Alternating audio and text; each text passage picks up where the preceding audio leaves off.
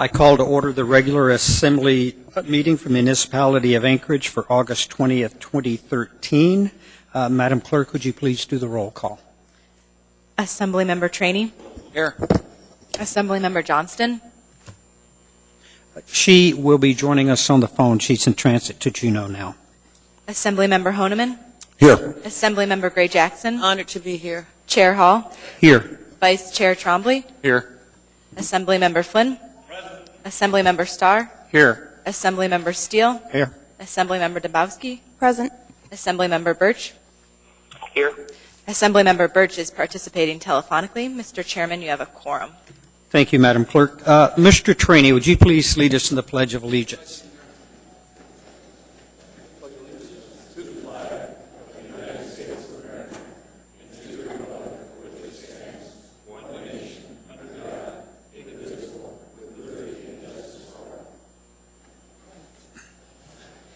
Thank you, Mr. Trainee.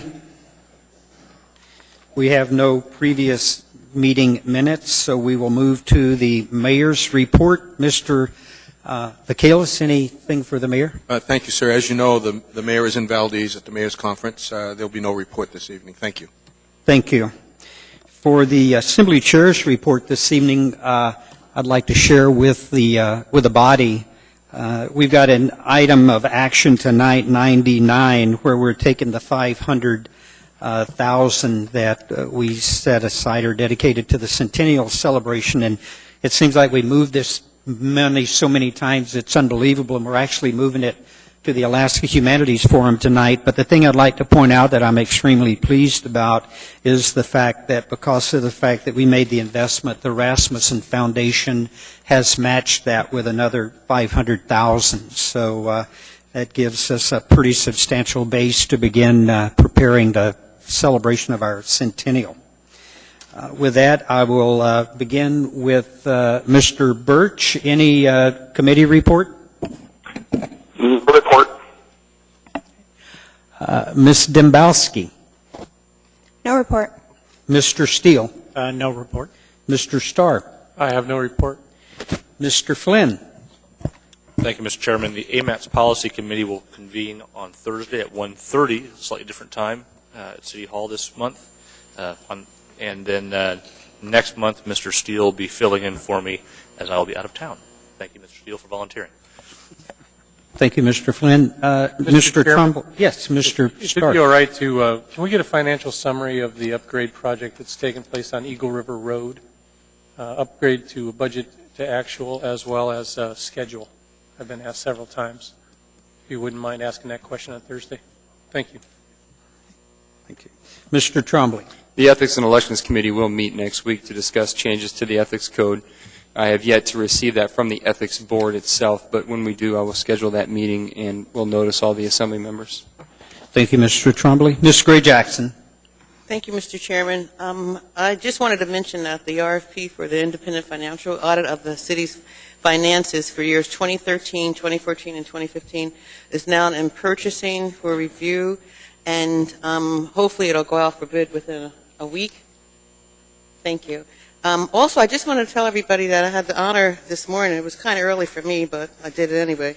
I got online with the White House Local Leaders Conference call, and the subject was the Affordable Care Act, and Secretary of the Department of Health and Human Services, Kathleen Sebelius, and David Agnew, Director of Intergovernmental Affairs, led the conference, and it was really, really, really good. Didn't last that long, but it was good. And we're going to be provided with an informational kit. All the conference participants are going to get an informational kit, and I'll share it with my colleagues in administration, possibly at a work session. And I'm not sure what the administration has or done or anything, but I'm going to be really happy to get that kit. And hopefully, Mr. Chairman, we can schedule a work session to talk about it. Thank you, Mr. Chairman. Thank you. Mr. Honeman. Thank you, Mr. Chairman. The monthly meeting for August of the Public Safety Committee is tomorrow noon. The conference room just outside Assembly Chambers here at the library.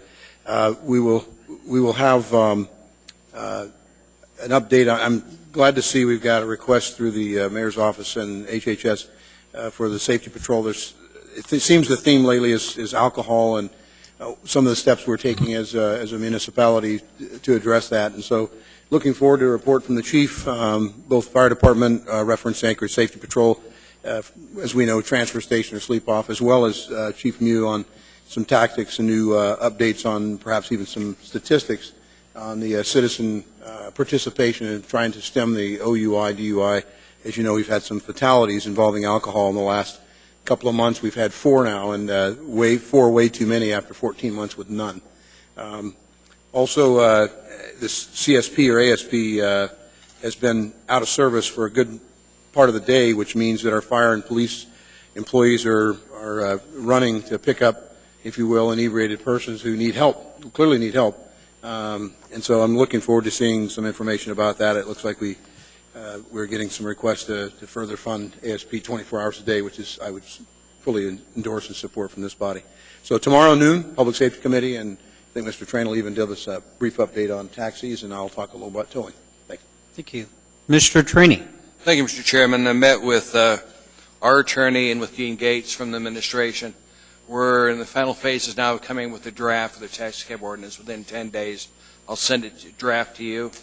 But we're still going to make our deadline of the 24th of September to have it in front of the Assembly. So the process is working. We've been meeting with the towing task force, too, and I want to thank the clerk's office for their work on this thing. This thing is just moving right along, so we should have the towing ordinance in front of the Assembly within about 30 days. And I want to ask you about, we got all these wonderful briefings on the commissions that are about to wink out of existence or not. We're supposed to take action on the 14th of October. What's your intention to go through each commission? Because I was looking at these, and one of them, the Arts Advisory Commission, wants to be sunsetted, even though Pete says they're viable, they should be kept, but they want to wink out of existence. So I think we need to look at these and look at these reports. There's one of these commissions, they've had one person hasn't shown up in 3 months. If they've not shown up, then we need to figure out why and replace them if they're not going to be there. Right. So at some point in time, we've got to take action on all these reports that are coming in. I'm sure what's going to happen with that, Mr. Trainee, is each one will come before us as an individual item. As you know, the ordinance that we passed required that these audits be done, delivered to us in a timely manner so we can make good decisions. But I would see them each individual, not as a group, so we'll have a chance to address each one. Because I just find it odd when the commission wants to sunset. And Mr. Trainee, I want to publicly thank you for the job that you're doing with the taxi ordinance. Today alone, I've heard from basically all sides of this part of our community, and everybody is pleased with what's happening, the direction that it's going. So, But we'll see when it comes to the public hearing time. well, that's true. You never know till it all comes together. But right now, they're very pleased with the process. So Well, thank you. Appreciate it, Mr. Chairman, and we're working on it.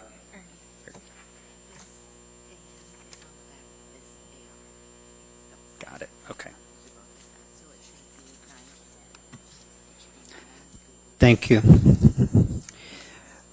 We now have before us the addendum to the agenda and laid on the table items, and the chair would take a motion to incorporate. Move to incorporate. Second. Any objection? Mr. Birch? Okay, that is unanimous. I will read the addendum to the agenda into the minutes as well as the laid on the table items. We have 9B8 AR number 230S, supporting continued fluoride use by the Anchorage Water and Wastewater Utility.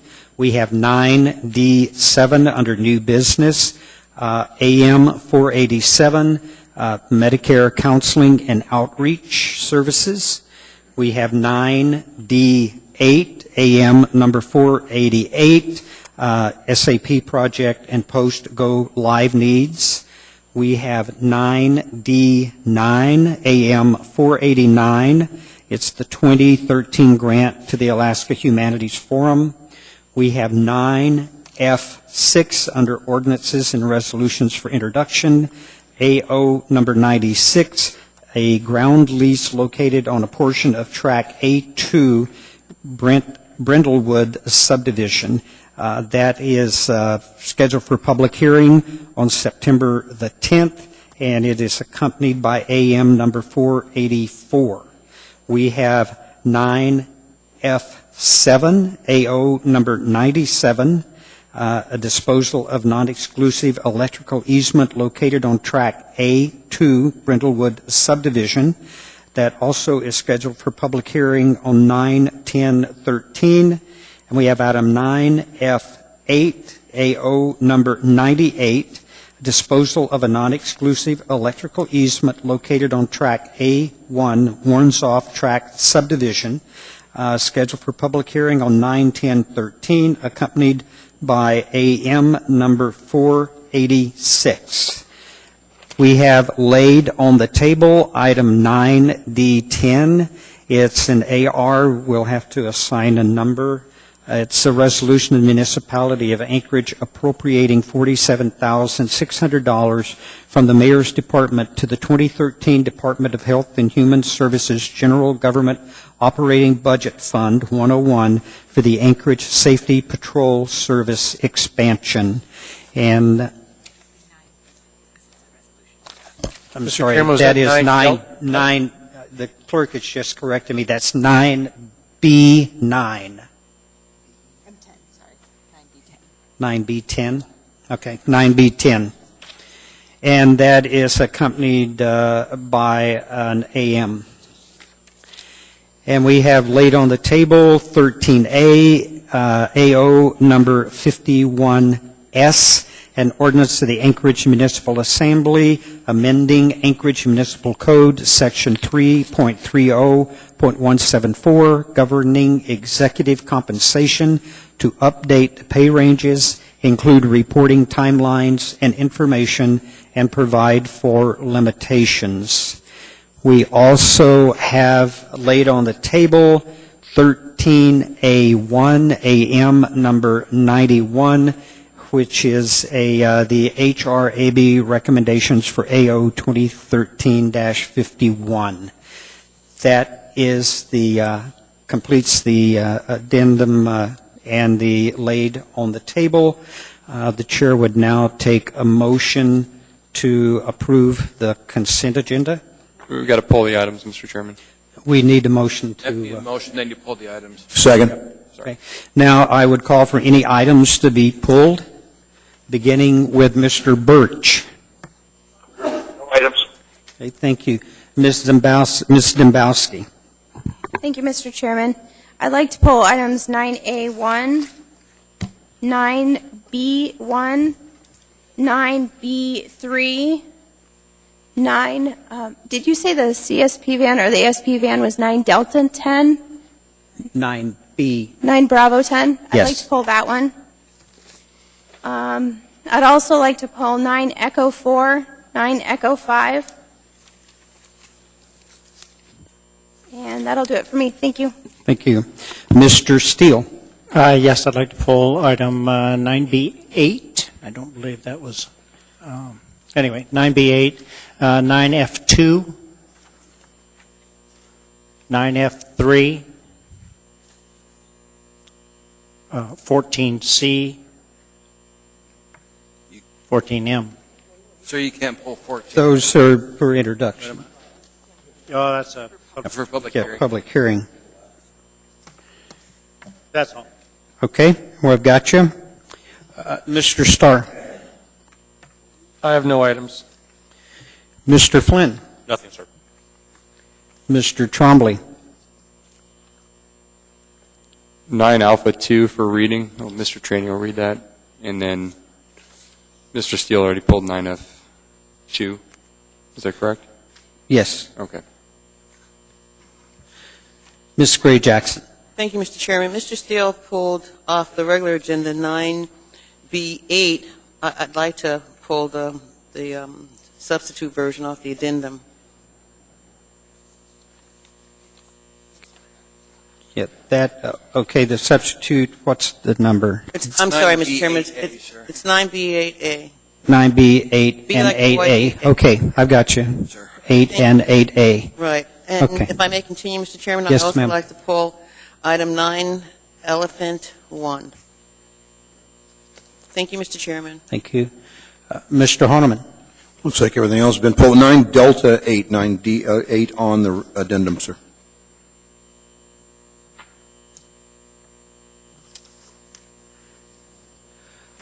Mr. Trainee. We'll pull item 9C, just because it's the only one there and there's nothing attached to it. Don't worry about it. Amy got everything that was interesting. You're not messing with me, are you, Mr. Trainee? Okay, so we're clear. I want to show that we have requested to be pulled 9A1, 9A2, 9B1, 9B8, 9B8A, 9B10, 9D8, 9E1, E3, E4, E5, and 9F2, 9F3. Did I get everything? Mr. Chair. I also pulled 9 Bravo 3. 9B3. Mr. Starr? And I didn't hear anybody pull 9 Echo 3. Did somebody do that? Yes, 9 Echo. Did someone pull 9 Echo 3, or did I pull that erroneously? No one pulled it, Mr. Chairman, that I remember. 4 and 5 were done, but not 3. Okay, then I will. Well, maybe it was F3. I think Tim Steele pulled 92 and 93. I did? Did you pull E3, Mr. Steele? Let me take a look. I don't think you did. F2 and F3? I did not pull E3. Okay, very well. Then I will, one more time, just for clarity, we have pulled 9A1 and A2. We have pulled 9B1, 9B3, 9B8, 8A, and 9B10. We pulled 9D8, 9E1, E4, E5, and we pulled 9F2 and F3. Am I correct? Mr. Chairman, you didn't mention, I don't think, 9, actually, B8A, which Ms. Gray Jackson pulled that. Yes. It's on the addendum. He mentioned. Yes, 9A. Thank you, sorry. Okay, very good. Okay, please vote on the consent agenda list the items that have been pulled. Mr. Birch? Is there anything left? Yes. We're going for a vote, Mr. Birch. Yes.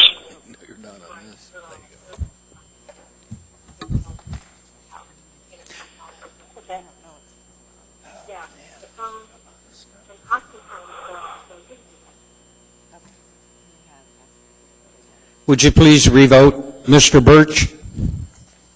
Yes.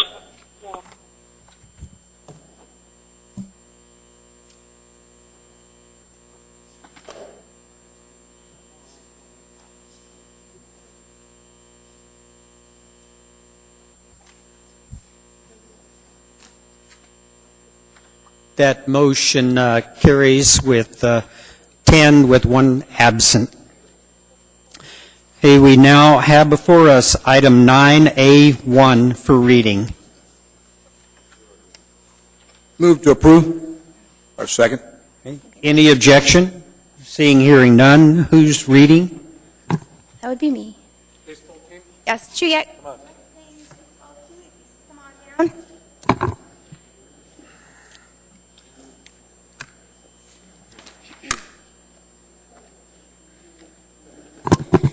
A resolution of the Anchorage Municipal Assembly recognizing and congratulating the Chugiak Mustang baseball team on winning the 2013 Alaskan American Legion baseball tournament. Whereas the Chugiak American Legion Post 33 Chugiak Mustang baseball team played hard ball and gave it their best in the 2013 Alaska American Legion baseball tournament Thursday night, August 1st, 2013 at Mulcahy Stadium.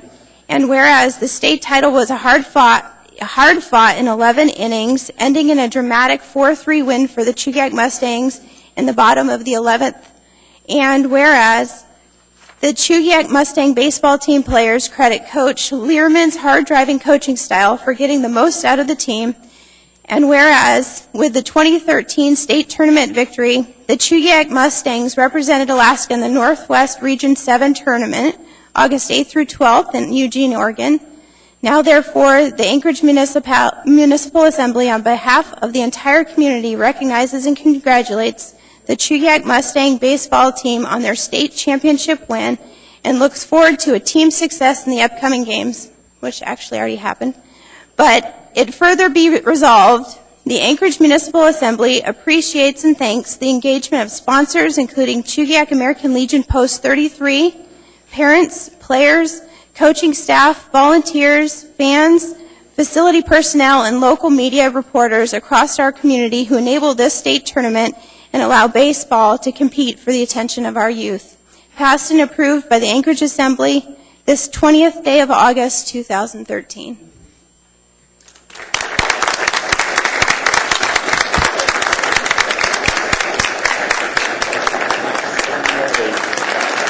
Everyone's going at it. Everyone's going ham. This is the loudest machine for the guy. Which one of you came prepared to make a speech? Ms. Dembowski? No. Mr. Chair, if we could, I would like each of the young men to just state their name and tell us which position they play. It's over there. Get it, Debo.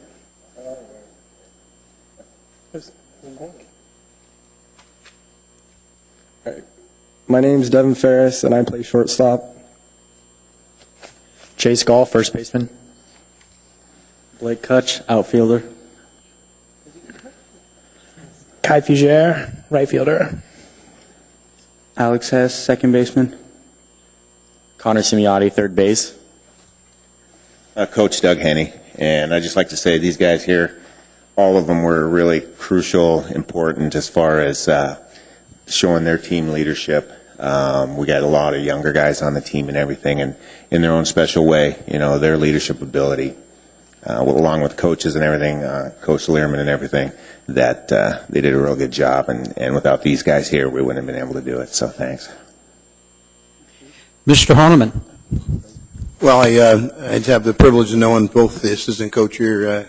Coach Henney is also an Anchorage police officer and gives to the community back. I think it's great to see Coach Learman as well, very aware of him, and glad to see you guys make it tonight. I know the whole team couldn't be here, but you're representing them well. So congratulations, and thank you for all your efforts in representing Alaska. Thank you. Congratulations, guys. Thank you. Thank you.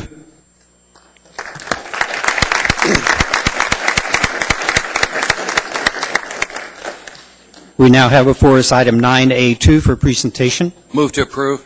Second. Any objection? Hearing none, the item is approved. Who's reading? I'm reading. Adam's going down to present. Okay, Mr. Trainee. Thank you, sir. This is AR 2013-227, a resolution of the Anchorage Municipal Assembly recognizing Anchorage Water and Wastewater Utility for receiving the 2013 National Association of Clean Water Agencies Peak Performance Awards. Whereas two of Anchorage Water and Wastewater Utility wastewater treatment facilities were recognized for excellent services and awarded Peak Performance Awards from the National Association of Clean Water Agencies for their outstanding compliance performance in 2012, and whereas the John M. Asplin Wastewater Treatment Facility, which serves the Anchorage Bowl, received a Platinum Award in recognition of 5 years of 100% compliance with their National Pollution Discharge Elimination System (NPDES) permit, and whereas the Eagle River Wastewater Treatment Facility received a Silver Award for permit compliance with their NPDES permit, and whereas the NACWA, too many of these, Peak Performance Awards underscore the utility's commitment to public health and the environment, and whereas these awards clearly reflect the dedication and professionalism of utility staff operating and maintaining the facilities on a daily basis throughout the year. Now, therefore, the Anchorage Municipal Assembly hereby resolves that the Anchorage Water and Wastewater Utility be recognized and receive the prestigious NACWA Peak Performance Awards, making the reliable delivery and services to our customers, to our citizens, and advancing the municipality of Anchorage to a new standard of excellence, passed and approved by the Anchorage Assembly this day. Thank you, sirs.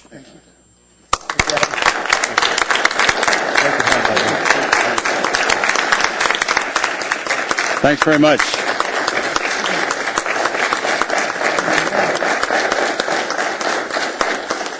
Mr. Chairman, Mr. Trainee, I'd like to introduce Treatment Division Director Richard Steckel, who's in charge of all the plants that the utility operates, and our two stars of the operation, Superintendent Kevin McKinnon from the Eagle River plant and Superintendent Jeff Axman from the Asplin plant. It's we're particularly proud of Asplin's 5 years of performance and the Platinum Award there, particularly in view of the need to protect water quality in Cook Inlet and protect the beluga whale. So we're really happy that these guys stepped up and did the job and will continue to do so. Thanks very much. Very good. Thank you. Mr. Horniman? Yeah, and I don't know what the difference is between platinum and silver. I don't know what the standards or criteria. Maybe perhaps you can answer that. They're both kind of gray. One's a little bit shinier gray than the other one. I see. I got the good one. But, No, actually, the Platinum Award is for 5 years of 100% compliance with the NPDES permit. The silver is the first award, the 1-year award for compliance. Eagle River had a long string going under Kevin's watch, and then in 2000, I guess it would have been 2011, we had a new process that we're bringing online with ultraviolet disinfection, and that had a couple burps, but that prevented us from earning the award in 2011. But we're back on top, and Kevin does a great job. That's good. I got to tell you, we hear a lot about our water and recently in this chamber as it relates to things being in our water. I think you guys do a fabulous job in both that end of it as well as the other end of it, and I just thank you because it's such a critical, important component of our public health, and so I can't thank you enough. Thanks very much. Mr. Trainee? I just want to thank you, gentlemen, for all you do with the wastewater, because I was looking at Hawaii, and they have a real problem over there where they failed to meet federal standards. Last time I looked on the internet, they may have to pay $2 billion for a treatment plant. I think you guys are aware of that. And there is no end to that hole because the feds are mandating it. So thank you very much for taking care of our wastewater and making it, drinking water clean when it goes in there or something like that. But thanks for all you do. It's good. Appreciate it. Thank you. Thank you, gentlemen. Congratulations. Thanks again.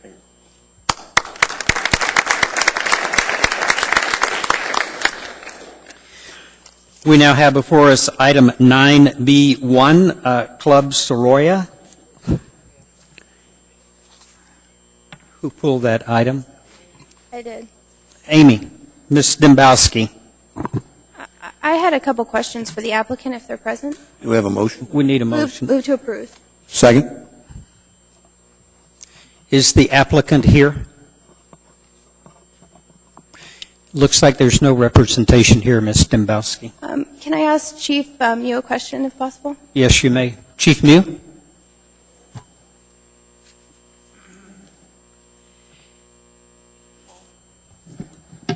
Chief, one of the concerns that I had when I was reading through their safety in their application on page 5 towards the bottom, they talk about awareness and management and security, and they mention more than one time there will be police presence available, police are adequate.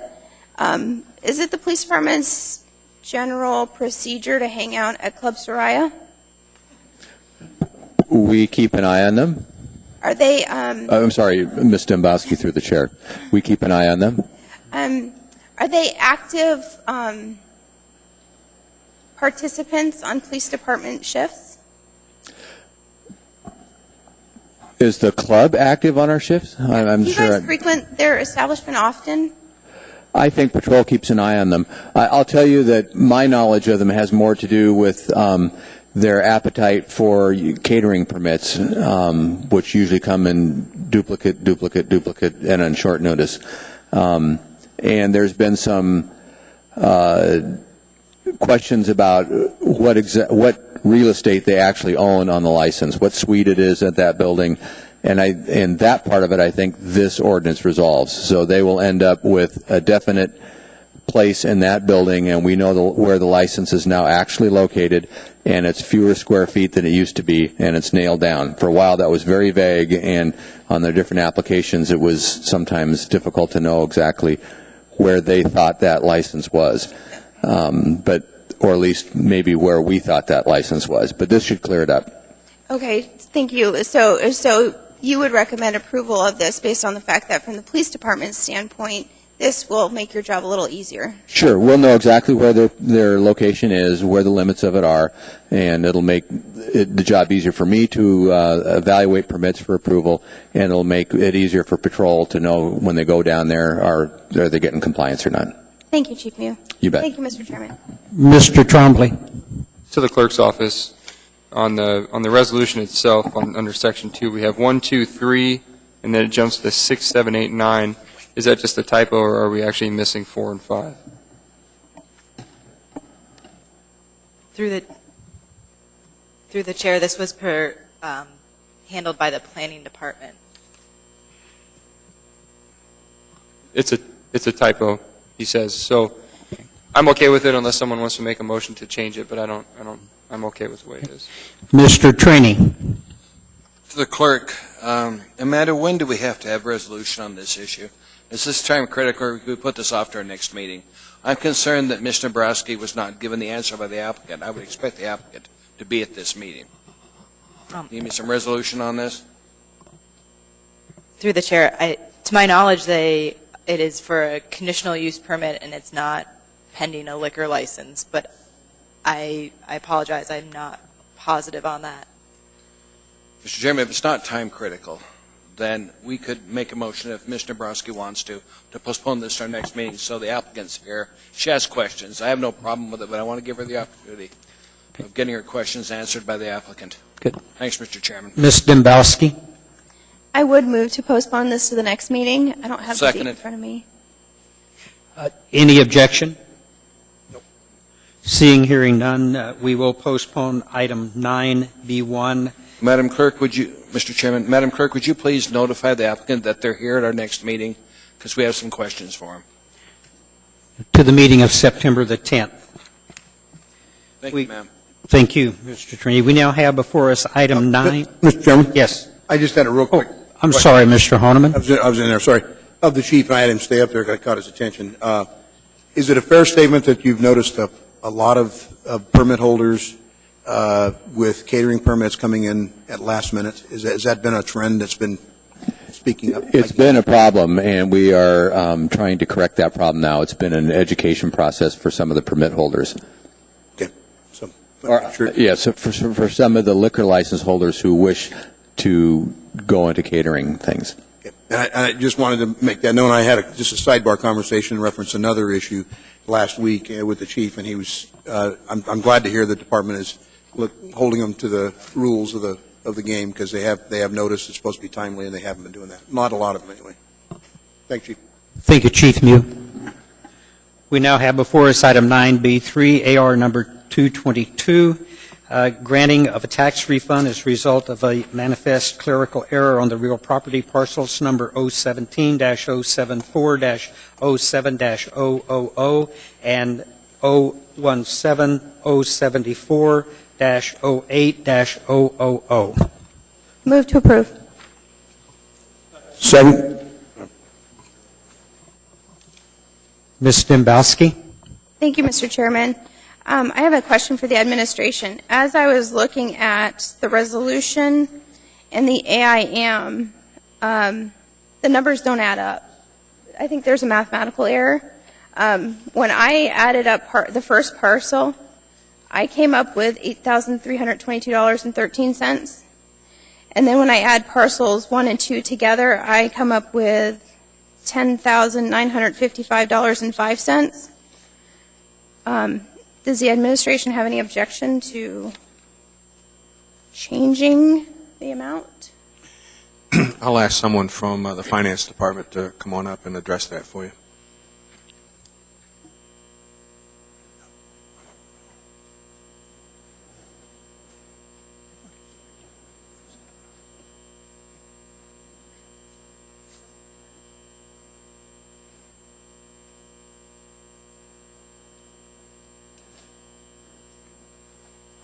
Chairman Hall, my name's John Wedlick. I'm the chief appraiser with Property Appraisal. In this AR, in order to develop the taxes, the taxes or the interest is as of the date of payment. So what's important in this is that on the first section, the tax refund is $10,965.11, and the interest will have to be calculated at the time that we actually process the payment. Mr. Woodlick, I don't think I made myself clear. What I'm saying is when I add up your tax refund for parcel number 1, that amount is inaccurate.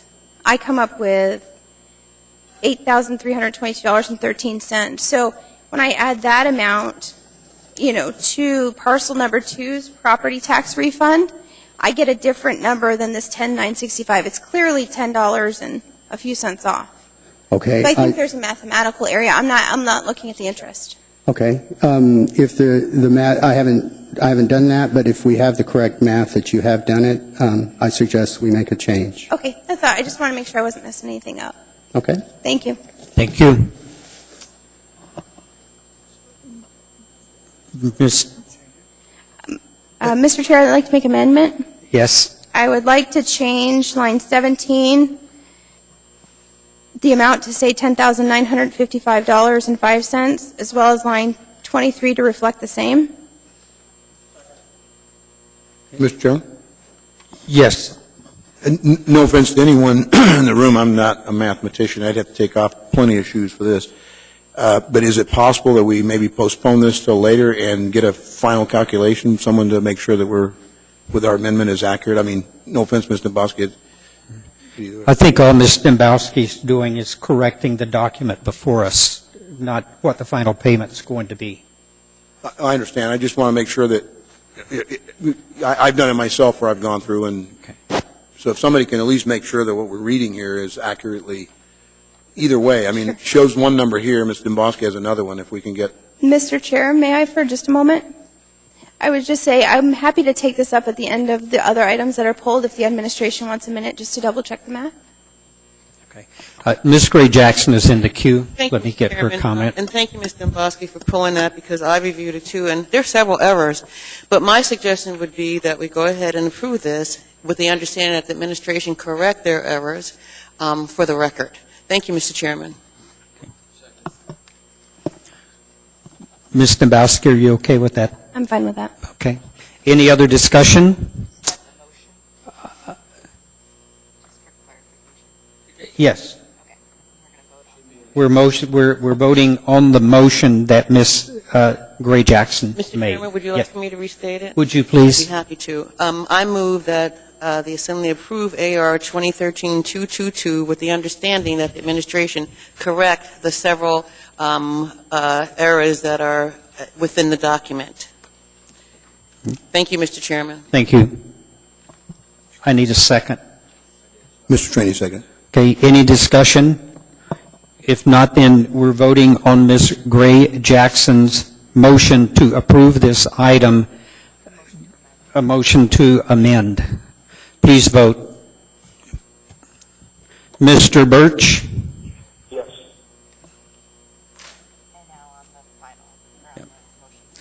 That motion passes 10 with 1 absent, and now back to the original motion as amended. Please vote.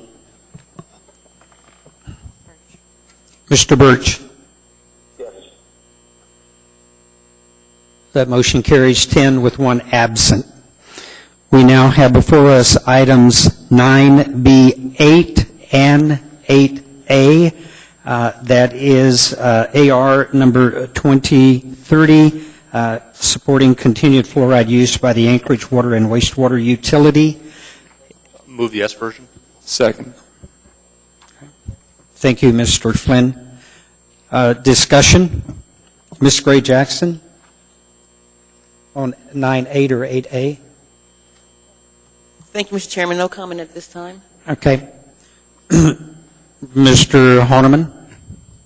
I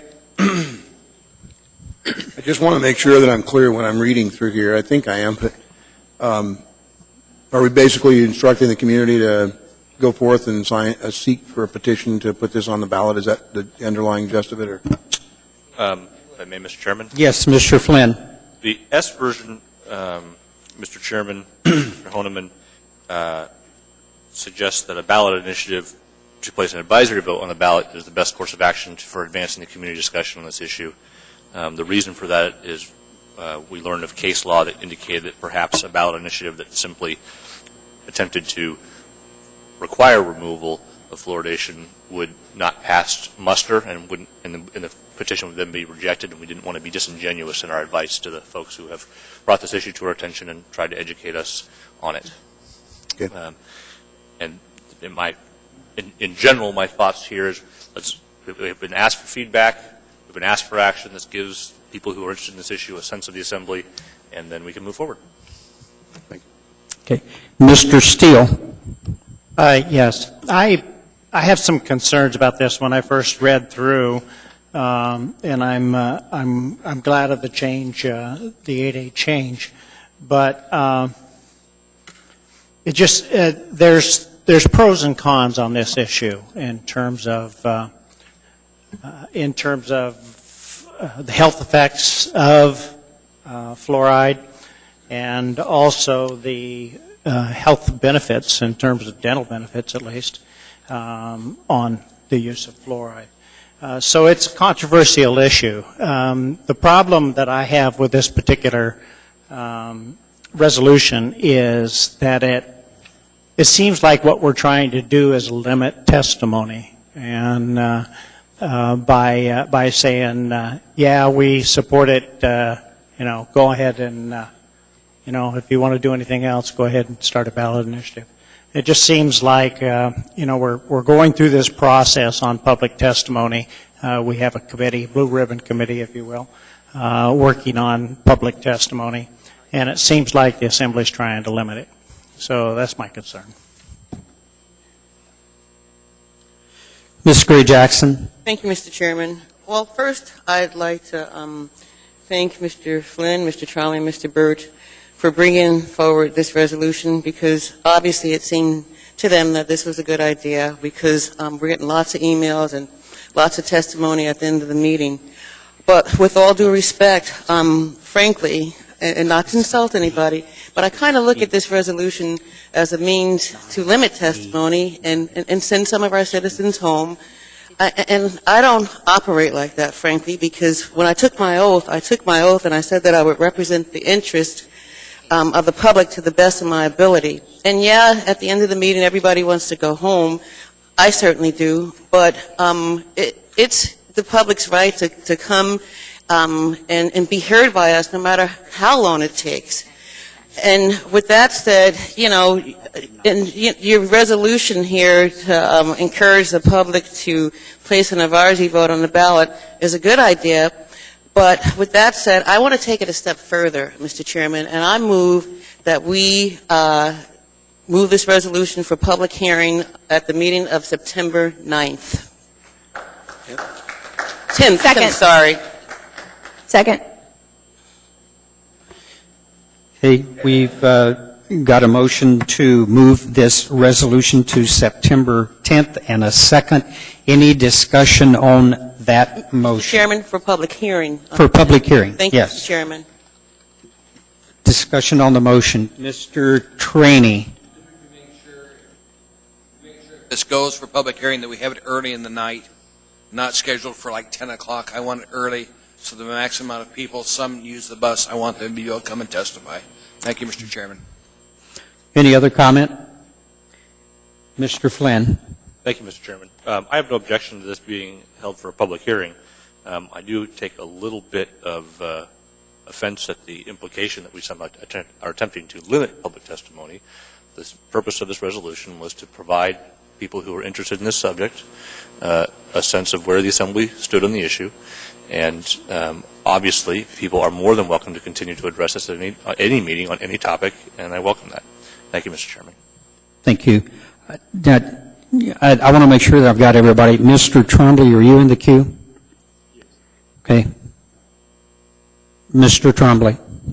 I just wanted to agree with Mr. Flynn. I do take exception to that we're trying to shut down public testimony. There's nothing in here that says you can't continue to testify. There's nothing in here that says don't show up when the meeting's over during the public's ability to come talk to us on any issue. I think what it does is it actually enhances the public involvement because we're saying, look, here's some direction.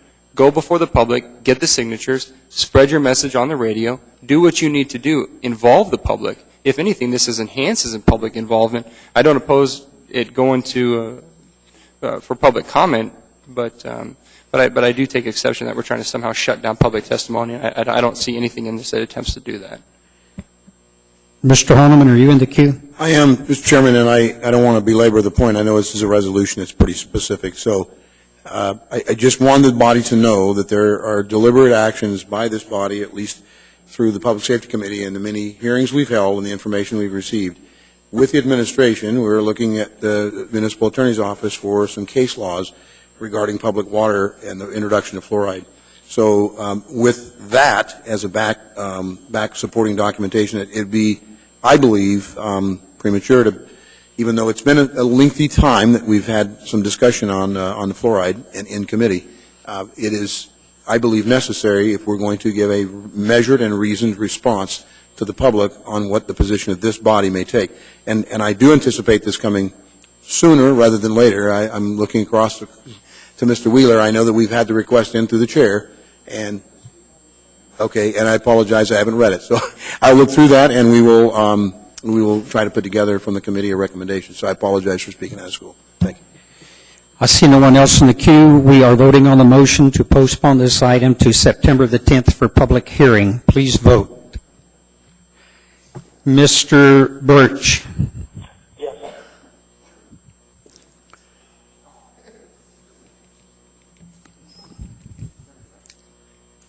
Motion passes 10 with one absent. We now have before us item 9B, and I'm going to stand corrected on this, 9B9. We've finally got our act in order on that. And this is an AR number that we don't actually have a number assigned to. It's a resolution, Municipality of Anchorage, appropriating $47,600 from the Mayor's Department to the 2013 Department of Health and Human Services General Government Operating Budget Fund 101 for the Anchorage Safety Patrol Service expansion. Ms. Dembowski? Mr. Chairman? Yes. Can I interrupt you for just a second? On the last issue we took, could we have a work session before we have a meeting from the Assembly? And I want to have Health and Human Services there and AWW so we can talk about this issue amongst ourselves. Okay. If you would, Mr. Chairman, I'll leave you alone. Yeah. Ms. Dembowski? Move to approve. Second. Ms. Dembowski? Mr. Chairman, actually, I don't know if I wanted to move to approve. Sorry. Yeah, I wanted to change the order of the day. I would like to take this up when we take up item 14M. We've got a motion second. Any objection? I'm just, say again what you want to do with it. I want to take this up when we take up item 14M. Fair enough. Okay. No objection. Mr. Birch? No problem. Okay. Mr. Horniman, are you in the queue, or have I just not cleared you from the queue? Yeah, I can clear me. Okay, thank you. Okay, without objection, this item will be continued, and we will take that up with 14M. We now have before us item 9. Mr. Chairman, that was after 14M. Yes, after 14M.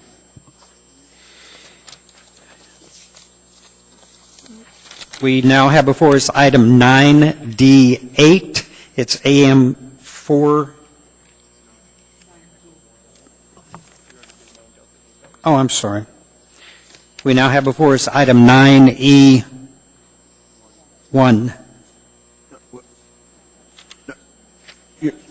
Move to accept. Yes. I need to read it into the record. I'm sorry, Mr. Chairman? Yes. 9 Delta 8, I don't remember us bringing that up, the SAP project? Yeah. That's what Mr. Trombley just pointed out to me. 9E1. I'm sorry, Mr. Chairman. I was confused. I thought 9 Delta 8 was, I was thinking 9 Charlie 8. I was thinking 9 Delta 8 is was the fluoride, but we already took that up. But I'm sorry, Ms. Gray Jackson. They're correct. 9 Delta 8. 9 Delta 8. We now have before us item 9D8, AM 488, SAP project and post-go-live needs. Ms. Gray Jackson? It was mine, and Mr. Honeman? I'll move to approve with some hesitancy. I may make another, move to approve. Do I have a second? Okay. And I have concerns. I guess I need a real quick question here on, since it was laid on the table here in the addendum. Not laid on the table, I'm sorry. It appears that we're going into a 2014 foreseeable, and I'm looking at where the funds coming out of, and I don't see Ms. Mahoney here, but can somebody answer where the funds are actually going to be? It says operating funds, but who's it coming out of? Which department does that come to? We have Mr. Ahern here from IT. Mr. Ahern? It's hard to follow the ball on this one, Mr. Chairman, and to my colleagues, because we've got these people stationed everywhere. They're at the Fire Training Center. I don't think there's any tracking of costing, and I'm not sure we're getting a full accounting in it, and I'm concerned about it's listing a 2014 appropriation that we don't even know yet. We haven't budgeted. Mr. Ahern? Through the chair. Thank you. This is a contract for Optimal Solutions. There are obviously a lot of different contracts going on right now, so trying to keep them all straight. This particular contract is to fill a couple of open positions that we have in the project today, and so it's coming out of the current operating budget, is my understanding. Let me put it this way, there's various pieces of scope of work in the contract. Some of them are allowable under the capital funding. Some are allowable under 2013 operating budget support. I don't think there's anything in there that's under 2014 operating budget, since that hasn't been done yet. So I can come back to you with very specific information about the funding sources, but my belief is that it's both current capital under the approved appropriated budget for the project, as well as 2013 operating. Well, no offense, but the second line item at the bottom under fund concurrence shows subject to appropriation 2014 operating funds. And so that does put us out where you're just now building, if I understand, the administration is building the budget for 2014, correct? Yes. So I'd have to go back and look at how that was coded. I don't have that in front of me, but if you have it, thanks. I could live with amending perhaps the appropriating of 2013, and we can come back later at 2014's budget item. And I don't know, Mr. Starr, you're the budget guru. Does that seem appropriate to you? Yes. Mr. Starr, while Mr. Ahern is taking a look, Mr. Starr? Well, I would rather do it that way as well. If we're encumbering future budgets, that's not a practice that I like to get into from that perspective. Not the question to you, but to Mr. Haddon. The contract that you're asking us to forward fund, in a sense, is it written, predicated on that clause, or is this a convenience factor? Do you know the contract? I know you see plenty, but do you know this one in particular? Through the chair, Mr. Starr, this contract is written to where if the 2014 funds are not appropriated, we are not obligated. Okay, it's so for a convenience I factor. get that. So it's a convenience factor only. So yes, sir. That'd be fine. And I think Mr. Honeman is correct in this factor. The way the wording reads to me, I would rather deal with it in October, November budget building cycle and forward fund it at that time than now. So I think that's a good pickup. And if you want to take an amended number, that'll get them. It looks like they're asking for $125,000 in the amendment. I'd move that. Agreed. Thank you. Thank you. Can I get a second? Second. You're making an amendment, then you're limiting the $250,000 appropriated for the That's forward correct. fund. Agreed. Mr. Honeman, the clerk would like a restatement of the motion, please. I'm simply, I make the motion that we remove the 2014 operating funds subject to appropriation, that line item, so we would remove the 2014 language, approve. So delete lines 33, 34, also delete line in addition on 19 through 21. Maybe I could help out here, Mr. Chairman. Mr. Flynn? I think, Mr. Honan, what you wish to say is you would like to simply delete lines 33 and 34 because the language on lines 19 through 21 is looking forward, but it doesn't actually make the appropriation. Fair enough. You receptive to that, Mr. Honeman? If it passes with the clerks. Madam Clerk, do you have that corrected? And we've got a motion and a second. And Ms. Gray Jackson, you've been patiently in the queue. Thank you, Mr. Chairman. I've been so patient, I forgot what I wanted to say. Just kidding. No. I agree with both Mr. Honeman and Mr. Starr, and I'm happy to approve deleting any reference to money that they don't have yet, that we haven't even appropriated. Thank you, Mr. Chairman. So I have no one else in the queue. We're going to vote on the motion to amend first. So please vote. Mr. Birch? Yes. That motion passes 10 with 1 absent, and we're now back to the original motion as amended. Please vote. Mr. Birch? Yes. That motion passes 9 yes, 1 no, and 1 absent. We are now at item 9E1. Move to accept. Second. Ms. Gray Jackson? Thank you, Mr. Chairman. I want to thank first off, Mr. Raskman and staff for always doing a really fine job on internal audits. And this particular audit, I'm not going to move it to the Municipal Audit Committee for further review because I don't really think that's necessary. But I just wanted to make a couple of comments. AWW's audits have always been really good audits, and they do an exemplary job. And this one is on Customer Service Division cash controls, and they're doing a good job in that area also. But for several years, the Treasury Division has not been able to provide the training that's required by policy and procedure, annual training. And what disturbed me was, in the audit, it said that they're not able to provide it due to staffing shortfalls and resources diverted to the implementation of SAP. And that really bothers me because I wonder how many other departments have the same issue and we just don't know about it. And I just wanted to state my concerns for the record. But I'd definitely like to accept this audit report, but Mr. Raskins will talk offline a little further.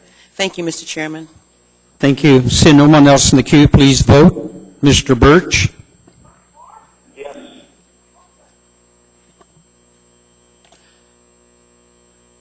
That motion passes a vote of 10 with 1 absent. We have before us now 9E4, which is the AM 83 Monthly General Government Review Status Reports for the Assembly as July 30th, 2013. Ms. Gray Jackson, was that yours?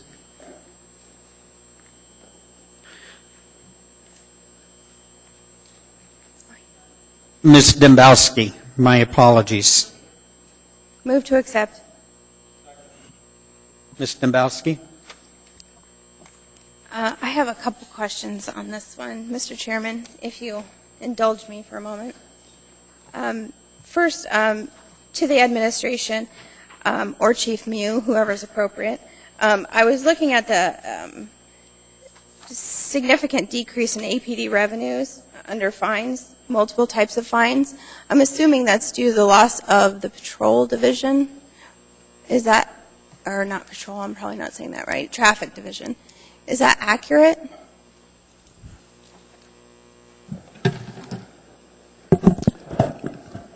Chairman Hall, Assemblyperson Dembowski, excuse me.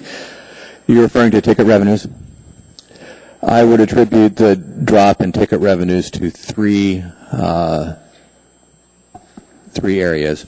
Area one would be we're having higher than normal attrition these days across the boards. That's due to a number of factors, most notably a one-time incentive, if you will, to retire that has to do with some concessions that were made back in 2008.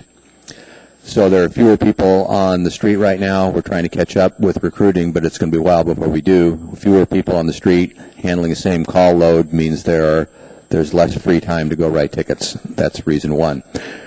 Reason two is an attempt to shore up the patrol numbers. We've transferred 7 people from the traffic section to patrol to help shore that number up. That's not enough to get patrol back where they were, but it's enough to keep their head above water. But that means the traffic section doesn't write nearly as many tickets as they used to, and those guys were high volume.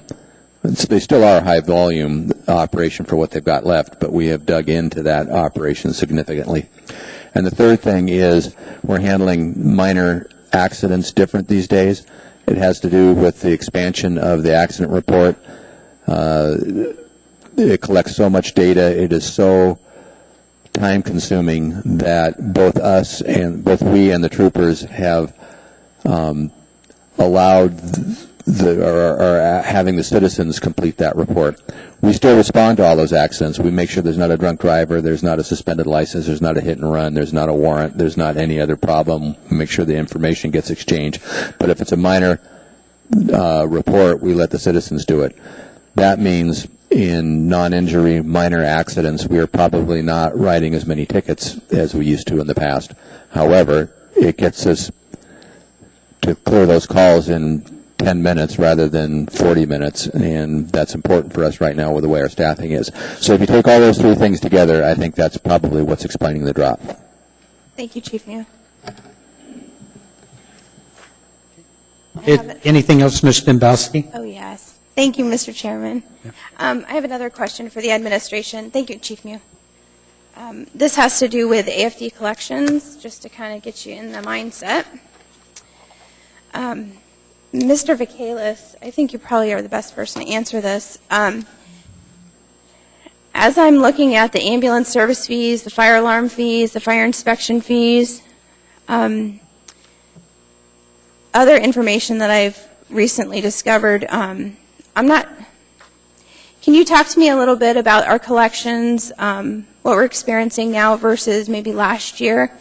And where I'm going with this, Mr. Vacalis, is I see under fire inspection fees, line 9456, a significant drop. But what I've found in my other research is that our collections usually are around 70%, and this year we're about 40% for collections. So as I look at the fire inspection fees, I think the number that we're seeing under the pro forma rest of the year, I think that's pretty optimistic, unless there's been a major course correction with the contractor who's collecting these fees. So can you talk a little bit about that? Thank you. Through the chair, as you may remember, we did change contractors as far as a contractor to deal with the collections for those fees, et cetera, and citations from the fire department. That particular contractor has had a major difficult time initially starting off. I think that the order of magnitude was a lot larger than what they anticipated when they bid on it. It has taken them an inordinate amount of time to bring enough people on board, to get them trained up, and to follow through. We have been monitoring their progress. They have been getting a lot better, but I can tell you that their start off for the first probably 4 months was dismal. They've been served notice as a result of that. In fact, we've done it twice to them now. As a result of that, they have taken extra steps and brought more people on, and they're doing a much better job now. Just a second follow-up question. As I'm looking at what we're supposed to be accepting tonight, I look under line 9451, ambulance service fees, and I see the pro forma rest of the year. You're anticipating a significant increase in order to hit your budgeted amount of $6,085,000-ish. How is that actually going to be realized unless, I mean, they brought on extra people, but they have 4 months. Is this really a realistic number? We hope so. You know, we're hoping. You know, remember the The collections are still out there. They just haven't got to them. So what I'm saying is that the money is still owed. It's just that they have not get out there and beaten the bushes to get a hold of every single person. We're thinking that with steps that they're taking now and what they have promised and what we have observed, that that their performance will be exactly what we expect it to be. If that is the case, then we're hopeful that the percentage of collections will be as good as what they were with our previous collector. Mr. Chair, may I request the administration forward the Assembly the correspondence? The last correspondence I have is June 18th, 2013, in which the Assembly asks for specific steps in which the contractor will take to correct this poor performance. But I haven't seen the contractor's actual response. So I would like the Assembly to have this on the radar, because I think this is going to turn into a serious budget shortfall. And I think we should pay attention. As I look at this, I'm not satisfied by the response. I haven't heard significant steps that are going to be taken in order to get to that money. And I mean, we're talking probably $1 million shortfall. I mean, it's a lot. It's substantial. And, I don't know what to do other than call it to your attention. And it should be something we're all looking at. Ms. Gray Jackson. Thank you, Mr. Chairman. I just need a little bit of clarification on page 2 of 5. 9131 building permit plan reviews. This includes fire, correct? Okay, good. I'm glad to hear that. Thank you, Mr. Chairman. Thank you. Mr. Starr. I appreciate the diligence of the fellow Assembly members even looking at the report. And Ms. Domboski, you're probably here for your first go on these reports. They actually had evolved over Assembly input on requirement for the administration now to provide this revenue summary report and the budget to actuals report that you've also pulled for the next item. And I think one of the things is we need to remember that several things are, although you've hit a valid point on the collections one, the other one as it relates to forecasted to actual. I think the Mr. Moore, Dan Moore in particular, works pretty hard to do that. The other fee that you noticed on the revenue shortfall, I think we probably missed the expectation on that revenue. If you look at 2012, we only collected $128,000, so now we're asking for $225,000 to come in. And it's those kind of examples. But I think the work in progress is also duly noted that those are revenues as expected through July 31st, and so there is a lot of the year to go. Duly noted on the point on the ambulance collection fees, however, though, that no one's going to like to get a bill, 7 months or 8 months later. Perhaps insurance, claims close, and then you're revisiting the topic. So I think the urge and nudge the administration to feedback to us is great, and on also the recognition on just how much work goes into this report should also be acknowledged from the administration, that it's very, very helpful information to get, as is the next one. And I'll guide you further, as the rest of the Assembly members know, as this becomes much more important throughout the year, and we should be seeing these, So come October, November, if you're still seeing revenue shortfalls, we've got work to do.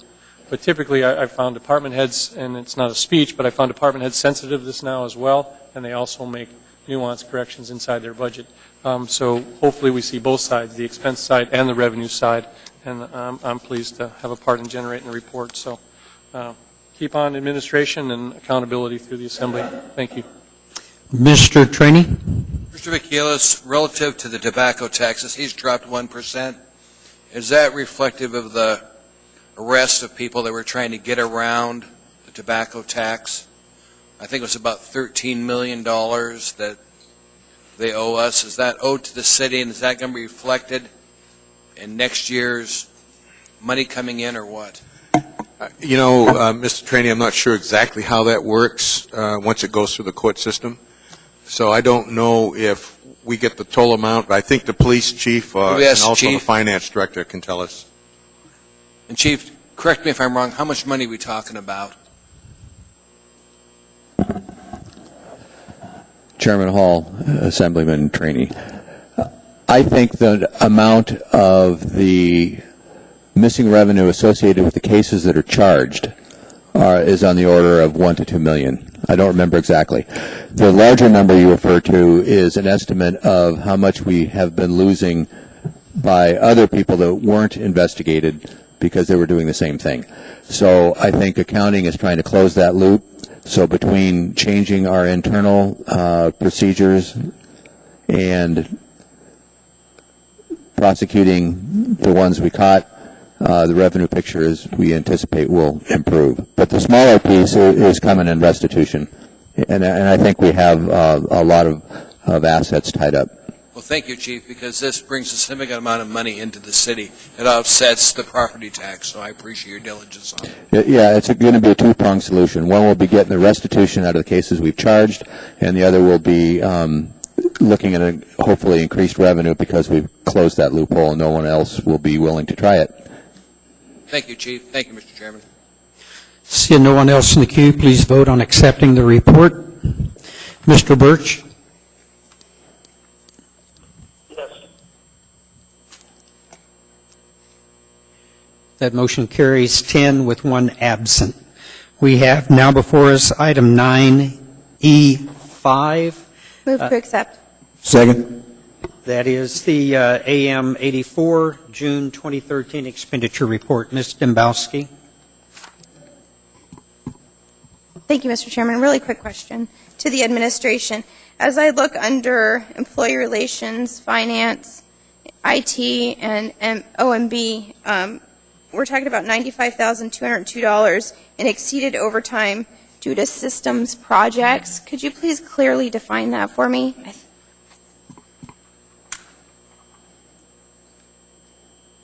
I'm sorry, I didn't hear the last part of your question. I didn't understand it. The overtime that we're incurring in those 4 departments, each line, it just defines it as systems projects. I think I know the answer, but I'd like it clearly defined, please. You bet. Ross? Mr. Chairman, I'm Ross Roosevelt, Public Finance Manager. Ms. Dembowski, typically that's related to the SAP project. Thank you, sir. Mr. Honeman? Thank you. Thank you. And I'm going to bring the chief back up here. He's wearing a path out here. But I noted, of course, that we're 49.6% through the budget year, and having Chief Mew talk about loss of staff, and I do notice that there's $2.5 million nearly in encumbrances, but we're at 49.6% of the year by June 30th, and you're at 52% of budget. And if you're losing staff, I'm trying to figure out how to reconcile where that difference is. I mean, to me, in my mind, if you're down in staff, you should be down in budget, but it looks like you're at 52% of budget with a 49% of the year completion. And it could be the encumbrance, Chief. In fairness, I don't know. Through the chair, Assemblyman Honeman, I confess I haven't read the documents behind this one. I didn't know I was even mentioned in it, so you have me at a bit of a disadvantage. But as far as, or if you're asking me what our glide path is this year on the operating budget, right now we're projecting a surplus, and that's mainly because we have the attrition is such that a lot of the PCNs are sitting with money in them, and we think that we'll have a surplus at the end of the year. It just, you can see where my conundrum is. It's 52% budgeting, and again, I'll go back to the encumbrance. I don't know what the $2.5 million is for stuff, or for, I imagine it's for a project or for items or something, but, so I'll follow up with you on that, I guess. Okay, I'm sorry. I don't know the specifics. I haven't read the document was behind it. I didn't even realize that one had me mentioned in it. Thanks, sir. Seeing no one else in the queue, please vote on accepting the report. Mr. Birch? Yes. That motion passes 10 with 1 absent. We now have before us item 9F2, which is AO number 94, recognize and allow additional police false alarms within a 12-month period as no-charge events. Mr. Trombley? Move to introduce. Second. I need a third. Third. Thank you. Mr. Trombley? I'd like to move this to the Public Safety Advisory Commission and have this returned to us for a public hearing date of September 24th. Thank you. Any objection? Mr. Trainee? just reference this. What I'd like the administration to do is give us I'd like to know if the companies that provide this service tell these people that they've got a fee they have to pay every year. Because from what I understand, the companies are not telling the individuals that they're picking up alarm systems not until our fire department notifies them, why didn't you pay? And I'd really want to make sure the companies that are putting this service out are telling the people ahead of time, by the way, every year you've got to pay a fee to have this type of alarm system. If you could do that, administration, I'd appreciate it. And I've got names that I can talk to you specifically about. Thank you, Mr. Chairman. Okay. Mr. Steele? Yes. I'm pleased about the reset in this ordinance, but I'm concerned about the fact that you get one false alarm with the fire department. What about medical? Mr. Steele, all we're doing is postponing this. We've got a motion to introduce. All right. Any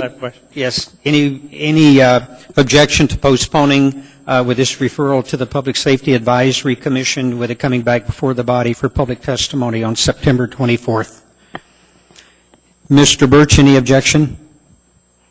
No objection. Hearing no objection, this will be referred to the Public Safety Advisory Commission. We'll come back before the body on September 24th.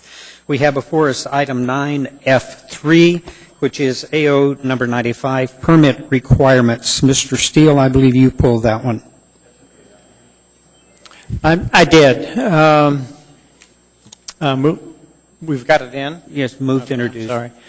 The concern, I have some very real... Move to introduce. Yeah, Move to introduce. Move to introduce. Second. Third. Mr. Steele? Okay. I've got some real concerns with outsourcing plan review and... Once Mr. again, Chairman, have you started Mr. public hearing date on Yes. this yet? I'm sorry. Yes, once again, Mr. Steele, once we've made a motion to introduce, you will get your opportunity in the not-too-distant future. Move to introduce. And we've got that, and we've got Okay. three motions. So basically, this completes our consent agenda. Mr. Chairman, Yes, Mr. Flynn. I'd like to move to change the order of day to go back up to the agenda to item 9, Bravo 8. Second. Okay, Mr. Flynn? Can we vote on that motion real quickly? Yes, please. My apology. Please vote on that motion. Mr. Birch? Yes. Motion's approved, 10 with 1 absent. Mr. Flynn? Thank you, Mr. Chairman. I'd like to move to postpone this item indefinitely. Second. Okay. Bravo 8. 9B8. A, 9B8A.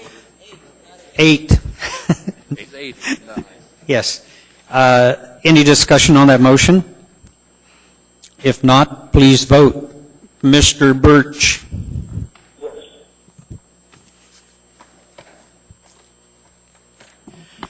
That motion carries 10 with 1 absent. Very well. We are now going to stand adjourned for a dinner break.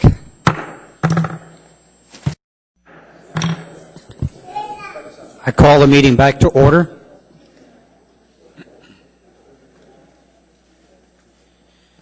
We have before us item 13A, AO number 51, an ordinance of the Anchorage Municipal Assembly amending Anchorage Municipal Code, Section 3.30.174, governing executive compensation to update pay ranges, include reporting timelines and information, and provide for limitations. Move the S version, Mr. Chairman. Pardon? Move the S version. Thank you. This item is before us for public testimony. Anyone to testify? Anyone at all?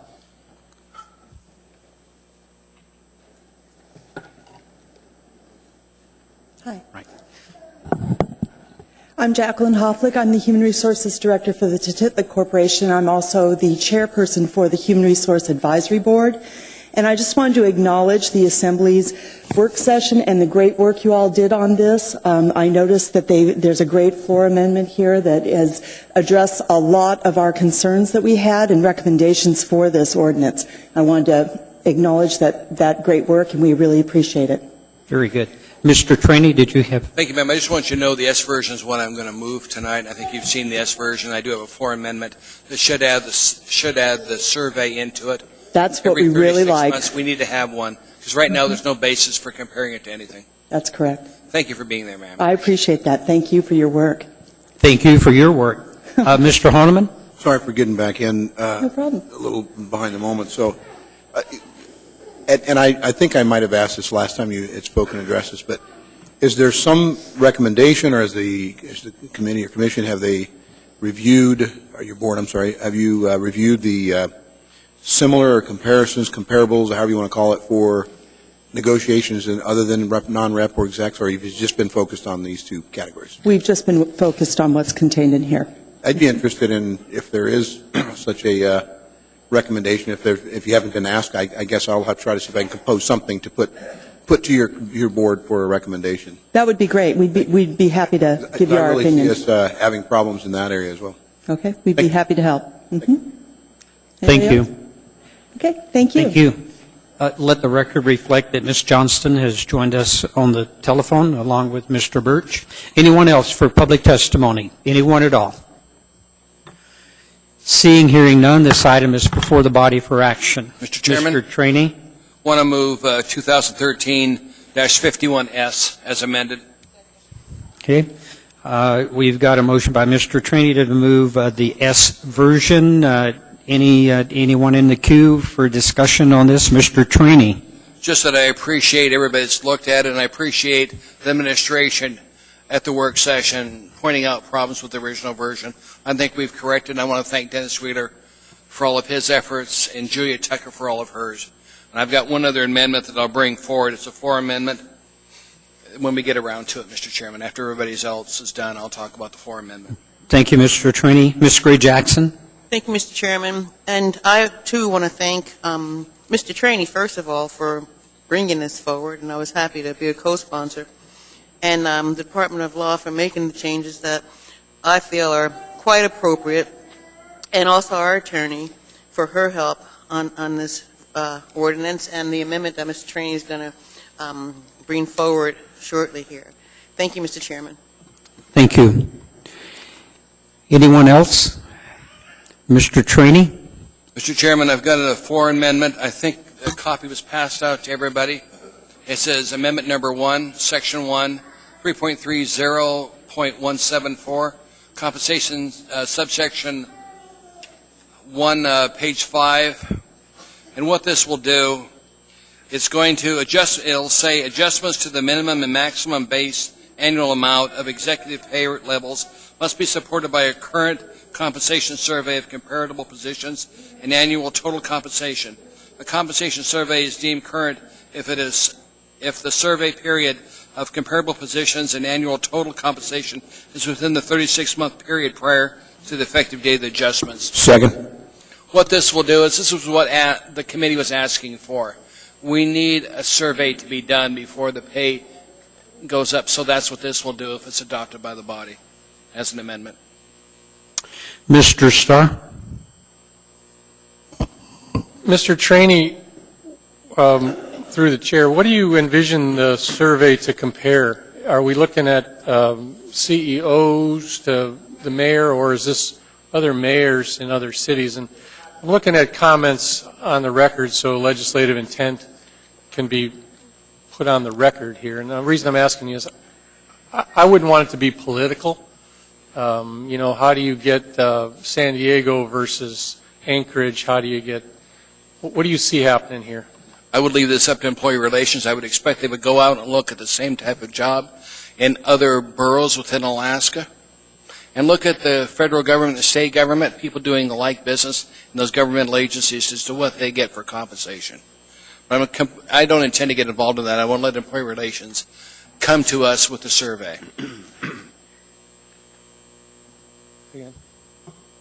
Yeah, I guess this is some more feedback. I've seen a few of executive comparison studies, and they're fine for positions that are equally definable by responsibility, but oftentimes they compare oranges and apples, and that's not a helpful guidance if, in fact, you get skewed data. And so I'm really cautious about this amendment from that. I don't mind leaving it up to ER and HR, but I don't know that we want to just give them blanket comparisons of high-paid executives, low-paid executives in comparison. And of mine comes, of course, the mayor's position. The largest community in town is here. Juneau doesn't necessarily compare. Fairbanks doesn't compare. And I don't think it's necessarily fair to say, just because it's an Alaska-based mayor, you're going to take a town of well over 300,000 and compare it to a town of 70,000 with a different job responsibility. So I don't know. I'm inclined not to support this until we have a little bit better discussion. The main body is fine, but I would want some help. Can I help out on that point, Mr. Mayor, or Mr. Chairman? Yes, Mr. Flynn, you may. Yeah, just for your, I don't know if you're aware of this, Mr. Starr, the Salaries and Emoluments Commission is the one that sets the mayor's salary as well as ours and the school board members. So this would not be affect that process. Not at all. And without debate, it would appear by this, the requirement says before you can adjust those positions, you have to have a current compensation survey. So are you requiring the Board of Emoluments to have one first? No. This has nothing to do with the Board of Emoluments. This is strictly executive salaries. The Board of Emoluments deals with elected officials. We have nothing at all. Believe me, we stay 99.9 miles away. We have nothing to do with that board. I don't even know what they mean. On that. Then appointments beyond that. The appointments fall into the executive compensation survey? Do the what? Appointments. Municipal manager, for example. I think they would, yes. Same comments with that. You've got a city of 300,000, no assistant manager. I'm just cautious about it. It seems to be ripe for, an area of disconnect here on what data you captured. You start to compare. Mr. Chairman, could we ask the head of HR what she thinks about this amendment? Let me have a little bit more debate That with you, helps Mr. Traney, on the preface of the conversation, which was these comments we put on the record will perhaps be referenced in legislative intent. So if your executive salary comparison data, if you're requesting Alaska cities only, you're going to find that we're going to not be able to. I would expect them to go to Alaska and then go down to Seattle, go to Portland, go to other similar cities, similar circumstances. You are, you're because not. I would expect them to do that with this type of a survey, to go out to other cities outside of Alaska. Because you're right, we are the largest city, but reference, we have the same problems they have in Seattle, the same problems they have in Portland. Not quite the same problem in San Francisco, but that's San Francisco's issue.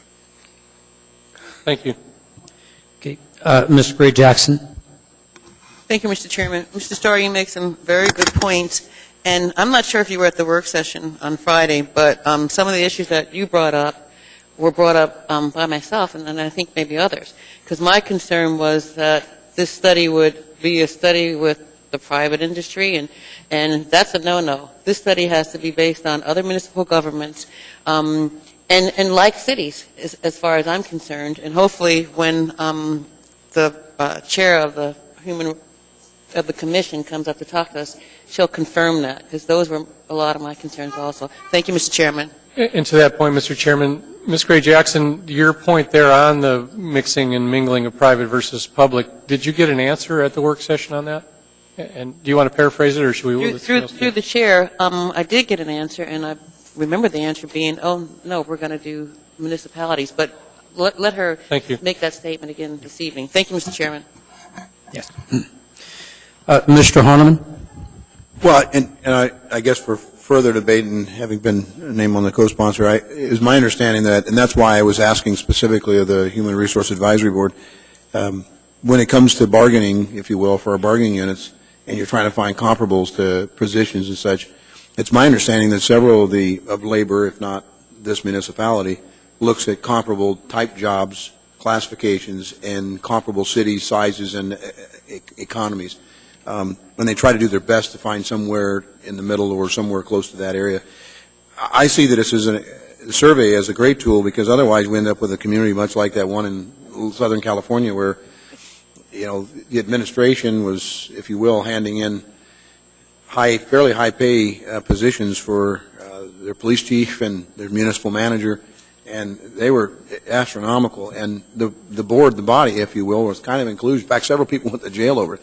I'd like to have something that we can tie to these ranges rather than just, what the mayor decides they want to do. And then all we get to do is vote it up or down. Something that we can sink our teeth to and compare, I think, is the better than not. And I think a survey 3 years is fairly timely and to be able to compare and to use as a tool.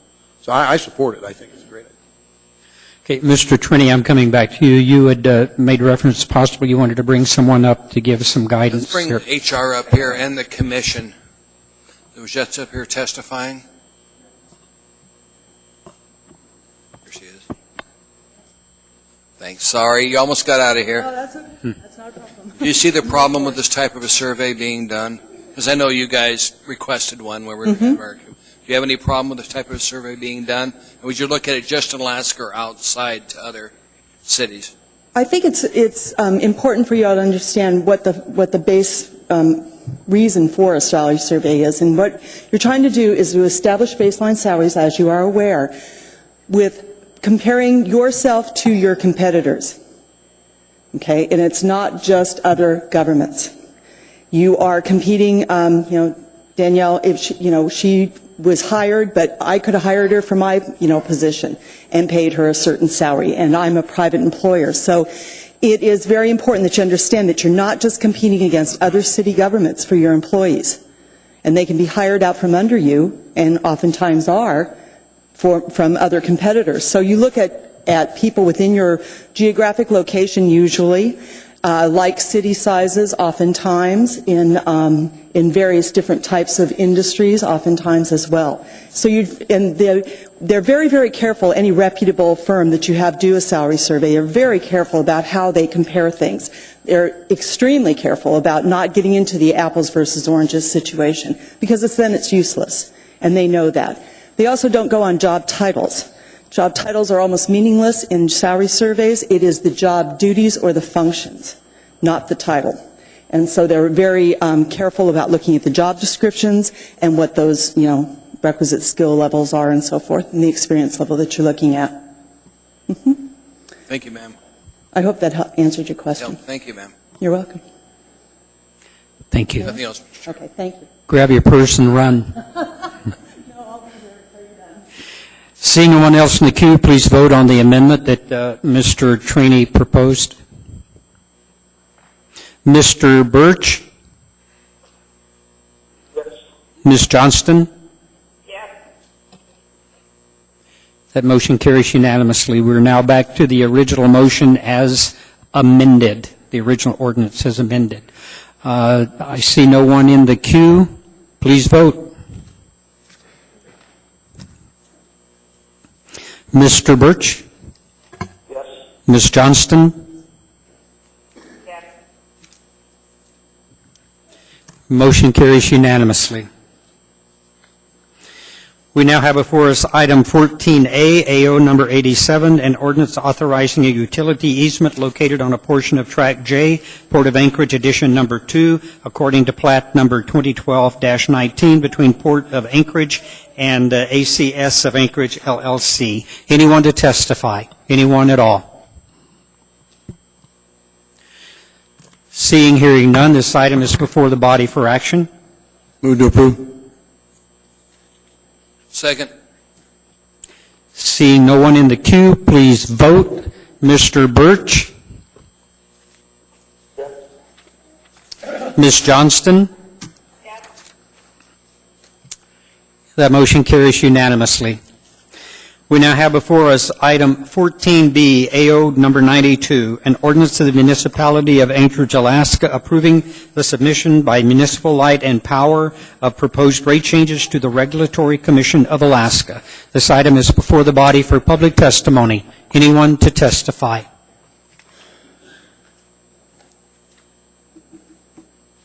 Good evening. Good evening, Mr. Chairman. My name is Tom McGrath. That's McGrath. Ladies and gentlemen of the Anchorage Assembly, thank you for this opportunity to speak to you about AO number 2013-92, which asks you to approve a 24.32% rate increase for ML&P. Since I've started in business, we've seen increased efficiencies due to computerization and refinement of workplace practices. In fact, middle management's all but disappeared.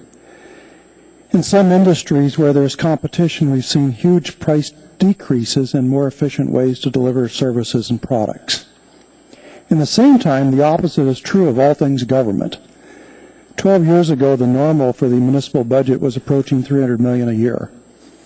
Now the new normal is $460 million, and the mayor makes speeches about holding the line. At the same time, the market dictates that my operating costs actually must go down. When I first started going to the Anchorage Assembly meetings when the newly consolidated Anchorage was in its infancy, we talked about driving down costs for all the citizens of Anchorage. That was in 1976, 1977. I don't know how many times I've talked to various mayors, candidates for mayors, assembly members, and candidates for the assembly about divesting Anchorage of various utilities. Many of these individuals agreed with me that we should divest ourselves of business so that better governance could be provided for the citizens of Anchorage. We did sell ATU, and I'm thankful for that, as what there is today is worth a small portion of what we sold it for. If we'd sold that utility earlier, we would have gotten another $100 million for it.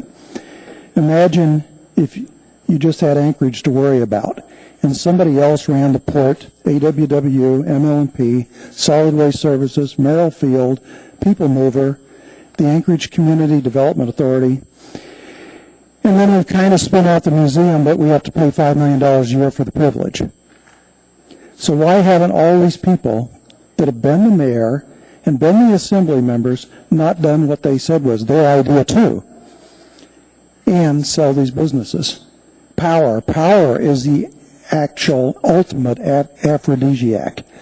We have a patronage system, and the mayor has power when he gets to appoint people to run all these businesses. He also has power when he appoints people to the boards to manage these businesses. You have power because you get to appoint or approve these appointments, and people cater to that power.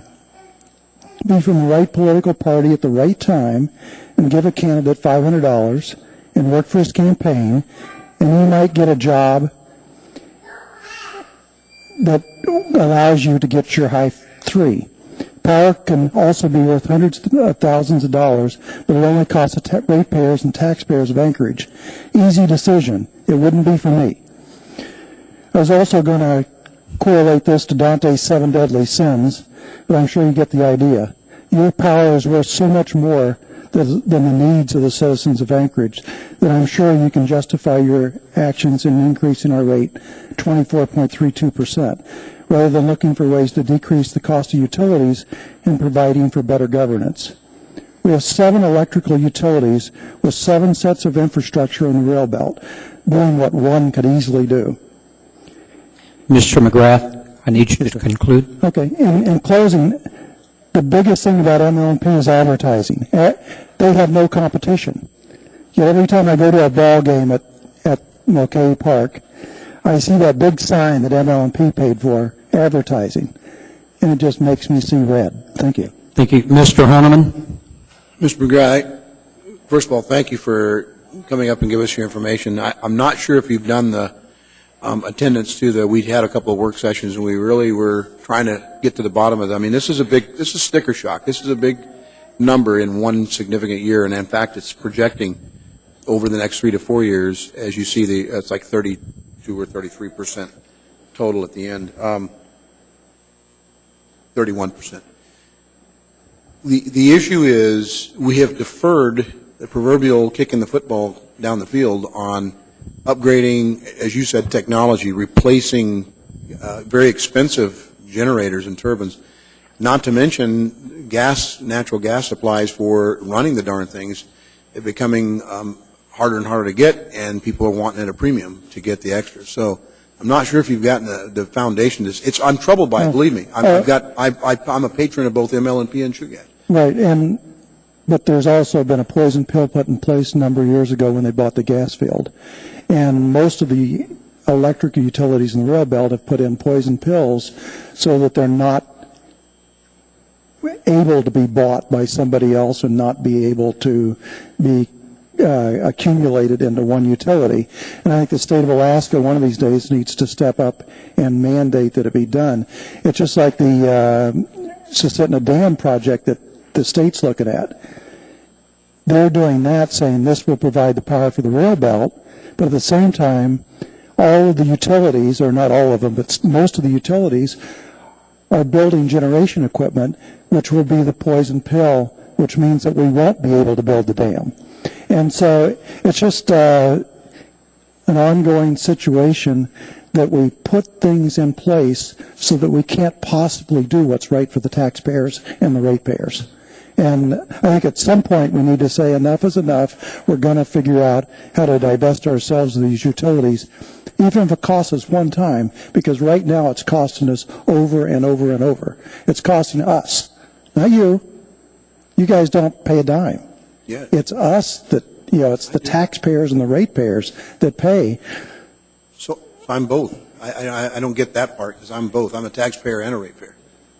So I don't get that. Well, unfortunately, lots of times from... I don't want to argue it. I just Okay, yeah. make a point. So, Okay. Thank you, Mr. McGrath. Anyone else? Anyone to testify? Seeing, hearing none, this item is before the body for action. Second. Okay, we have a motion and a second to approve. Mr. Flynn. Well, thank you, Mr. Chairman. I'd just like to underscore Mr. McGrath's point that the ultimate way to achieve better efficiency with power production and distribution in Alaska is to drive consolidation within the industry. Unfortunately, we're not really in a position to drive that. What we really need, the utilities now are asking that the state basically subsidize the power that would be coming from the Watana Dam should it be built by putting capital money up front as opposed to debt service, which would drive the rate higher. I think it's going to be a carrot and a stick. If the state is going to front load the capital costs of that project, they need to require each of the utilities that sign up to consolidate into one operating entity, and we should be out there waving our hands saying we'll go first. So that's all, Mr. Chairman. Thank you, Mr. Holman. Well, I get Mr. McGrath's point, and again, I'm probably one of those guys that, have had conversations both with Mr. McGrath and other constituents, and I go back to where I'm at with, I'm a consumer. I'm a customer of MLNP. I'm a taxpayer times two. Candidly, I have a home just on the other side of the district, so now I'm in Chugach and Chugach Power on one, and I'm MLNP on the other, and I pay municipal property taxes on both. So I can't, we're all kind of conflicted, I would guess, if we're MLNP consumers, and we also are certainly taxpayers. We live in a state, and we're living in a city where it'd be great. We've got billions of dollars in the bank in the state, the savings. And if they wanted to, if we could lobby them hard enough and they wanted to pay for everything that we're picking up the tab on, it would be wonderful because then our ratepayers and our taxpayers wouldn't have to be stuck with it. But, we're talking about a commodity. And yeah, I get it. Is it a municipal government utility or is it a private? When ATU was ATU and now ACS, I guarantee you I heard all the rhetoric, I heard all the conversations, I've heard all the pitches, and I can tell you as a consumer, I've stayed on. I was an ATU consumer, I'm now an ACS consumer. I haven't seen much improvement in service, and I haven't seen any less money in cost. So, we got to pay for what we get. We got to replace parts that are wearing out. We've got to pay for gas at the rates that people are charging us for, and I don't like this. I don't like having to pay extra. I don't like having to pay 30% in the next 3 to 4 years projected. But we can't get it for free. If we could, I would. But we've got to pay for this. And yeah, it's the ratepayers are going to pay. It's the ratepayers because that's how it's built in the RCA. It's how it's built. And it sucks, but we have to do it. Mr. Trainee. This is not the only electrical generation that's going to have an increase. I expect Chugach Electric's going to come through with a comparable increase very shortly, as will MEA. So it doesn't matter who you are, you've got to pay for the commodity coming into your house or your business. Thank you, Mr. Chairman. Thank you, Mr. Steele. Yeah, just to make the point that hasn't been made is when your competitors for natural gas are thinking of paying $14 to $15 for, what is it, 1,000 cubic feet or million cubic feet, 1,000, I think. Anyway, when they're willing to pay that much, the price of the gas is going to go up. And it's going to go up for all of these folks that are in the rail belt. So we may be leading the charge because we may have been kept lower for a longer period of time. But we're upgrading the system. And so the price is going to go up. But Mr. Flynn is absolutely right in that what we need is we need a consolidated distribution system, and we need to consolidate the providers. Ms. Dembowski? Thank you, Mr. Chairman. Because this is a significant proposal, Mr. Posey had eloquently reminded me about the role of the RCA, and just for the people that are listening at home, I would like for him just to come up and in a couple quick sentences just kind of explain to people what this assembly action means and where they go next. Mr. Posey?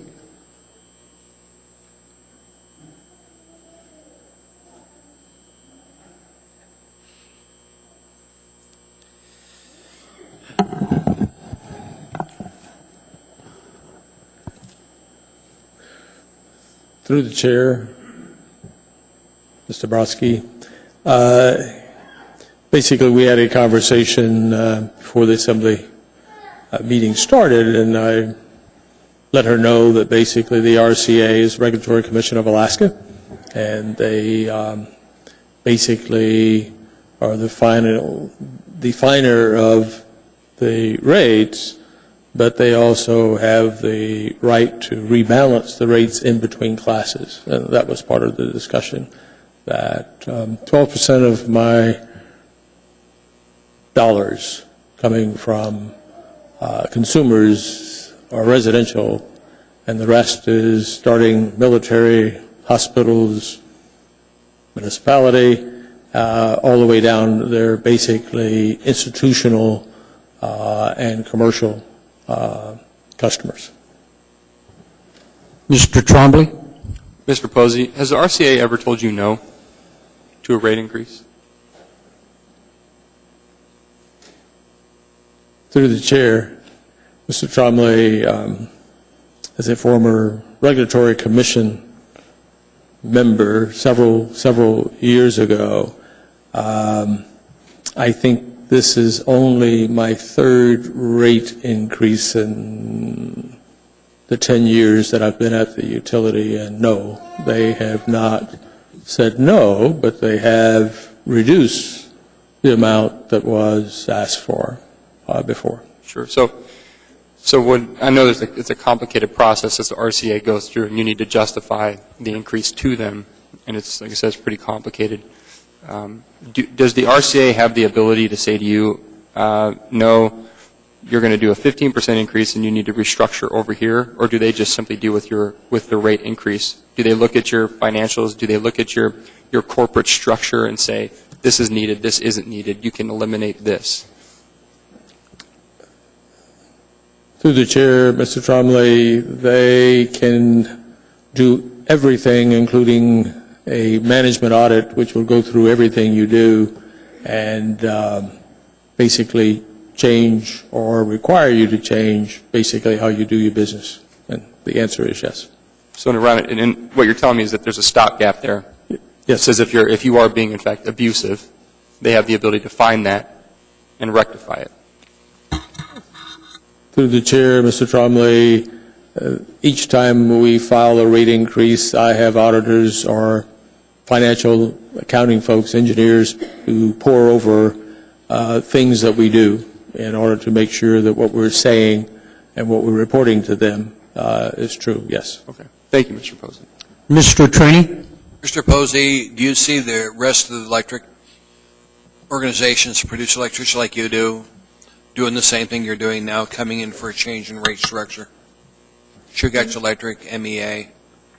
Through the chair, Mr. Trainee, all of us were before the Regulatory Commission of Alaska, I think it was last Wednesday, and the three utilities operating in the Anchorage area, all, in fact, even Homer, So they're coming in, or will be in for rate increases over the next year, 2 years. How are those rates going to compare with what you're asking for tonight, do you know?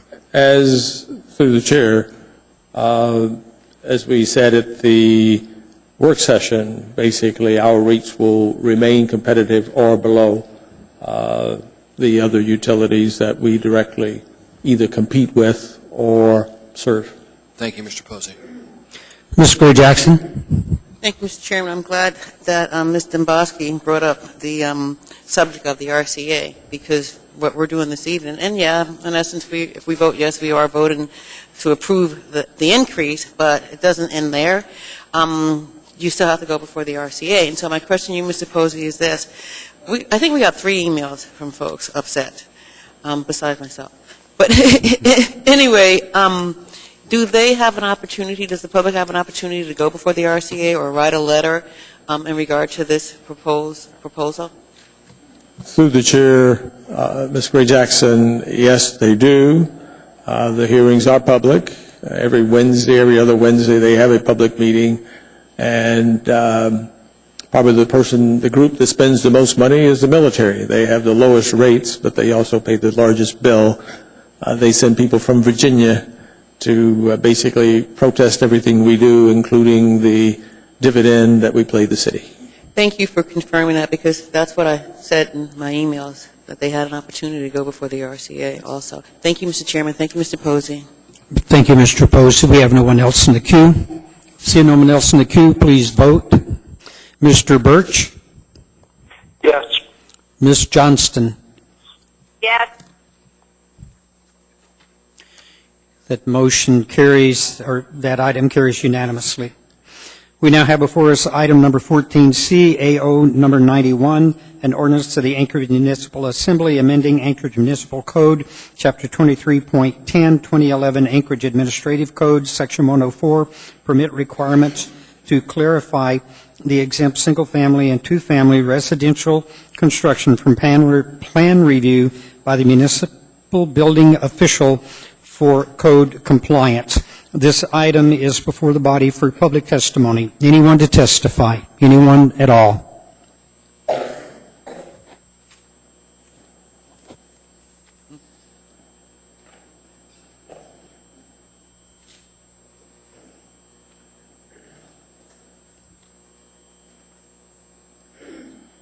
Good evening. Good evening, Mr. Chair. My name is Ray Hickle. I'm a local builder. I'm speaking for myself. We're here tonight because from the point of this original ordinance, building safety has had an over-my-dead-body approach to this. We were seeking relief because of the time it took and the cumbersomeness of the process. Anyway, I believe that they have purposely strategized to beat this ordinance by creating meeting where there was none and ignoring meeting when there was. I.e., it says in the ordinance that they shall not be responsible for codeworthiness when it's concerning structural. Out of that, they've taken the word completeness to require that we submit the engineer's calculations. When some of us pushed back, I personally pushed back and was denied my application because I did not want to submit my engineer's calcs. And the reason I don't want to submit my engineer's calcs is because it's my opinion this is their weapon to defeat this ordinance. And that is in the sunset clause, they're going to take some of my plans or some of my fellow builders' plans and run them up the flagpole, because you can poke holes in any set of plans you want. It depends on who's reviewing them, what engineer, what plan reviewer. You can always find fault with a plan. And if you take those and bring them back here and run them up the flagpole, it causes embarrassment for the industry just so that people within city government can pursue their political objective. And therefore, I believe that we have to make this thing obvious to the brain dead that what this ordinance means, everybody knew what it meant. I know certain members of the administration fought it, the building safety fought it, and we're not getting the relief that this ordinance should have provided us, and so that's why I'm here to testify in favor. I appreciate your time. Thank you. We have some questions. Mr. Horniman? Mr. Tickle, thanks for your testimony. Now, we've, excuse me, we received some information, of course, one's from the Community Service Division and Building. Excuse me. Another from a separate board, a commission, Geotechnical Advisory. And they're also folks in industry.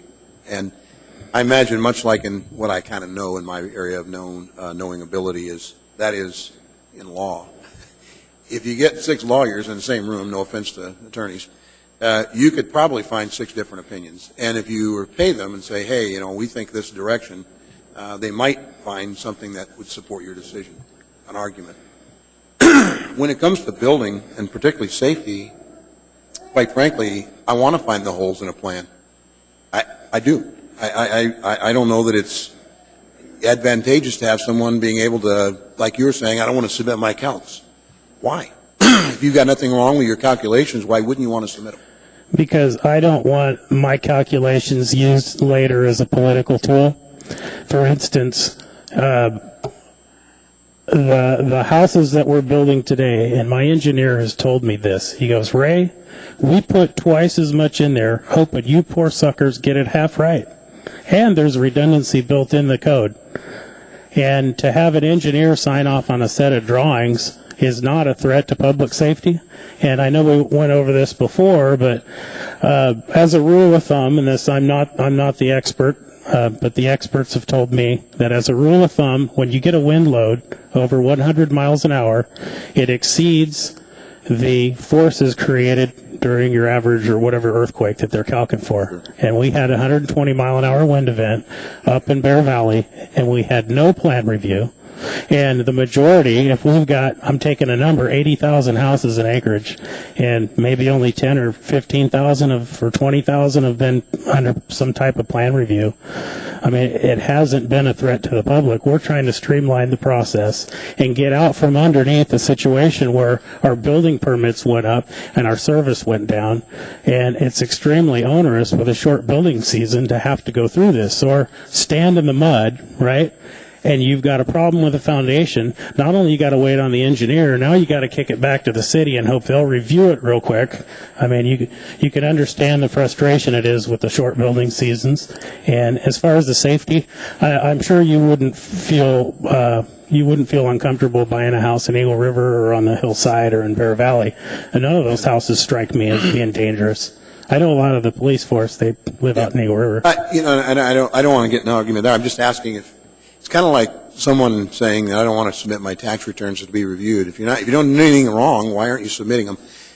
My point is, excuse me, for some of these issues, and I've heard, by the way, I fully, and you talked to Mr. Starr about this, he'll confirm, I hear your frustration on the delays, and particularly when you have to go back and do a change order or some problem that you didn't foresee and it's there and all of a sudden you got to go back. We've had this conversation with much larger builders than residential. So it's the same argument, same concern. My concern is sometimes you don't see a building safety problem for years later. It manifests itself, and then we go back and say, well, what happened? And if you're not even submitting your numbers to be reviewed to say, well, we see what happened, someone missed something, if you follow my point. I'm having a problem reconciling why you wouldn't take the Geotechnical Advisory Commission, notwithstanding the department. Let's take them out of the equation. Okay, they're them, you're us. I even challenged Ms. Demboski earlier on numbers. She's saying that the municipality's numbers are wrong. Shame on me for not catching it. She did. But how do I know that her numbers aren't completely accurate? To answer, now that would be a third layer, because the first layer is the designer, and instead of going to the municipality who trains their own plan reviewers, we're merely going to the private sector to a professional engineer with a stamp and asking them to review them, and we've been getting pretty good service. I wouldn't have a problem as long as somebody's submitting numbers that can be reviewed and vetted. I guess I wouldn't have a problem with that. I'm concerned about removing because I don't really feel like they're going to embarrass me. Well, is it there? Are they intending to go through and review these? Then is that we're trying to get out of the plan review process? So how would that work if they kept our calculations? What purpose would that serve if they weren't to review the plan?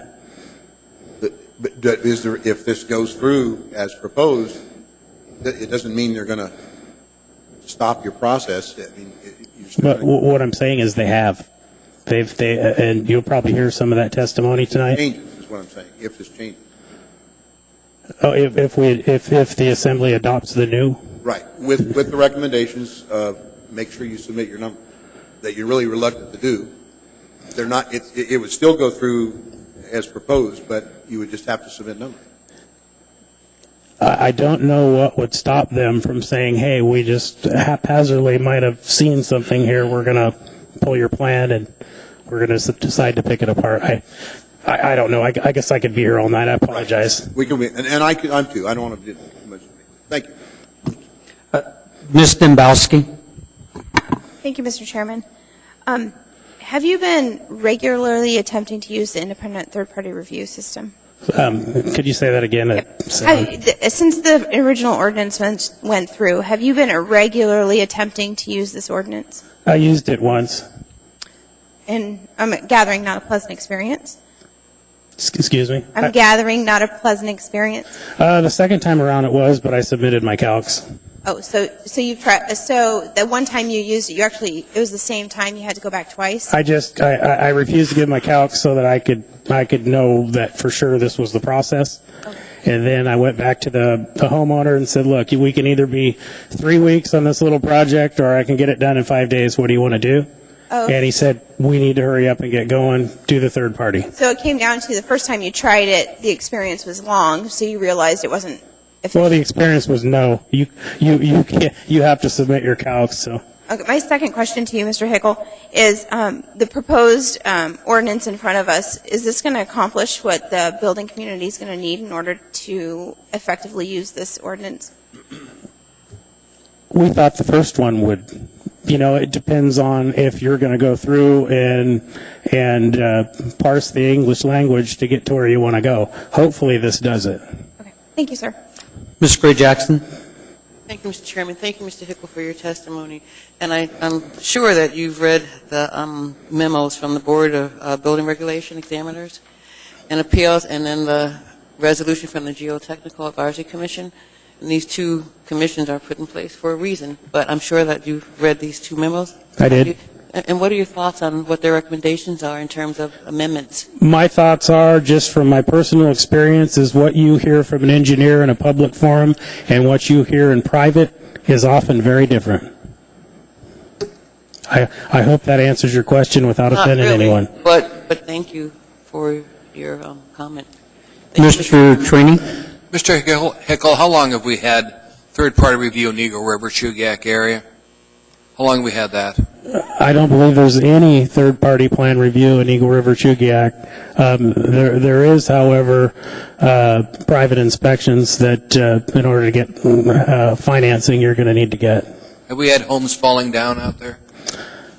It's a very good and safe place to live. I don't get what this is all about. Thank you, Mr. Hickel. Thank you. Thank you, Mr. Hickel. There are no other questions. Anyone else? Anyone at all?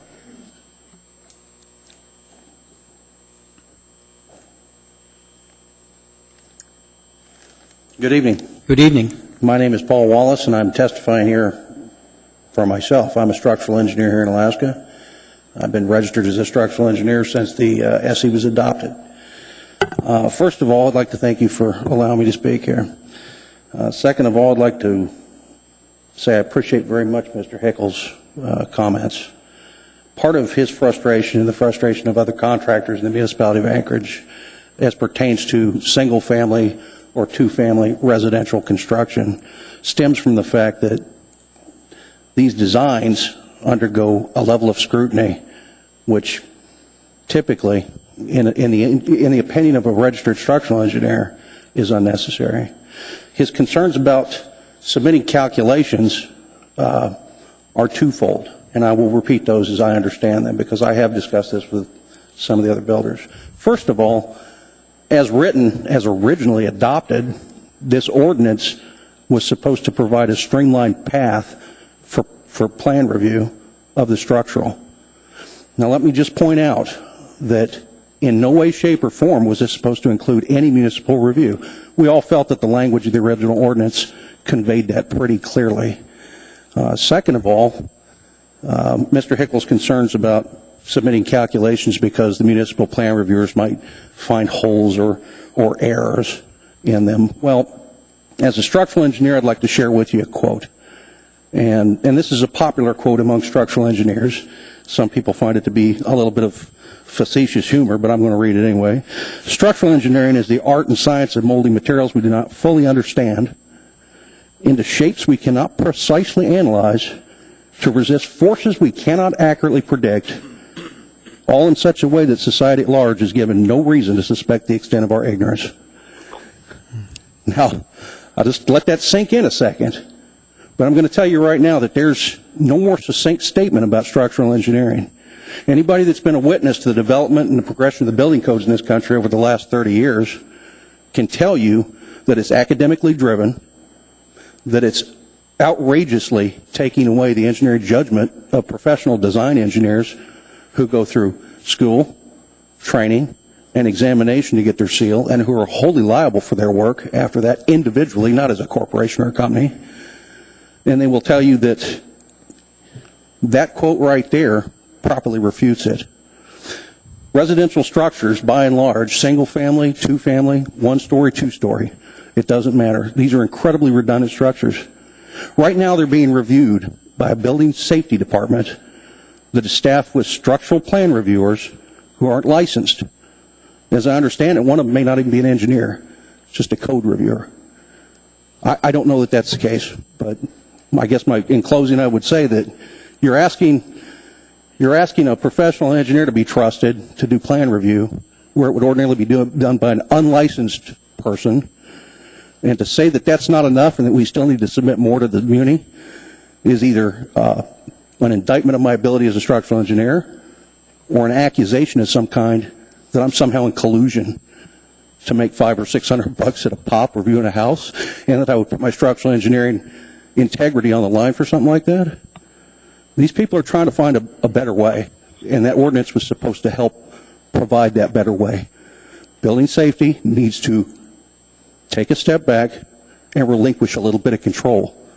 It's not necessary for them to have their hands in everything. Thank you. Ms. Dembowski? Thank you, Mr. Chairman. Mr. Wallace, have you had an opportunity to partake in the third-party process? I have participated in one third-party process, yes. In your experience? We were told that the permit would not be issued unless we submitted building calculations. I submitted those building calculations. They were reviewed by the third-party structural engineer who signed his affidavit and his letter, sent them in. To my knowledge, there's no usefulness of those calculations for building safety because they're not supposed to be executing a plan review. The original ordinance said that. And just a follow-up question, Mr. Chairman. Mr. Wallace, even if whether you do or you don't have the city department review your work, you're still liable, is that correct? That's correct. Thank you, sir. Mr. Honeman? Thank you, Mr. Chairman. I really appreciate your candor about particularly the part about putting your engineering license at risk for just whatever the money amount comes to be. My concern goes from, and I mean, it doesn't take long to look around the country and find structures, and I guess I'm referring more like larger structures, but I've seen some like decks and docks and things like that are, to me, more residential than commercial, that have fallen and failed. And I don't know, maybe they overload it. Maybe it's just a simple answer like that. But I go back to my public safety roots, and I see this as a safety thing for concerns down the road. I mean, here and now, it all looks great. You turn the key and everything looks good. And my concern is, are we, in the attempt to try to make things easier and simpler so that we can speed through the process, sometimes speed isn't your friend. Slow is fast, fast is slow, if that makes sense to you. But the bottom line is that being careful, and I think that's where I'm coming from on the recommendation from the Geotechnical Commission. I look at the ordinance, and there's some proposed language changes in the S version, I think, that shows, okay, so they don't have to submit their numbers to the plan review or whatever at the city, but they must be kept on file with the builder or the reviewer, whoever has that. I guess that's my biggest concern is someone should be able to spot check and say, yeah, they did it, and they haven't. Sir, they have. You have a structural engineer signing the documents, you have a structural engineer, a second structural engineer reviewing the documents and signing an affidavit that he's executed that review. And that is a much more, that's a much more qualified review, frankly, than what we get from the city from a standpoint of qualifications of engineering. And somebody keeps those numbers somewhere attached to the plan so that they can say how in case they are it's ever... submitted to the third-party reviewer. And they're kept? Yes, that's my understanding. That's been my experience in a third-party review. And I'd like to add, please, that, again, without the experience of seasoned engineering practice, it's a different thing to review a set of plans and calcs. There is a huge difference between plan review and peer review. What the municipality of Anchorage attempts to do is a peer review. Frankly, that is unwarranted, and they cannot do it because they are not qualified to do it. They're not design professionals. Plan review falls short of peer review, sir. Thank you. There are no other questions. Thank you. Anyone else? Good evening. My name's Matt Matthews. Longtime general contractor, been building in Anchorage since 1962. Enjoying every minute of it. Since I was here last and testified in favor of this ordinance, there's a couple of new faces. Ms. Demosky, Mr. Steele, welcome to the Assembly. Believe it or not, as an aside, one of my favorite shows on TV is Channel 10, Tuesday evening. I've even got my wife to serve dinner when you're taking your break, so I won't miss any of the entertainment or the excitement. We appreciate the hard work you do. We really do. You're in a challenging position sometimes. I'm going to testify in favor of this, and I'm going to give you some personal experience. I've used this exempt ordinance 6 times since you passed it last time by a vote of 9-2. It's working. It's working well. The 6 permits that were issued under the exempt have not had any problems, and the safeguard for the home buying public is still in place. The able, qualified, trained municipal inspectors are doing their job, and if they find problems, they point them out to me, and if there is a problem, we correct the problem, and they sign off on the inspection. So the public, home buying public, is being protected. And I believe that the Plan Review Department has a bottleneck, has had a bottleneck, and I can give you a personal experience that the bottleneck still exists. I came in with a small change order request about 10 days ago, and there were comments, so we addressed the comments, took them back, asked the plan reviewer to come to the front counter, but, quote, she was too busy, couldn't do that. I needed maybe 4 minutes. So I waited a couple of days till her workload eased, went back last Friday morning. She's on vacation. So I asked for the second plan reviewer. 9 o'clock in the morning, he had left for the day. I asked for the third plan reviewer. He was not available.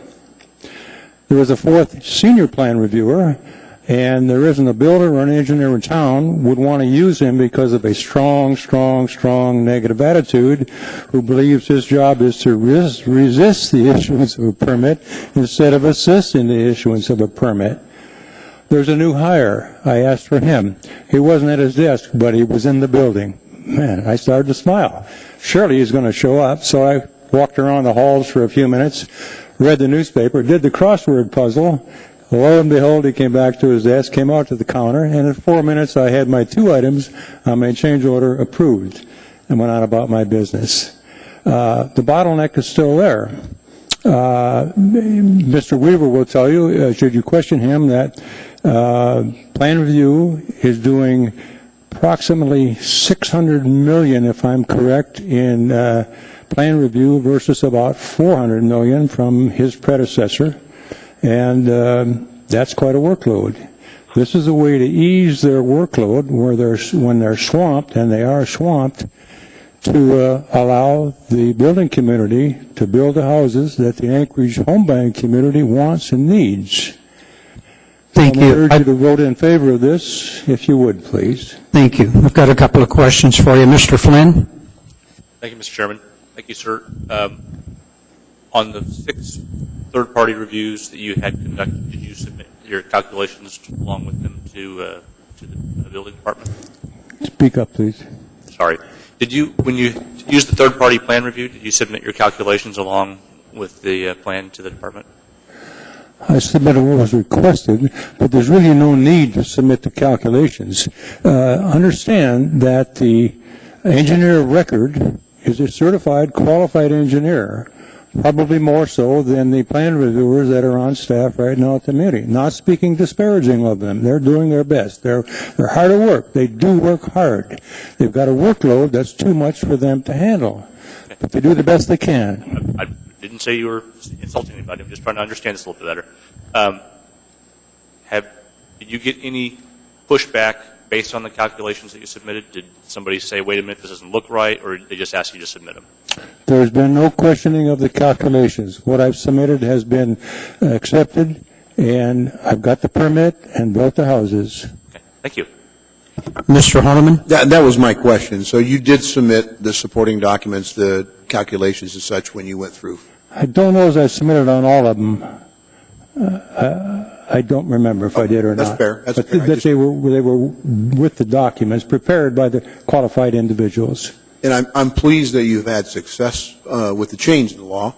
I'm also empathetic to the circumstances of unavailability of staff. I know that happens in different organizations, not this municipality, but it's embarrassing when it happens in municipality. So thank you for bringing that example. Thank you. Ms. Gray Jackson? Thank you, Mr. Chairman. Thank you for your testimony. I really appreciate hearing what you had to say. My question is, do you think, based on a lot of the things that you said, do you think that if there were more staff with higher qualifications that this would help the issue? My concern with using the exempt ordinance, and I've used the regular system as well as those 6, time is of all importance to me. When I sell a home, I've got to put a contract deadline in my contract. I've got home buyers then that make their plans to make their move when the house is complete to move into the new house. If they're renting, they've got to give 30 days notice prior to the next rent due date, so completion date is of extreme importance to them. Things happen along the building process. Special order materials may be delayed. They may be back ordered.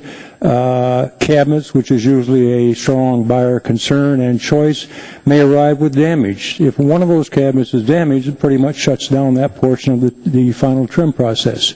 So time is of extreme essence. Each day delay causes problems, especially for the home buyer. So that's one reason why we developed this ordinance, I believe. It's working well, and I'd like to see it continued to be an option. Right. We can go either way. We can use the full plan review, depending on our time constraints, or use the exempt ordinance. Thank you, and believe it or not, I understand what you go through. But my question was, do you think that if there were more staff in the plan review department, that would help the situation? Well, more bodies would be able to review more plans. There are budget restrictions at the Muni, and I'm sure they're operating at full capacity within the confines of their budget. Oh, but the mayor talks about the fact that we have a surplus, so, that's why I asked if you thought if we hired more staff with some of the surplus, that would help the situation. But I appreciate your comments, and I appreciate your testimony. Thank you very much. Thank you, Mr. Chairman. Thank you. Mr. Trombley. Mr. Matthews, appreciate you coming down. One of the recommendations from the Geotechnical Committee was to, when you submit your permit application on a third-party plan review, was that you included in that application or in your permit any geotechnical reports required by Titles 21 and 23 of the Anchorage Municipal Code. Can you see any reason why geotechnical reports would be necessary to submit? I'm not sure I understand your question. Well, the question is, what purpose would it serve for you when you go down to submit plans under a third-party plan review to also include geotechnical reports required by Titles 21 and 23? What benefit is there to have that included in this ordinance?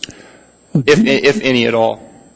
If you mean geotechnical requirements regarding the soil, the process is in place for all of that to be checked by the engineer of record, and in some cases, another engineer to check on the first engineer, as well as a structural inspector, specialist who will review the structure. So there's 3 professionals involved in the process.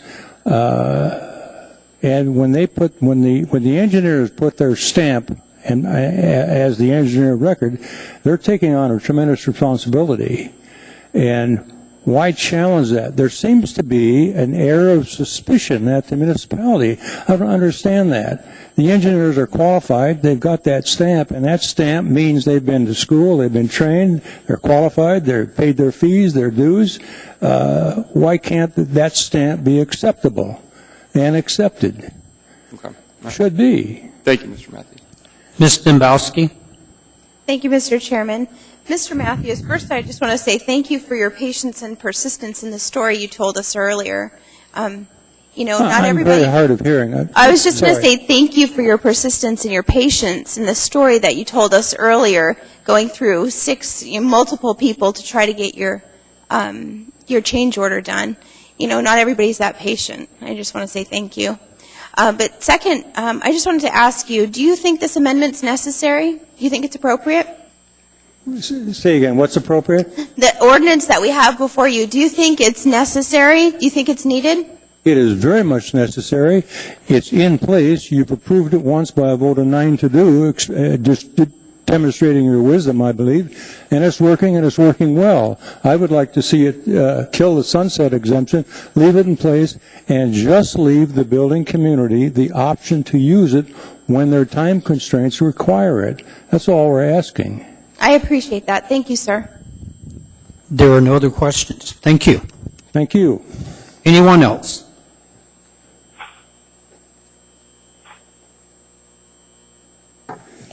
Chairman Hall. Good evening. Good evening to you. Fellow Assembly members, I appreciate the opportunity to speak with you tonight. I stood here last September. First off, my name is Paul Michelson, Michelson. I'm a local builder, member of the Anchorage Home Builders Association, and sit on other various boards and such, and I'll go into that later if needed. I supported AO 2012-62S1 last September, as I stated, and I stand before you this evening in support of AO 2013-91. The reason for my support is I truly believe in allowing the public to be able to have an option other than having a government agency telling what we can and what we can't do. It appears every time you go to building safety, you are not right until someone at building safety tells you you are. That was told by another builder, and I use it a lot, and I'm sorry for taking it from them. It seems they have, in my opinion, removed the word public from public works, and that is not the way it should be, and it's a shame it's happened. I'd have to add to that there are some individuals at building safety that truly go out of their way to help you when the time comes, but those are few and far between, and the ones that do help you are highly appreciated by the industry in general. I think the ordinance before you, as stated before, gives the public an opportunity to have an option. I had a situation just recently where I was asked by an individual on a project I'm doing, please use the independent plan review. And mind you, these are 2 people that actually work at the municipality of Anchorage.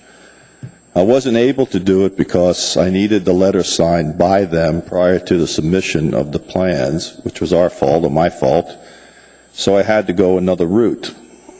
The other route took almost 5 weeks, and it shouldn't have, and every day, twice a day, I got a call from the homeowner saying, where's my building permit, where's my building permit? I said, we're going to get it, I'm getting help, we're going to get it. It came through finally, and it came through in the same time frame that someone else, another builder, submitted his plans on the same day I did, and got his comments on the same day I did, and he got his building permit on the same day I did. Mr. Honeman, you asked a question, if I may take the time to answer it.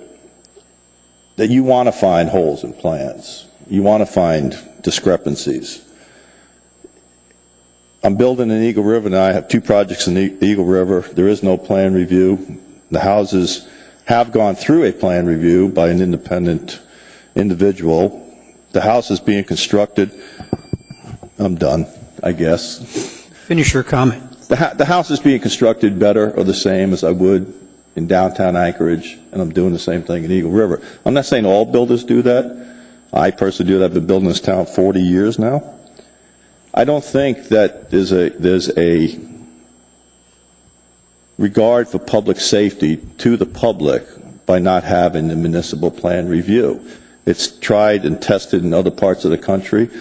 It's working quite well. And I'll answer questions. I'll stop there because I know. Thank you, Mr. Flynn. Good to see you, Mr. Michelson. Welcome. Just a quick question. I was reading the minutes of the Board of Building Regulation Examiners and Appeals that you're on. Just out of curiosity, were you the one vote opposed to what they approved and the vote in favor of the ordinance? Or was that somebody else? Through the chair, Mr. Flynn, yes, I was the one vote that was not in favor of the wording that was submitted. Okay, thank you. Mr. Harmon. Push my button there. And when I say I want to find holes, I guess what I'm saying is I want someone who knows what the heck they're looking at. Me personally, I can only tell you what I've observed in being here 40 years and watching some of the building and actually purchasing a house that was built in 1950, 51, and 52 over in Grandview Gardens. The darn thing and didn't know it, but I used a VA inspector who later apparently was fired as a result of 2 years later I tried to sell and it was denied a VA loan. And my concern about, and it's a single-family home built as a duplex. So this fits right in that alley. And it was a single-family home built with slab concrete on grade foundation, and it had, I think, newspaper in the wall for insulation, and it had aluminum foil in the ceiling. And we didn't know this until we had a home inspection done. And I know that 1950, 51, perhaps building codes and building inspections were in plan reviews and whatever else was done was probably minimal. But then I watched the houses being built in the late 70s and early 80s around here, and I saw a lot of building, including government buildings, with people that weren't necessarily from Alaska, not necessarily like yourself and a gentleman that was a couple before you, Matt, I think his name was. And I don't want to go there. Honestly, don't want to go. I watched some of that, for lack of better terms, stuff that isn't going to last. And there were problems when they put the foundations in and they put them in on bogs. And I get called. In fact, I got a call this year, several calls about where the glaciation goes when the melt didn't happen. So it was filling up crawl spaces faster than the city could even get out there and clear things enough because it was just Mother Nature. Mr. Harmon, do you have a question? I guess my question to you is I'm trying to get, if you've had a chance to say your spiel, but my question is and more in response to what you had said, is if we were to keep this ordinance as we've adopted last fall, and what is the issue with making sure that documentation of whatever came to whether it's you or someone you contracted with, structural engineer, or in the case of Title 2123, some geotechnical report, what's wrong with having that somewhere filed and perhaps submitted when it's all done? Maybe not necessarily when it's pre-done, but I'm saying when it's all completed and the package is done, what's wrong with having that on file somewhere, just in case something were to go wrong? Through the chair, Mr. Holman, I'll try to answer it. I tried to hear everything you were saying, and I tried to absorb it. Having it on file, it will be on file. I believe the private engineer, when he does the work, is required to retain it for a certain period of time. And I believe it's the same amount of time that the city is required to maintain theirs. As a builder, what I find when there is failure, knock on wood, I haven't had any in 40 years, but when there is failure, the builder is responsible. The city has zero liability in repairing the failure, making an individual repair the failure, and sometimes even addressing the failure if there is one. So it all lies in the builder's hands anyway. If the builder is sent out of business, then it has to go to someone else, and then the insurance companies and the lawyers obviously will take care of that, but the project will get fixed. To answer your question about 1952-51, the paper on the walls and the little insulation, the little tinfoil in the insulation, that was common practice back then. And through the years of evolution, they found that certain things did and didn't work. And we're still finding it out with the introduction of the new IECC. There's stuff being tested, or stuff being demanded by DOA and such that hasn't even been tested. And who knows in 10 years if we're going to find, well, that really didn't work. So it's building industry, as doctors say, it's a science. It's not an art, or it's an art, not a science, I should say. And we're constantly testing, we're constantly finding new things. To answer your other question, I think, who's protecting the public? I will tell you, I don't know if you noticed, but this little thing they call a computer has really educated, sometimes dumbed them down, but educated the public to where a builder can't hardly, if you want to use the word, get away with something, because they're on the computer and they're finding out stuff that's inherently has to be done with the building. And lastly, the inspectors that are in the field, I think, do for the most part, a very qualified quality inspection, and they don't let anything pass. So whether you have your plans reviewed independently or through the MOA, that building is being scrutinized from the bottom up, and it's a safe, quality structure. And I still think, I sit on several boards outside, national boards. I sit on ICC's boards for codes. I see how codes are written. I've been on the boards for about 12 years. I will still say to anybody in this country that Anchorage, Alaska has some of the best quality built houses in this country. Mr. Steele? Yes, Mr. Michelson, thank you very much for your testimony. We've heard from a number of people their desire to keep the same system that we passed back last year, or that the Assembly passed back last year. Is the reluctance to submit things for review to the municipality the fact that it just takes too much time? Through the chair, Mr. Steele, if I can, I think the reluctancy is, I believe the staff at the Building Safety Department has, in my opinion, they truly, I think, want to see this fail. They want to see AO, what was the name of it, 2012, 62.S1. I think they want to see it fail. I think, and it's just my opinion of watching it, I think if they can document enough failures that they can come before this board next year, or actually in 2015, not knowing the makeup of the Assembly at that time, and say that we have found this problem, this problem, this problem, this problem. I truly feel that if they would give it a wholehearted chance and work with the industry, they can make this work, and I think it could be a good option for builders. I think to try to go back and answer your question, I think Mr. Trombley is trying to clear up the wording, because I think staff has taken some words or used the dictionary to find some loopholes in the original ordinance that gave them the power to do certain things. And the calculations, and is it all hinged on calculations? No, I don't think it is. The sunset clause, I never thought should be in there. I think that should be removed. And I just think the new version, I think, is worded much better. It sets guidelines that everybody has to follow, no matter who the staff's going to be next year or the year after or the year after that. It's something that they will have to follow. In here, doesn't it say that the independent reviewers have to sign on and take, and a notice of liability and so on and so forth, or a statement of it? But doesn't it say that liability is good for 2 years? Is that what it says? Through the chair, Mr. Steele, that liability, even if it's only 2 years, is 2 years longer than the municipality of Anchorage takes liability. They take 0 from day one, period. So any responsibility taken is longer than under the current plan at the municipality of Anchorage, Building Safety Department. Thank you. Ms. Gray-Jackson? Thank you, Mr. Chairman. And again, thank you for being here, and I appreciate your testimony. And you made a comment, I guess I could call it an accusation because I don't know if it's true or not. And you said that, and correct me if I'm repeating what you said incorrectly, but you said that you think that the plan review folks really want to see you fail, and that's why the sunset clause is in the ordinance. Is that what you said?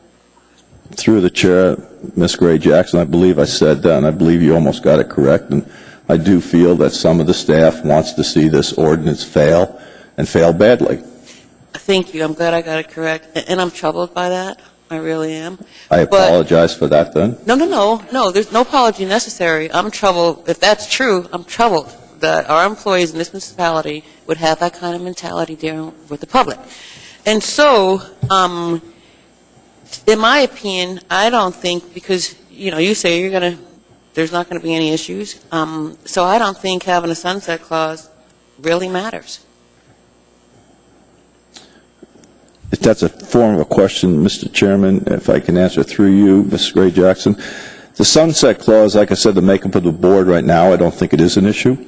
But in 2015, if the board totally is changed and all of you are not here, I hope you are, but if you're not, and you have a new board and they don't truly understand the ordinance or what it was meant to do, then it could sunset if the time comes, and without the sunset clause, and I believe it goes on until someone of higher powers then removes it, or a new ordinance is introduced. Which could happen, right? And when you That could say happen board, also. you're talking about the assembly, right? I'm talking about the assembly, yes. Because I got a little confused there. Okay. But as you, through the chair, Ms. Gray Jackson, as you change staff and you change the internal workings at MOA, that changes, and also the assembly changes, and we want this to be protected so that it's there for whoever is in charge. At least that's my opinion. Whichever mayor's in charge, whichever assembly's in charge, whichever staff's in charge, we'd like to see it so no one can alter it or play with it unless it's a true ordinance with public testimony. Sunset clause could just go away. Thank you. Thank you, Mr. Did I Chairman. answer that for you? Yeah, you did. Thank you. Ms. Dembowski? Thank you, Mr. Chairman. Mr. Michelson, is it fair to say if this ordinance goes through and this becomes a tool that the industry could really utilize in an efficient manner, taking the sunset clause out would create a consistency that builders could plan for, and that it would help your business? Is that a fair assessment? Through the chair, Ms. Dembowski. Consistency, yes, and something that we know that we don't have to battle in 3 years or 2 years. We don't have to gear up and defend it. It'll be there. We can relax and say, it's there. Let's make it work. So your statement that it'll be consistency and it'll be there for the public and make a better use of it, yes, I think that is a correct statement. Thank you, sir. There are no other questions. Thank you. Thank you, Mr. Chairman. Thank you, Assembly members, for hearing me. Anyone else?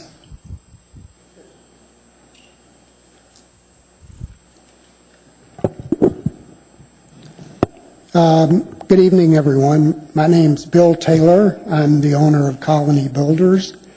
And I've been building in town for over 30 years. And I'll be very brief. I've used the ordinance 6 times successfully. And I've submitted my calculations on every single permit. And it is really boiling down to a wrestling match over whether to submit calculations. And my personal experience is that in the very first submission, there was an issue. The camel stuck his nose in the tent, if you want to call it that. And I ended up making a correction because of an argument over a very technical item on nailing. So was it a big deal? Did it cause me a lot of heartburn? Not really, but I think it's emblematic of the problem that we have and why I'm in favor of this ordinance. We're just removing the temptation from the municipality to do plan review. The previous ordinance was very clear. It says it shall not be the responsibility of the building official or any other departments of the municipality to review the application for compliance with building codes. It's very clear cut. And I think what's happened over the almost year that we've been using the ordinance is the Building Safety Department has been using the calculations to do some plan review. They can't resist the temptation. So what I feel that the Assembly should consider is that we've got very qualified engineers and plan reviewers that are putting their name on this product, assuming liability, and the plan review should be between those reviewing professionals. The calculations almost are irrelevant, and I think that by removing the calculations from this formula, if you will, then that leaves the questions between the very qualified municipal inspectors that we have and the reviewing professionals. It's that clear cut. And I think it's important that we recognize through this process of almost a year that we've been using this ordinance that we've seen a problem, we've identified it, we've reacted to it, and what I call is finality language. We brought that with this ordinance. So I'd like to wrap it up and open to questions. Okay, I've got some people in the queue. What I'm going to ask my fellow Assembly members is be specific with with questions toward the individuals giving testimony. Mr. Horniman? Well, I just wanted to I'll be brief. Thank you for giving us your experiences that you said you used it 6 times. I think of some other builders said they did too. Excuse me. And you said you submitted your calculations to who? To the building department, or? To the building department, correct. And you didn't have any challenges or review at that time over them, or? Just on the very first one, there was an issue, and I resolved it. I didn't battle it. I just recognized it as a potential problem, and therefore I think Mr. Trombley has seen the results of not only my experience but other builders that have had problems with the city doing plan review outside of their normal realm. Sure. And then how would you reconcile, as you say, if the building community or engineering or plan reviewers, independent, whatever, find, how are they going to determine if there's an issue or an error that needs to be, like you say, address the problem and correct it? How do you suggest an audit? Now, because I hear what you're saying as far as resisting the temptation to plan review, perhaps up front, but I'm looking at it as more like an audit, and I think that was covered as well by the Geotechnical Commission. They were saying, hey, pull 1 in 10, 1 in 20, whatever. Somebody, whether it's building department or, to look at and say, okay, we see that, because if you start seeing a pattern of problems, for lack of a better term, challenges, and I think I've addressed it, Mr. Michelson kind of addressed me down, and rightly so, somebody needs to be looking for a problem to say, yeah, we're missing some things in order to correct those. Is that a problem? Do you see that as an issue? Or? Well, you have to remember that you are dealing with highly qualified individuals that have already looked at the plans twice, sometimes 3 times, sometimes 4 times. They've already identified the problems. What we're asking is that we take what has already been concluded and just submit a set of plans without the calculations. Then it becomes a process where the municipal inspectors, structural inspectors are involved, and the reviewing engineers. So I feel that if you submit the calculations, it just allows the temptation for another plan review that's not necessary because the plan review has already taken place. Okay. Thank you. Mr. Trombley? Mr. Taylor, the Geotechnical Advisory Commission met, and they had a couple of recommendations, and one of them is that, I don't know if you have the ordinance in front of you or the audience does, but it's on, it would be 2310-104-71C1, The current language, as amended, says complete permit application review pursuant to the section shall include the following materials. Number 1, Charlie C1, 2 complete sets of building plans. The recommendation of the Geotechnical Commission is to include that conform to and incorporate any changes due to comments made by the independent reviewing professional into the body of the plan sheets. Do you see any issue with that? I do. Do you support that?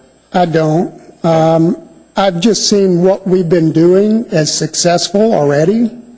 I've got a letter here from one of my customers that is extremely happy with this ordinance that we used previously. We got a building permit in 4 days, 5 days, right when it was beginning to freeze, and it was up in Stuckagon Heights, which is an ugly area if you have to build in the winter, get in your foundation. So I don't see that as necessary. I think it's a little bit self-serving because it's coming from the Geotechnical Commission. They're biased. They are engineers. They want to see an engineer is very happy with a lot more comments and unnecessary review. It's just the nature of the beast. So I would not think that that would be helpful at all. Okay. Would you say that it's self-evident that when you submit under third-party plan review, it's obviously already been plan reviewed by the third party, the person who qualified to do that work, that you've already incorporated and conformed to the changes that they've recommended in their comments?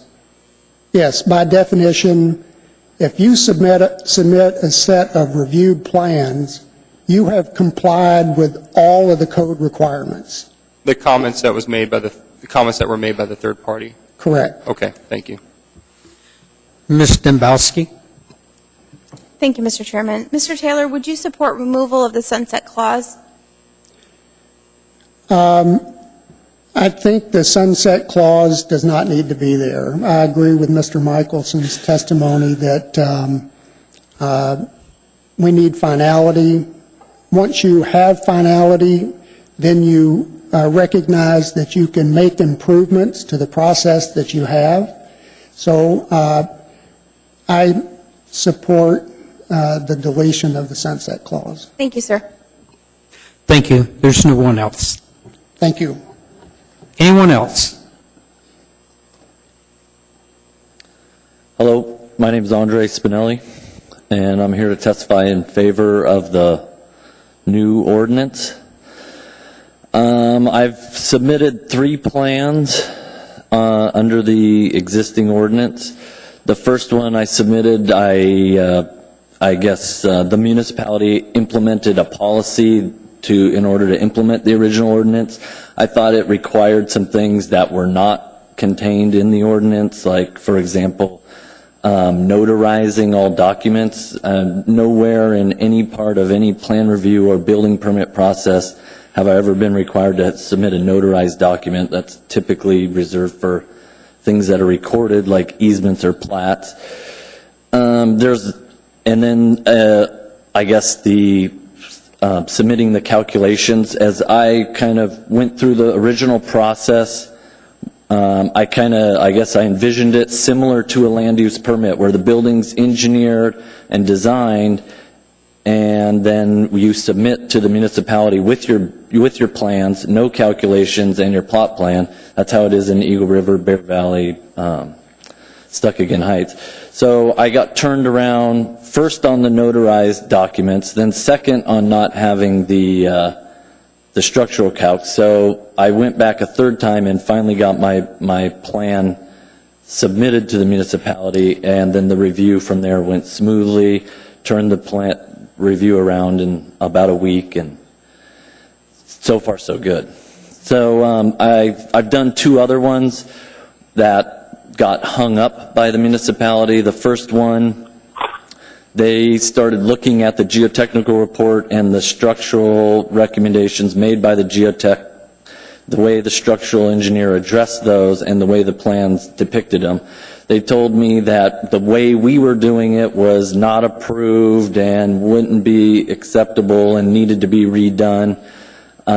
So I have sent my engineers back to the drawing board, and they are currently still in the process of working all that out. In the meantime, I was chatting with another engineer down there at the counter and explained the situation to him, and he said, yeah, we did the exact same thing in the seismic zone, and the Muni approved it 2 months ago. He did not use the third-party plan review process. So, you know, my experience is my plan, the municipality took my plan and started looking at it, and I guess, you know, I don't, like Mr. Honeman said, I guess I don't fear having a second or third set of eyes on it, but I guess my point is more, you know, managerial, like if I'm paying extra money to get a third party to review this, and I'm paying the municipality less money so that they don't have to review it, then why are we using municipal resources to review it? Because I have several projects, and I don't use this on not even 10% of my houses. And, you know, it's taking away from the municipality's ability to review my other projects. Thank you. Mr. Flynn? Thank you, Mr. Chairman. Hi, Andre.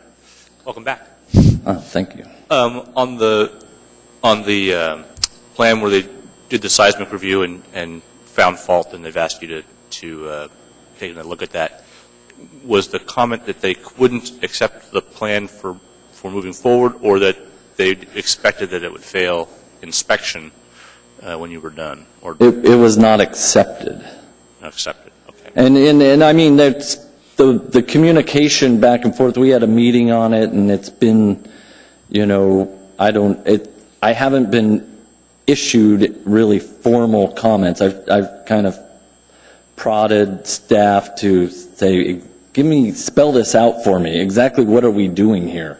Because we're, you know, and they're busy. I haven't heard back. In what area of town is that? Turnigan. Turnigan? Yeah, okay. Thanks. There's no one else. Thank you. Okay. Anyone else? Hi, my name is Tyler Loken, L-O-K-E-N. Thank you, guys. I'm the president of the Anchorage Home Builders Association. I support this ordinance. I am a framing contractor, so I do not get the fortune of dealing with the permits. I just get handed said drawings until be told that I need to build this. So I just want to speak to the structural issue of this. I deal with it every day. I deal with structural engineers on a daily basis. In both third-party plan review and plan review that goes through the city, I can tell you right now our structures are very, very, very sound. And to the point where I feel very comfortable saying that if there is a little negotiation between one engineer and another, chances are there is still so much safety factor in there. I would not have a problem building it and putting my name on it. We do quite a bit we frame about 100,000 square feet a year. So we know steel and wood, and we work with all different types of engineers. The structural component of what the city looks for versus what an engineer in the third-party sense would look for, the city is very, very redundant, and goes well over what is very suitable to use. So, Thank you. Mr. Starr? Thanks for testifying, and it's an interesting perspective that you bring as a subcontractor in terms of somebody not at the counter. And I'll ask you a few questions. I oftentimes know the answer, but I want to hear it in public from you. Is you also then, after you frame, you have to call in inspections?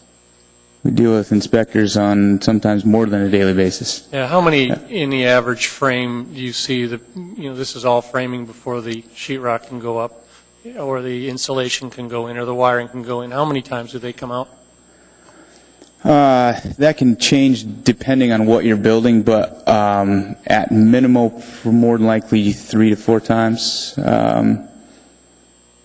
Then I'm starting at the foundation, the structure, which we're not involved in, but I'm taking that. And in other cases, a lot more if you're looking for fire issues, fire rocking and whatnot. Tyler, are they reviewing off plans, or are they reviewing to building codes and the standards? Or let's say, what are they enforcing? Let's put it to you that way. They're supposed to be enforcing the plans.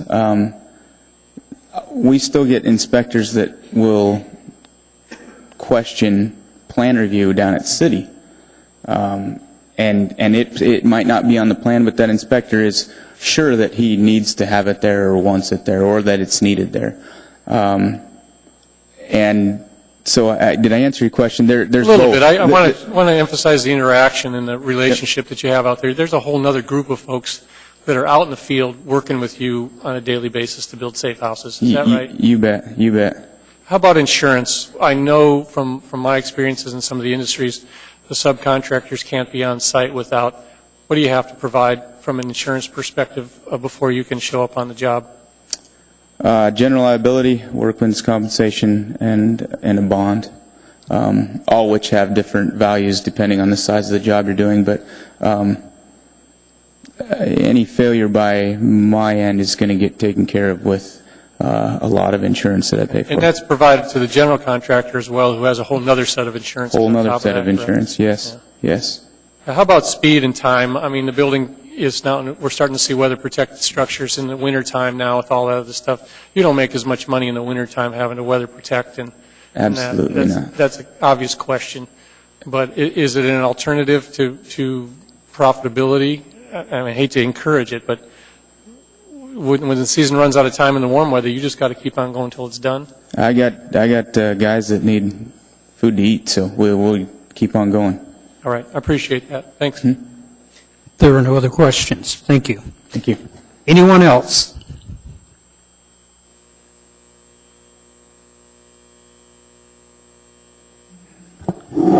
Mr. Chairman. Good evening. Board. My name is Lex Gregory. I've been a builder in this city since 1972. I changed a little bit, had a little bit of developing that I've been doing too. However, building has been my forte, and usually it's starting with first-time home builders or home buyers. So as I've gone here and done my thing through this city in all those years, things have always been a little tougher through the city-wise. I find that's my biggest hurdle in doing my business is dealing with the city. At any rate, this ordinance that we're having here tonight is a very good, good clarity on the ordinance that was approved here a while back. We need that clarity because if we don't, the city then just gets right back in their old scheme. The plan reviewers, they're still looking at our plans again just like they did before. So, I mean, what good? Don't they have to follow the law also? So this is an ordinance, this is a law, and we really do need it to have that clarity. So I definitely support it. The other thing is that over the years, we've always gone to the mayors, and I've seen a lot of mayors here. I've sat down with many of them. And the mayors, I have found, and this is my own feeling, and I'm sure the other fellows here have this feeling, that they don't really have any power to do anything with the building department. And the building department realizes that. So, therefore, the mayor, he might get complaints from us or from even the public too itself, and of course I'm not part of the public too, but he gets complaints and he tries to make do with what he can. But if it takes an ordinance to get a department to do something, don't you think that department's having some kind of problems? I mean, it takes a law to get that department to recognize that they've got a problem. That problem is so bad that we come to you folks. We go around the mayor. He can't solve it. So we come to you folks, and for the first time, we've been able to get something together because of you folks. And it's too bad that we have to come to you to get something simple, just as simple as working with us and not having to impose such strong measures on us all the time. In 1995, they decided to start enforcing everything that was on the books and everything that came along. You spoke a while ago of the little houses, Mr. Honeman. The little houses down here around the Park Strip were built in the 50s, and every one of us would like to have one if we could afford one. Those little houses are still nice and strong, and they withstood the strongest earthquake that's ever been in this world. So I say to you today, we've got houses 10 times that effect. Thank you. Thank you. Ms. Gray Jackson. Thank you, Mr. Chairman. Thank you very much for being here. I appreciate your testimony. Thank you. You've made a comment that the mayor has no power. He's the chief executive officer of the municipality. So could you kind of expand a little bit on that comment, because I don't quite get it. Yes, I'm Mr. Chairman, Mr. Jackson. I have that opinion of myself, and over the years, I've been through several mayors that we've had. I always called it, they gave us lip service, because they would say that they would go into the building department and demand these things, and those things would never happen, okay? And not until we at the present administration, where I got a little closer to the situation, did I find that a good, strong mayor that we have today couldn't really have any effect on the building department. And that's my feeling. There may be others out there that have that. Thank you. Thank you, Mr. Chairman. Mr. Horniman. I'll try to be brief. I support all industry in their business, and I want it to be done right. And I think that's the bottom line. I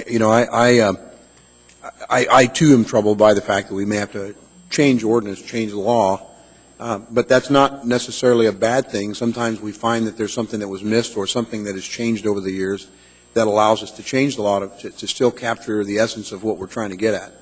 And so I want to make sure that everybody understands. I'm not saying that we should make it tough on the building industry or that we shouldn't care. But what I am saying is that we should make sure we're all following the rules and the law, whatever that law or rule may be.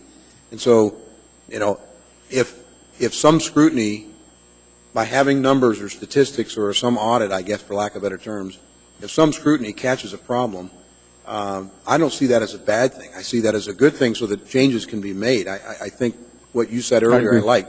It provides clarity.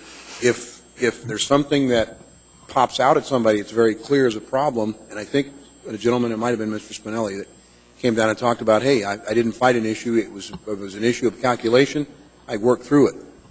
If that's what's the catalyst to getting this ordinance changed, to try to further remove a review or some audit, I guess. Mr. Horniman. So I guess I appreciate it. I thank you, Mr. Chairman, I appreciate it. Thank you. Yes, thank you. I have no one else in the queue. Anyone else? Anyone at all? Seeing, hearing none, this item is before the body for action. Move to approve. Well, Mr. Chairman, Yes, Mr. Trombley, go ahead. A lot's been said. Industry's happy with it. It provides choice. It provides balance. I don't know why anybody would be opposed to, we're not mandating anything. We're giving people options, which is good. And I would like to make one amendment. The mayor came to me and asked me if he supported this, and he asked me if I could make one amendment to satisfy him, and I'd like to oblige that.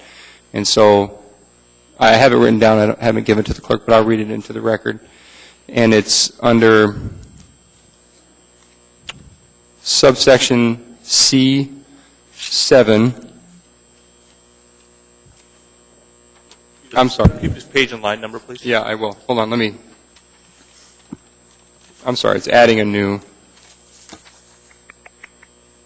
Can you give me 1 second, Mr. Chairman? I will. I will move on to someone else and come back to you, Mr. Trombley, for your amendment. Mr. Steele? Yes, I have some concerns about this particular, some of the changes in here. There's no doubt about it that the building department, that there is in need of help. What it is, I'm not quite sure. I just remodeled and added on to my house, and in some respects it was a nightmare. And in some respects continues to be. And I guess I I wish we were still open and we could have Mr. Weaver come up and chat a little bit about his perception, but we have a short building season, and these folks have to keep going back and back. On my little plans, my architect had to go back 4 times and submit changes, and each time I paid the cost of an assistant architect sitting down there on the bench waiting for his turn. I was on the phone recently, just a couple days ago, for 40 minutes, 37 and a half actually, but as number 1 on the wait list, and then it dumped me off. I called it back. I was number 3. And it's just every time I go in there, you've got expensive people sitting around waiting in a queue. And I think that that we have, over the years, we've cut and cut and cut, and they don't have the people to do the job. So, I guess I'm all in favor of trying this option. And so I wouldn't be in favor of taking out any sunset. But there are problems that have to be solved. And I don't think it's because of attitude. I think it's because you just don't have enough bodies to do the job. And so I'll probably vote to approve it, depending upon what changes take place. But there's some problems. Thank you. Mr. Holman? Yes, thank you, Mr. Chairman, and I'm trying to address some of the things as they come up so I don't forget them. I've been trying to make notes here, so, and I'll try to go back to the concern about, it was addressed earlier, we've got clearly what I see as 2 camps. We've got the building community who see concerns and problems that they're voicing, and it's come to this body by way of ordinance change. And we've got, of course, building services and community development who, for all intents and purposes, are trying to do their tasking, which is in code, and are now getting direction and guidance from our change. So I go around from my own experiences. I think I shared a couple earlier. I don't want to repeat them. So, you hear about lawyers and doctors practicing. And dang it, I want to go to one that's an expert. I don't want one that's practicing. When I have a problem, I want somebody that really knows what they're doing.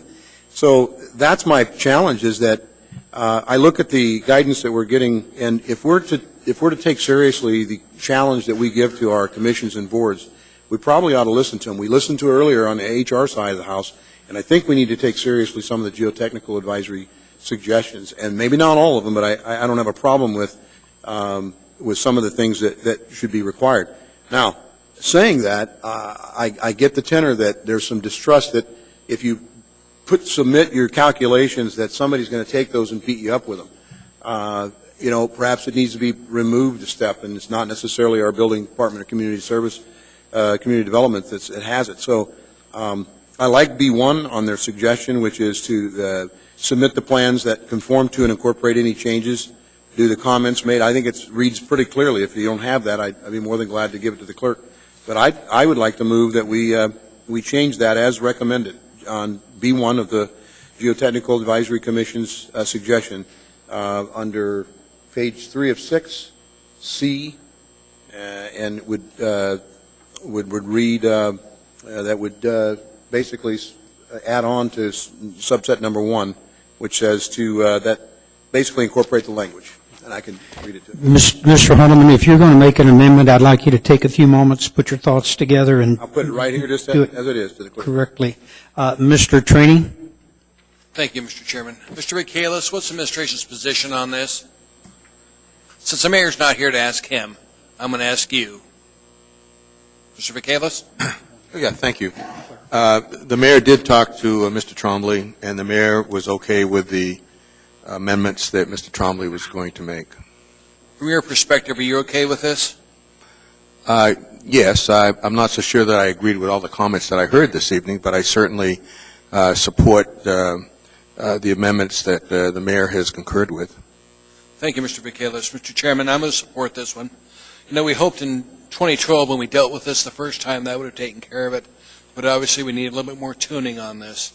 And I've been hearing complaints about this area of city government since Joe Murdy was on the assembly with me. And he was on the assembly, and he would go camp out over there to get his plans approved, which I always thought was a little interesting, but he did it. So I'll be voting for this one. Thank you, Mr. Chairman. Ms. Gray Jackson. Thank you, Mr. Chairman. As usual, I'm going to make the statement that I represent the interests of everybody in this community, and I really do. And I listen to both sides. And the testimony today from the building community was very good, frankly, and it made a whole lot of sense. But when I look at the comments from the two boards, and I look at the one in particular from the Board of Building Regulation Examiners and Appeals, and the vote was 7-1 in favor of making some changes, I have a difficult time with not offering amendments to make those changes. I really do. And I also have an issue with the sunset clause being taken away. I don't see a problem with that whatsoever.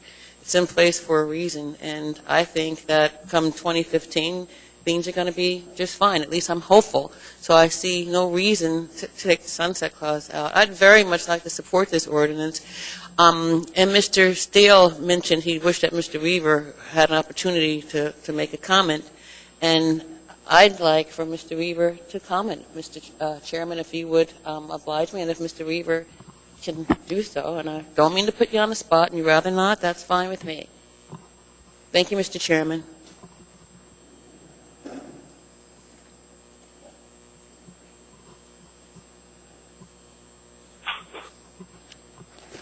Thank you, Mr. Chairman. Ms. Jackson, I echo what Mr. Vagelis had indicated, that with the amendments proposed by the mayor, Mr. Tromley, we would support the ordinance. But I do want to really let the Assembly know that once that ordinance went into place, we did everything possible to implement it in accordance with the law. There were a lot of comments that were made this evening that just really weren't true, and it would have been nice to have that discussion with you in full. Building process is very complicated, especially with the small structures, single-family duplex structures. The time is of paramount importance to those people that are processing those permits. We're fully cognizant of that and trying to get them turned around in an appropriate time. And it was mentioned earlier that we're probably going to push somewhere between $575 and $600 million this year in valuation. We've been processing, since the department was created, about $4 to $430 per year. We're doing it with half the resources of 2009. That's a big part of the issue. Thank you. Thank you. Mr. Trombley. Well, I initially started a motion, so I'll just restate the motion. I'd like to make an amendment to page 3, subsection C. I'd like to include number 6, and it says any geotechnical reports required by Titles 21 and 23 of the Anchorage Municipal Code. Second. I see no one in the queue for discussion. Please vote on the amendment. Mr. Birch? Yes. Ms. Johnston? Yes. That motion carries unanimously. Mr. Horniman, I'm going to come back to you. You were the clerk is having a problem understanding. We need some clarification on specifically the motion. Okay. If you look on page 3 of 6, C1, it's on line 8, number 1. It says 2 complete sets of building plans, comma, and then insert the language that is verbatim from the Geotechnical Advisory Commission that conform to and incorporate any changes due to comments made by the independent reviewing professional into the body of the plan sheets. And that would address whatever recommendations were made by the independent reviewer. Mr. Starr?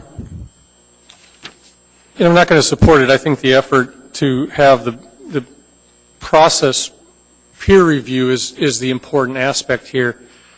And part of that dialogue that would occur, business to business, absent of government, I believe that a plan reviewer, a designer, the owner, the builder, have these conversations. They generate the concepts and comments internally, and the plans are corrected, either the design elements of the builder, the design elements and the critiques that came out of the peer-to-peer review, or the owner of the property, or some other entity says these comments, and they get done.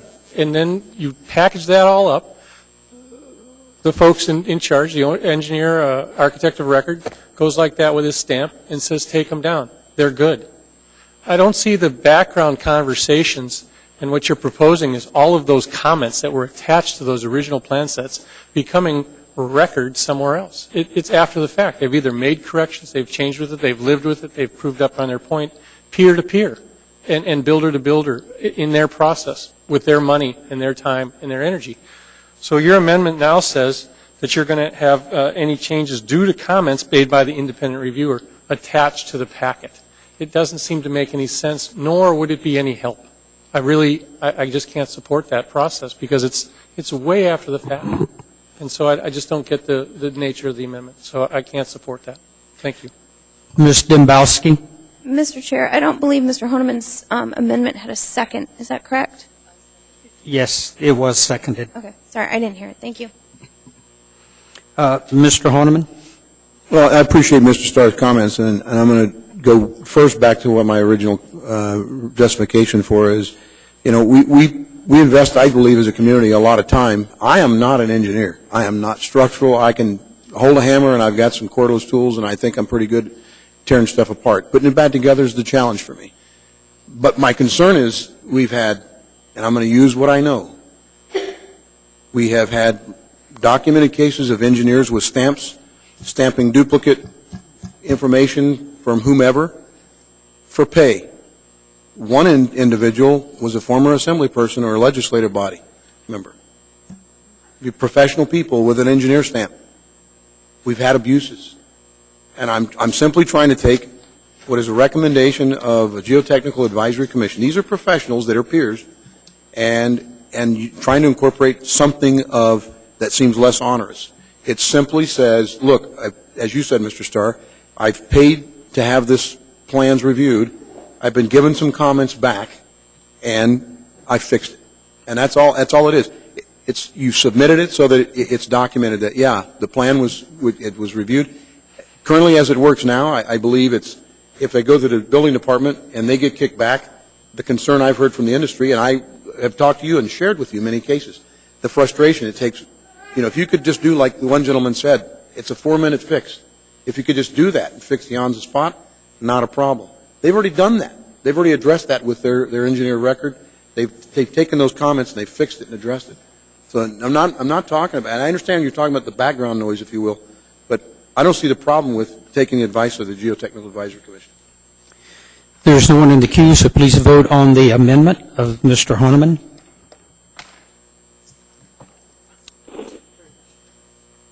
Mr. Birch? No. Ms. Johnston? No. That motion fails. 9. Mr. Chairman, I hit the no button just as the screen went blank. You could just record me as a no, that'd be fine. Thank you. Ms. Gray Jackson. Thank you, Mr. Chairman. I move to delete on page 6 of 6, lines 7 through 8, which basically adds back the sunset clause. I've already spoken to why I think it needs to stay. I don't think it's an issue at all. Second. And I'm hoping to get your support. Thank you, Mr. Chairman. Thank you. Mr. Starr. You know, the building community needs to police itself, and it needs to grow the industry. And what I believe by the sunset clause going away is first, there has been enough of a track record and a little bit of acceptance by that crowd out there. What needs to happen next are all the subunits that will go in to help this process along. The third-party reviewers, the folks that go into business for this very purpose, to facilitate the builders that they want to work with. And so I think what you're going to find is that by taking away the fact that in 2015 we may pull all that away. We heard the same similarities to the IM when we deleted that. We took away their business. In this case, I think the sunset clause is going to be a deterrent to folks engaging in perhaps new businesses or investing in that software package to help the peer-to-peer review. So it's time now to take it away. These businesses that want to foster this discussion need to start to know that we're not going to take it away from some legislative act arbitrarily. So the sunset is to say, hey guys, we engaged it. Like any legislation, we can tweak it. Mr. Trombley's doing it tonight. We're making it better, different, whatever you want to call it.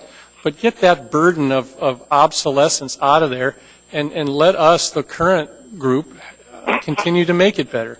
It happened on our watch, the initial approval, the modifications happening on our watch. I don't want to leave that discussion to all over again in 2015. It's time for us to take away that oversight burden, let the community and the industry grow itself, and get that out of here. It's time. It's a good reason to get rid of it. Ms. Gray Jackson. Mr. Starr, thank you so much for your comments, and I understand where you're coming from. But I'm not sure who it was who spoke, but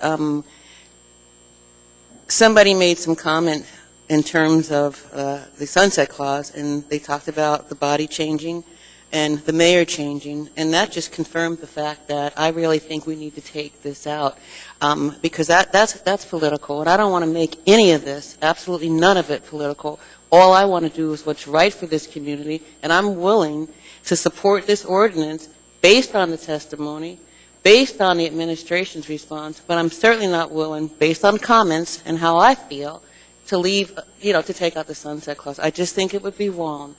Thank you, Mr. Chairman. Mr. Starr. Well, this is debate, and I always like having it, but what evaluation of the process will occur in 2015 that can't occur tonight, whether it's effective or not? I don't see us going down the path of auditing the houses that were built under this third-party review, or going out in the field and interviewing the owners of these houses that had independent peer-and-peer review. I just don't see what would be done in 2015. And again, my earlier point was it's a detriment because that next body isn't going to know the political history of what happened here unless they study it. And that's hard to do. You understand that. We're living it right now. We're hearing it. And it was our original ordinance that passed and got us here. We're tweaking our own. It's our product. So I would really say let them run with it. Pull that burden out of there. You can always bring it back and say, wait a minute, something's not working here. Thank you. Thank you. I have no one else in the queue, so I'm... Mr. Chairman? Yes, Mr. Birch. I'd just be weighing in as a no vote on this. I believe with some of the comments that earlier stated that we do not need to add in a sunset clause. I think it's a demonstrated successful program, and I think if somebody wants to change it a year from now, they can do that as well. So I'll be a no vote. Thank you. See no one else in the queue, please vote on Mrs. Gray Jackson's amendment. Mr. Birch? No. Ms. Johnston? No. That motion fails 8-3. We're now back to the original motion as amended. Mr. Horniman? I want to go back and just revisit briefly. I am absolutely in support of the building division and building community service division and their roles. I'm absolutely committed to helping the building community be more streamlined and effective and efficient, and hopefully build some affordable homes in the community. And we're challenged by that. I go back to I want to support this in the worst way. I do. And I support many things that are in the pages. I was a yes vote, if you remember, back in September when we voted in 2012. I'm concerned because we basically fly the face of professionals who gave some recommendations. I think there were two very minor changes here. One was the sunset clause, and one was the section of making sure that reviews that were done by an independent third party had their notes on there so that those things were at least addressed and we have documentation that they were. And here we are, and I think there's only really one engineer amongst a bunch, I believe. I may be misspeaking. I know we have some people working in the building division, but we've basically set it aside. So I'm really concerned. I wish I could tell you I could vote yes with a good conscience. I'm not sure. Mr. Starr. I'm going to support all of it, just like I did before, and with the idea that I helped lobby process and change to an industry that has a lot of ramifications on our community. From the economic engine, perhaps, I see that. I see a group of folks, when I work in them, they're professional. I think what we need to do is pull government out of it. It's time to let the industry sort of do their own. And it is challenging when you hear about a home that's sunk in that foundation. You're talking about some of them up in your area. You're talking about glaciation, drainage challenges that we see when people come to us with flooded basements and all the other stuff. A lot of those had plan review. A lot of the subdivisions had oversight in the process of plan review and development to standards, and it still didn't work. But I see owners of companies stepping over it and saying, I'll help fix that. You can always go back and enforce the bond. You can lean on the building community at large. But it's time to pull government out of the solution. The bureaucracy that we've created, true or not, Mr. Weaver, they are harsh statements. No one likes making them, but the perception by the customers that we serve out here, they're not a happy group. It's not easy for them to come up and say they're critical of a municipal employee. I can guarantee you that. Whether it's true or not, it's not the argument. It's the perception of the user group that I'm really concerned about. We've tried many different angles. This one in particular, it's the first effective change. And I give the credit to Mr. Trombley. It's effective change of a process that's been a long time rooted and entrenched.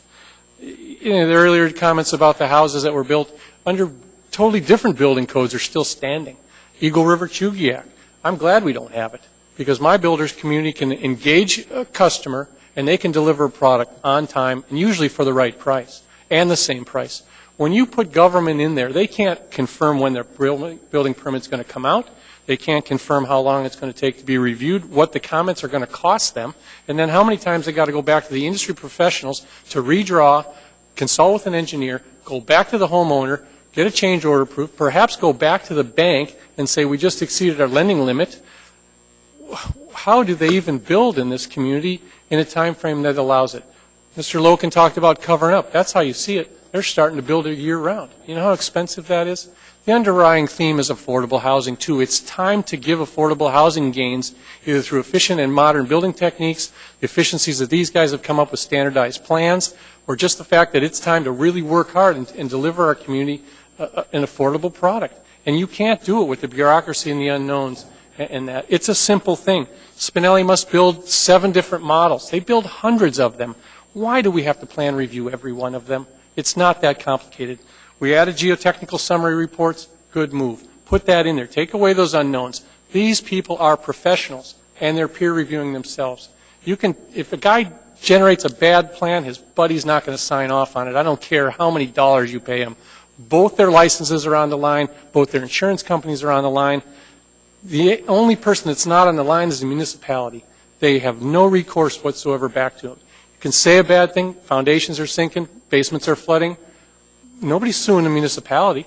There's no recourse. It's time to let them have their industry and let them prove up in their own market. And I'm all over it. I think it's time to go, continue to pull that bureaucracy out of there and sell houses. Mr. Trainee? Mr. Chairman, I want to see this program work. I thought we did it correctly in 2012. Obviously, there's a few more things we need to correct in this system. So I intend to vote yes on this thing, and I want to see it go forward. I want to try and take the restraints that I saw with Joe Murdy when he had to wait in the planning department for his plans to get approved. And he was sitting on the assembly. He still couldn't get them approved. I want to get that process changed so they can get these plans, because time's money. I want them to be safe, and I want them to be able to build and get these homes delivered to the people on time, Mr. Chairman. Thank you. Thank you. Mr. Steele? Yeah, Mr. Chair.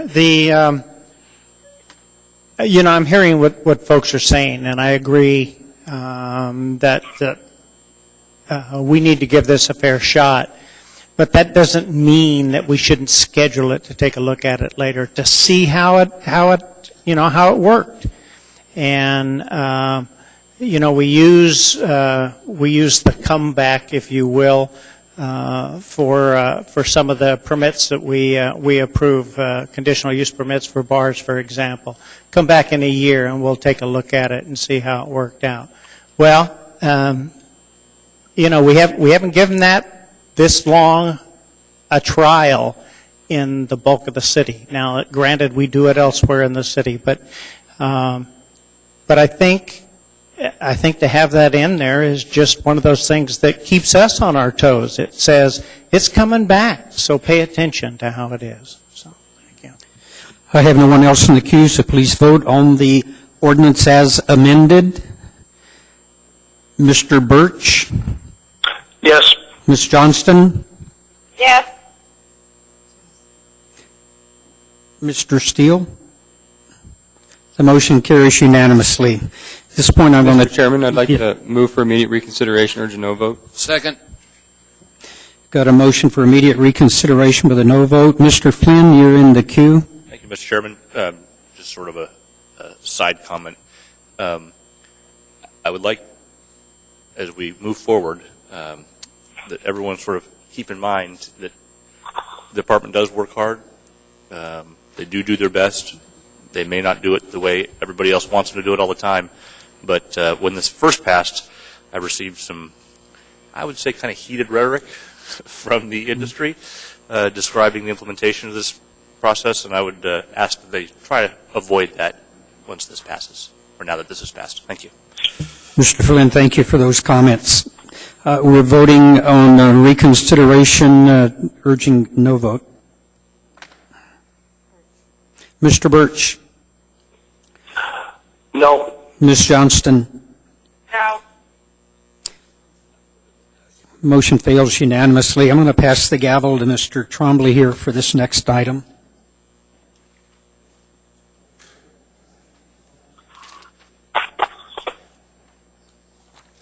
Next item is 14D, a resolution of the Anchorage Municipal Assembly approving an alcohol beverage conditional use for a package store use and license number 996 in the GRST 1 Original Mountain-Based Resort District for Midtown Spirits, doing business as La Bodega at 194 Olympic Mountain Loop, Suite C107, within Alyeska North Subdivision Addition Number 1, Block 1, Lot 3A, PTN C0107, generally located east of the Arlberg Avenue and south of Olympic Mountain Loop in Girdwood. This item is now open for public testimony. Anyone to testify? Anyone at all?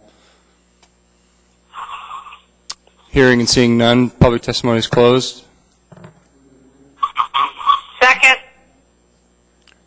Seeing no one in the queue, please vote. Oh, sorry. Oh, I'm sorry, I didn't, were we set? I'm sorry. May I come? Yes, sir, absolutely. Please come forward. Sure. If you just hand those all to us, the clerk will get them to everybody.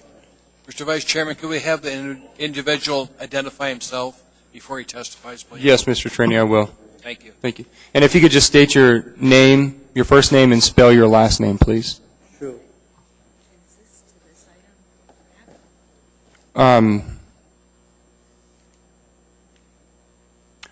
Are you here to speak on the condition on this? My name is Nair Malik, M-A-L-I-K, and I'm here to request an amendment to this ordinance 2145-115, part 2, where I have placed the arrow. Sir, I think you're on the wrong ordinance. This is approving a conditional use permit for a packaged liquor store. Is that what? Sorry. No, you're fine. When your item comes up, please feel free to come forward and we have all the information I'm for you. hard of hearing a little bit, so. That's okay. Thank you. I'm bald. We all have our. Hey, now watch that. Sorry, Mr. Traney. Mr. Chair, I did have a couple questions. That's improvement. We have to reset the screen here, Ms. Nabowski. And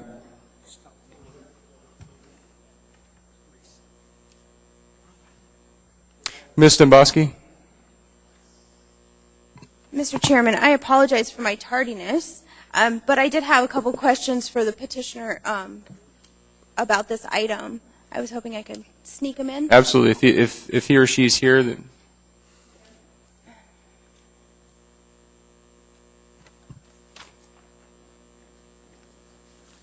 Good evening. I'm Pamela Hatsis, the owner of Midtown Spirits La Bodega, and this is Brian Potsky. He's my fiance, business partner, everything else. So here we are to answer your questions. Thank you, and I appreciate your patience in waiting tonight for this. The first question I had, and what I was noticing in the attorney's letter where it talks about how your servers are going to be trained, you're familiar with that letter? Are you familiar that Alaska law or city law requires that not just people under the age of 30 should be carded, but everybody's supposed to be carded? So the letter where it refers to all servers will be TAM certified, Midtown Spirits employees will be instructed to ask for identification on all persons appearing to be under the age of 30, that's actually not compliant with city law. Yeah, the way that my understanding of the law is that we ID 100% actually in package stores, and that's what we currently do. Okay, so then I can take it to the bank that you understand that you have to do that. Yes, absolutely. Okay, that was one of my big concerns. The other question I was going to have, on your application on page 6, it asks how many employees will be directed in contact with alcohol. It just says everybody's going to be TAM certified. Can you give me an estimate of how many people? Is it 10 to 20? Is it 100? How much staff that we would have in Girdwood? It's like 400 square feet. I think we're going to try and run it with 2 people at a time. Thank you. Yes, you're welcome. Any other questions? There's no one else in the queue. Please vote.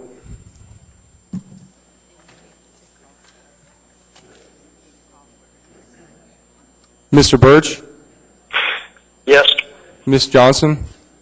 Yes. Mr. Flynn? Mr. Flynn, would you like to give a verbal yes or no? Yes. That passes unanimously.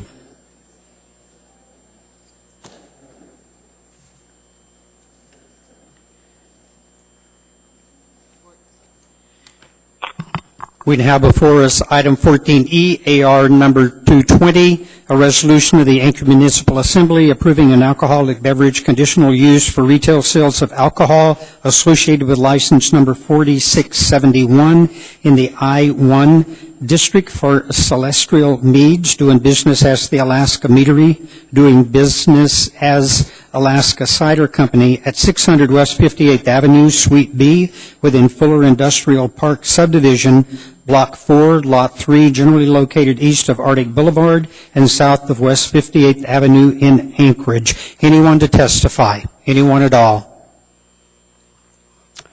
Seeing, hearing none, this item is before the body for action. Move to approve.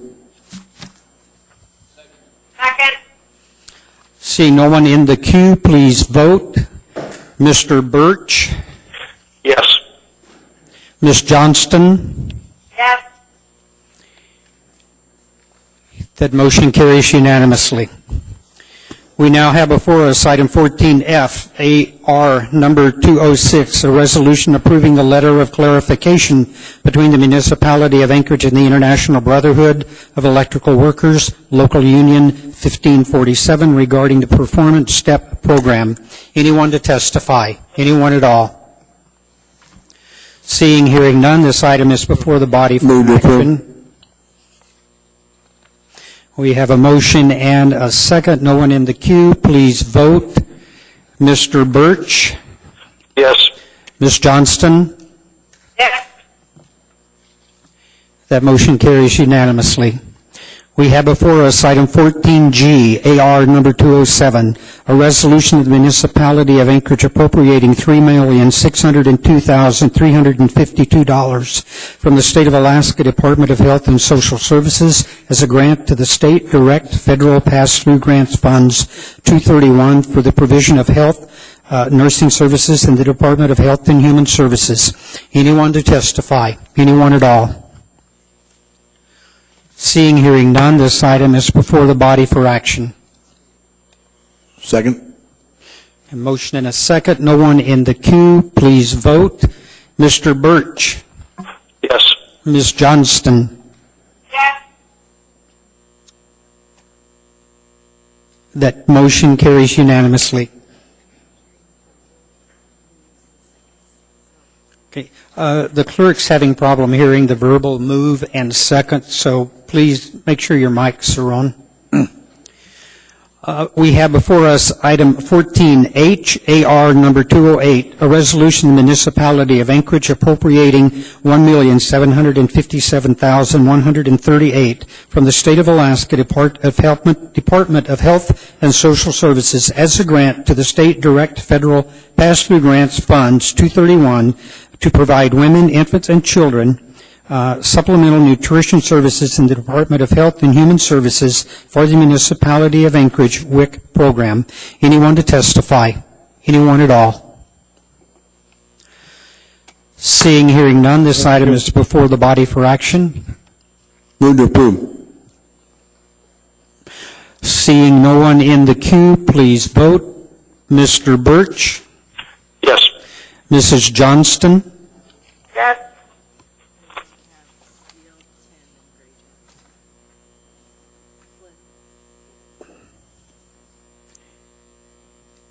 That motion carries unanimously.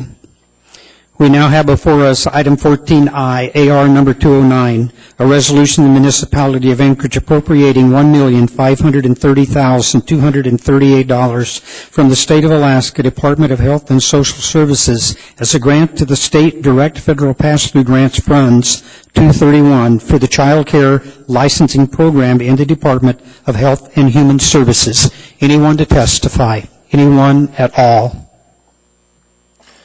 Seeing, hearing none, this item is before the body for action. Seeing no one in the queue, please vote. Mr. Birch? Yes. Mrs. Johnston? Yes. That motion carries unanimously. We have before us item number 14J, AR number 210, a resolution in the municipality of Anchorage appropriating $534,100 from the state of Alaska Department of Health and Social Services as a grant to the state direct federal pass-through grants fund 231 for the provision of the public health preparedness and response for bioterrorism in the Department of Health and Human Services. Anyone to testify? Anyone at all? Seeing, hearing none, this item is before the body for action. Move to approve. We've got Mr. Steele as the seconder. Okay. Seeing no one in the queue, please vote. Mr. Birch? Yes. Ms. Johnston? Yes. That motion carries unanimously. We now have before us item 14J, a resolution of the municipality of Anchorage appropriating $534,100 from the state of Alaska. I'm sorry, that's the one I just read. You're supposed to punch me on those. Item 14K, AR number 211, a resolution of the municipality of Anchorage appropriating $330,758 from the state of Alaska Department of Health and Social Services to the state direct federal pass-through grant fund 231 for the Aging and Disability Resource Center Medicare Counseling and Outreach Services in the Department of Health and Human Services. This item is before the body for public testimony. Anyone to testify? Anyone at all? Seeing, hearing none, this item is before the body for action. Move to approve. Thank you. We have a first and a second. No one in the queue. Please vote. Mr. Birch? Yes. Mrs. Johnston? Yes. That motion carries unanimously.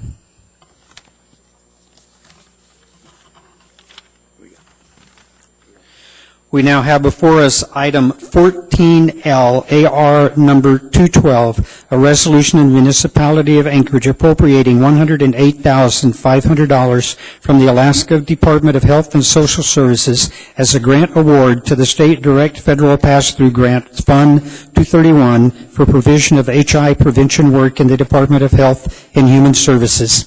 Anyone to testify? Anyone at all? Seeing, hearing none, this item is before the body for action. Second. Motion and a second. No one in the queue. Please vote. Mr. Birch? Yes. Ms. Johnston? Yes. That motion carries unanimously. We now have before us item 14M, AR number 214, a resolution of the Anchorage Municipal Assembly appropriating $189,336 from area-wide General Fund Balance 101 to the Health and Human Services Department Fund 101 to provide funding for an additional safety patrol van for the Anchorage Safety Patrol and Service Center. Anyone to testify? Anyone at all? Seeing, hearing none, this item is before the body for action. Move to approve. I have a first and a second, and I have no one in the queue. I'd like to actually be in the queue. Okay, Ms. Johnston. As with the earlier resolution 2 weeks ago, I think I've been pretty clear that I'm not comfortable with funds coming out of fund balances, and I'm not quite sure as far as the amount of this one, since we have already gone 8 months into the year, and so I'm not sure if this is the correct amount, and I personally would like to see this postponed and sent to the Public Safety Commission. And I make that motion. Second. Okay, we've got a motion and a second to postpone this to the Public Safety Advisory Commission. Any comment on the motion? Yes. I do, Mr. Chairman. Mr. Trombley.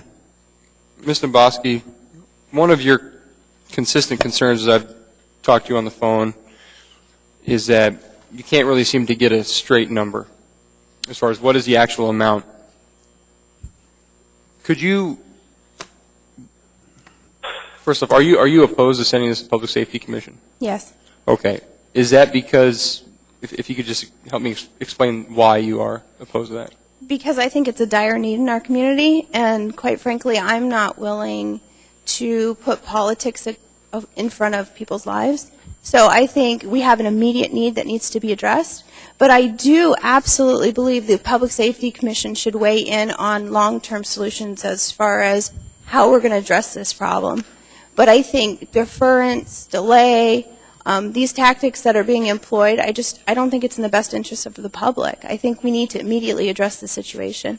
Are you confident that the $189,000 is accurate? Actually, I was going to make an amendment. Oh, well, we have a motion on the floor, but that's all. Speaking to the motion on the floor, Yes. who do I have in the queue? Mr. Horneman? Mr. Chairman, the Public Safety Committee of the Assembly has addressed this, and we've asked Ms. Vietmeyer as Health and Human Services Director a couple of times throughout the past months, and we've asked all department heads of their concerns, of their funding, and would there need to be an adjustment at first quarter. We've heard concerns that there was a grant that was supposed to be coming that weren't sure that was going to be received, and then we later were told that it was received. And it was my thought that it would be enough to fully fund the entire year in operation. The problem and the challenge that I see personally and professionally is recently, as recent as 3 weeks ago, I was at the Radio Shack on my off time in the middle of the day at about around the noon hour, and there were 3 intoxicated people setting out, sleeping, and one was actually causing a ruckus out on the bench right near Benson. I called myself asking for the CSP, ASP van, and was told, nope, sorry, that's not available until after 4 p.m. And so that left the police department or the fire department to come assess them, and if they needed to, a very expensive ride. It takes resources that are very stretched already. Just the other day, on Sunday, I went over to Northern Lights and New Seward Highway. There were a total of 5 inebriated persons. One was a female who literally had defecated on the sidewalk there. Was very intoxicated and was out of it. Again, no ASP van on duty. Fire department had to come and take her over to the hospital for a review, and of course they're now dispatching for ASP. I thought it used to be under contract as part of it. So I too would be in concurrence with having the Public Safety Advisory Commission to review the concerns and maybe help us to address long-term solutions to suggestions. But this is sorely needed. We've been supportive of the Health and Human Services ASP van and its operation, and I think if this number is factual, if Ms. Domboski has a different number, I'd be more than willing to support that. Thank you. Ms. Gray-Jackson. Thank you, Mr. Chairman. Ms. Johnson, I want to thank you for bringing up the issue of using fund balance again, because I know how you feel, and I appreciate how you feel, and I also respect it. But now you want to send it to the Public Safety Commission? They don't have anything to do with fund balance. Absolutely none.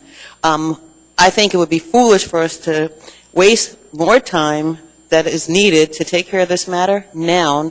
And as mentioned by Mr. Honeman, I think Ms. Domboski, we can definitely engage the Public Safety Commission in the future on this particular issue, but not whether or not to appropriate this money that is sorely needed now for a real public safety purpose in our community. Thank you, Mr. Chairman.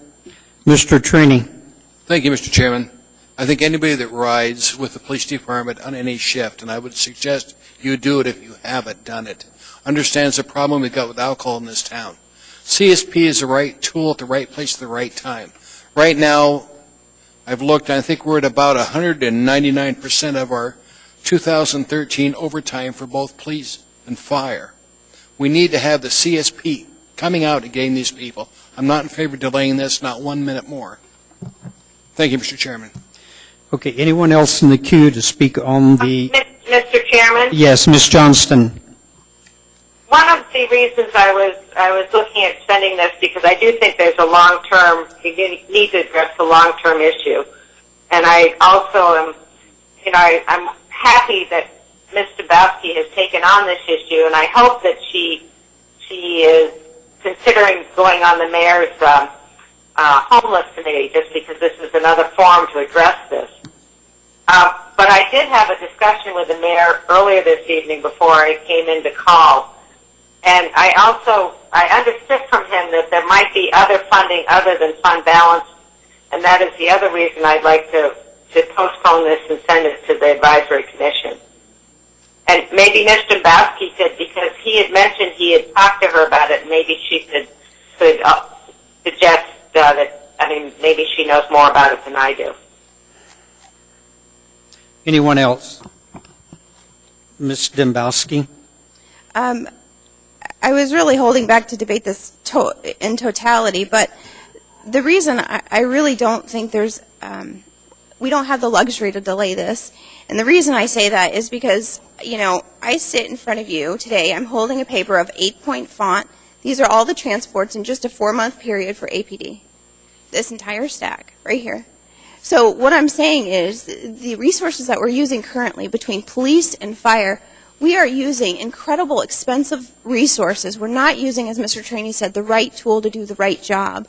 When our public safety is stretched so thin, we run out of fire trucks and engines in the municipality of Anchorage. That's a problem for the residents of my community.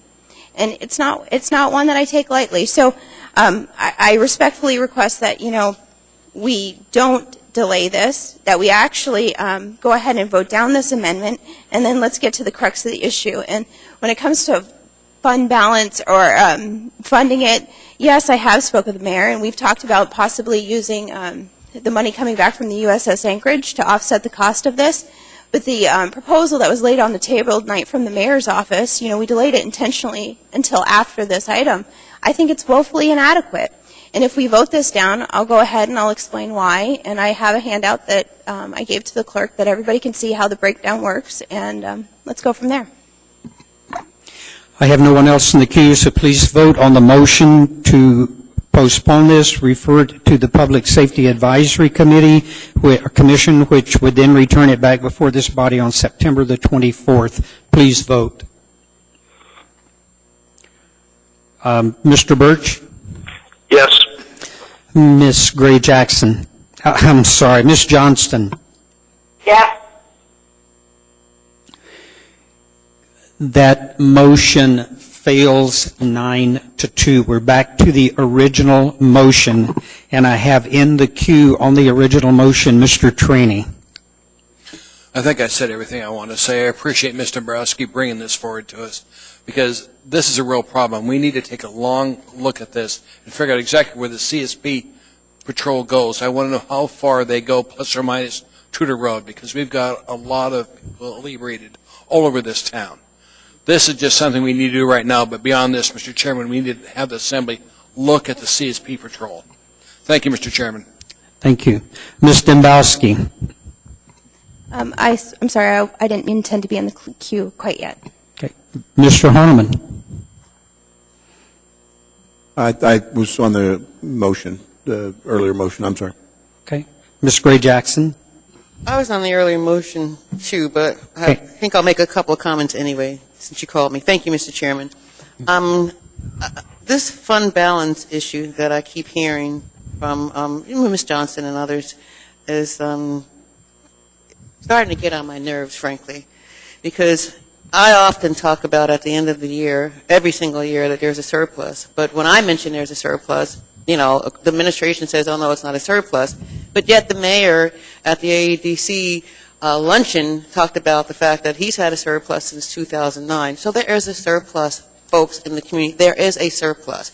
Now, for those talking about, well, let's use money for this from the USS Anchorage, well, guess where the money from the USS Anchorage leftover money is going? It's going into fund balance. So whatever you want to call it, it really doesn't matter. And then our police chief today, when he was questioned, I think by Mr. Traney, on the tobacco tax money that we didn't get, we're going to get another $1 to $2 million that's going into fund balance. So frankly, folks, we have enough money to cover this amendment to take care of an issue that is in dire need within our community. Thank you, Mr. Chairman.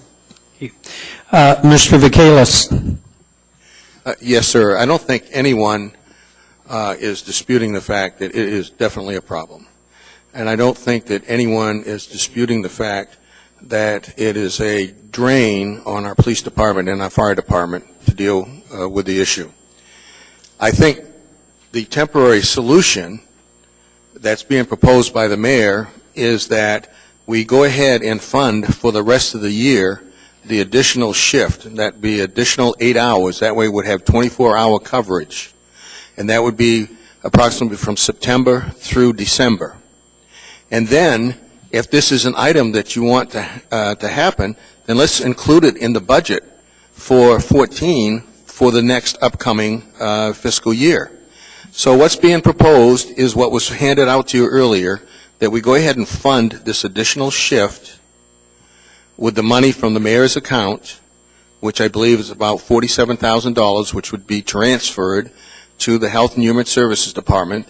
They would negotiate for the additional van and the 2 personnel that occupy it, and they would cover the additional 8 hours necessary to make the 24 hours through December.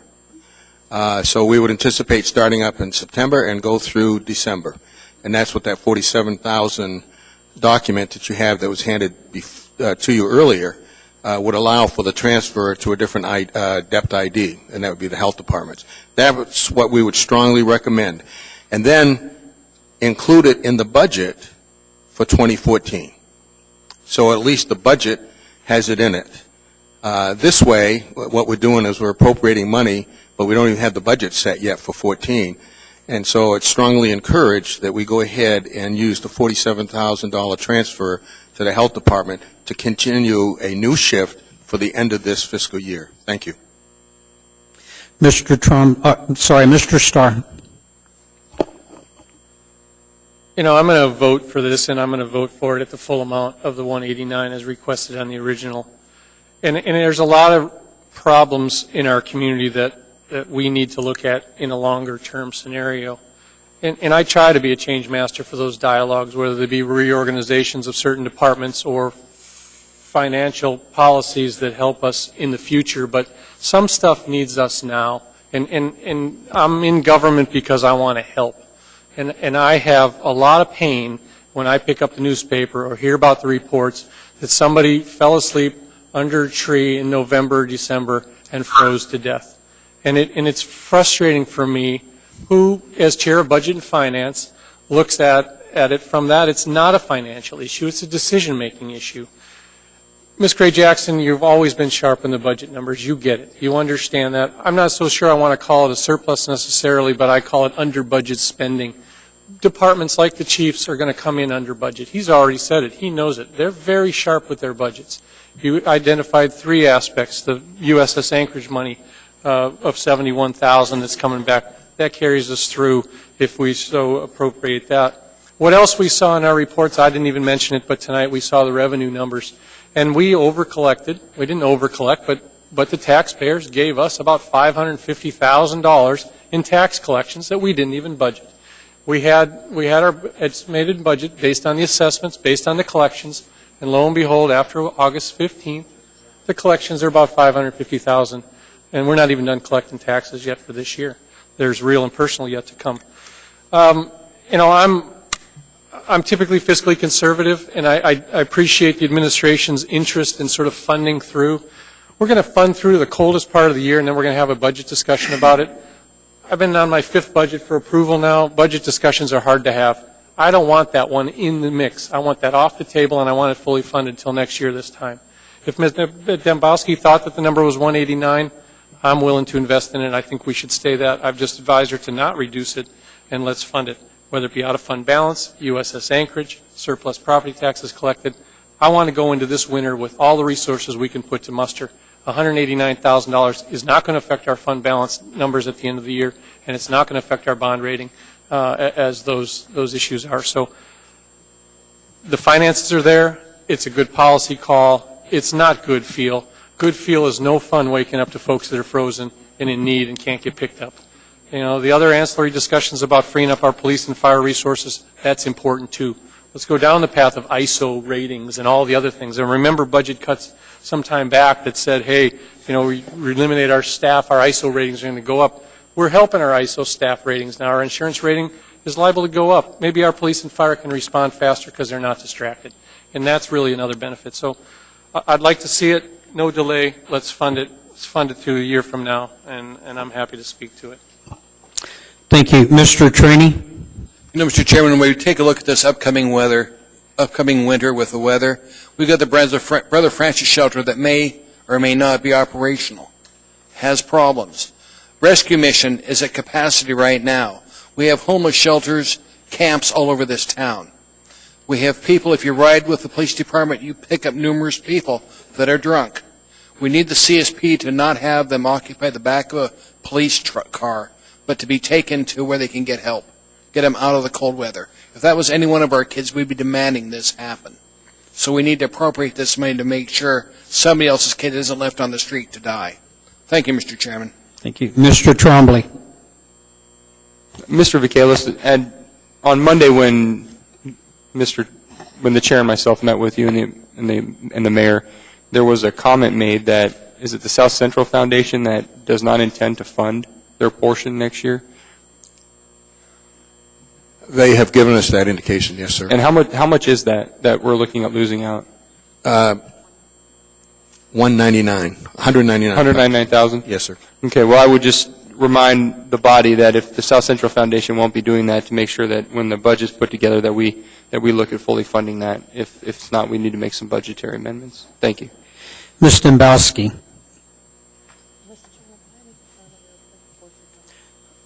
Yes, Ms. Dembowski, I'll let Ms. Selby Gray-Jackson make a quick comment. Ms. Gray-Jackson. I just want to respond to the South Central Foundation and their donation. Did they say they're not going to do it, or it's possible they may not? Because I know there was another contribution that they were going to make for something else, and they made it. So did they say no? We actually got something in writing from them saying they would not be funding the federal grant that they usually give us, which is $199,000. So they said no? Correct. Thank you. Thank you, Mr. Chairman. Thank you. Ms. Dembowski. Thank you, Mr. Chairman. I appreciate the sentiments of so many of the members that have recognized the severity of this issue. I didn't expect to find what I found, but I was approached by multiple members of the community who actually work in public safety that gave me a preview of what was happening. And so I've had the opportunity to go down myself and witness it, and I know this is an incredibly important issue, and it's one that demands attention. And, you know, one of the things I was going to do, I got new numbers from Department of Health and Human Services, but quite frankly, the goal in this entire thing is to make sure that the van that's currently in place is there 24 hours a day, and we have another van that's there 24/7, because that's what it's going to take to even start to relieve the burden on our public safety resources. So, Mr. Chairman, I'm working with Assembly Council on a quick amendment. If you'll give me just a second. Yes, ma'am. Yes, let's take a 5-minute at ease while Ms. Dembowski gets this amendment worked out. Call the meeting back to order. And Ms. Dembowski, if you would, Mr. Flynn has asked, please, the courtesy to be recognized. So, Mr. Flynn. Thank you, Mr. Chairman. I could like to invite Mr. Daniel George to the podium. Mr. George is the President of Mountain View Community Council, so involved with this somewhat, and also working on an AEDC Public Safety Committee that has been working on this exact issue. So, Mr. George, if you could just share a little bit of the data that you were sharing with me a moment ago. Thank you, Assemblyman Flynn. Mr. Chairman, members of the Assembly, thank you for the opportunity to come before you this evening. It's a pleasure.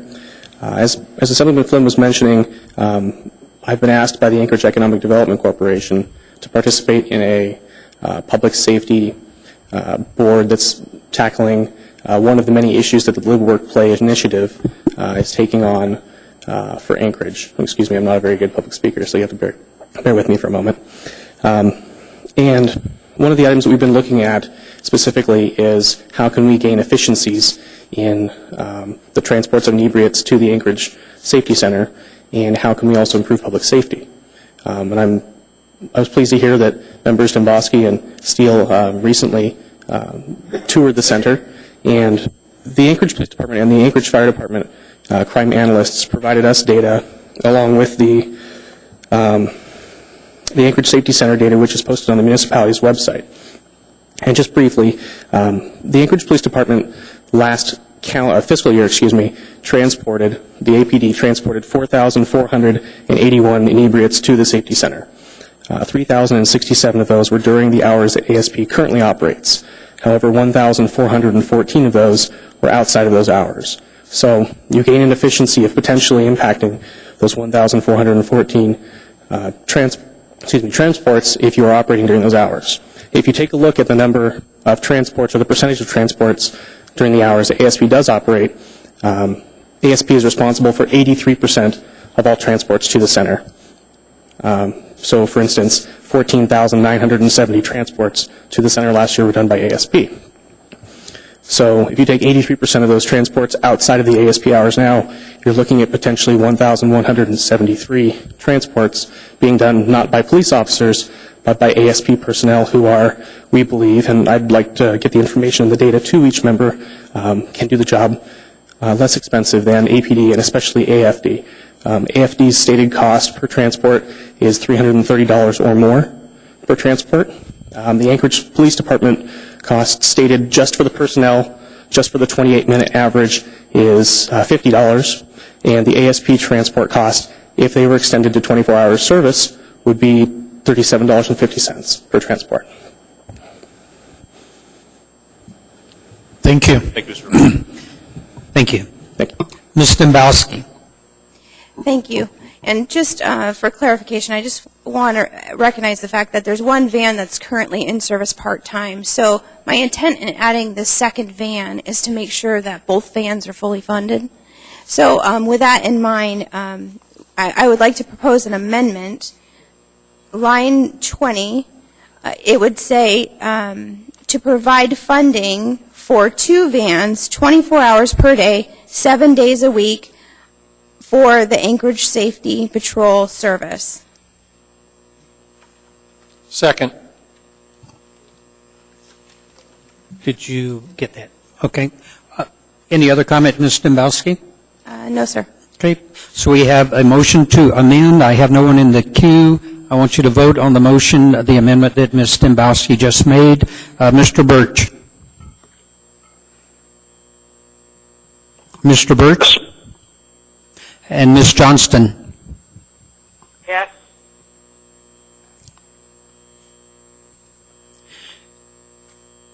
That motion carries unanimously. We're now back to the original resolution as amended. I see no one in the queue. Please vote.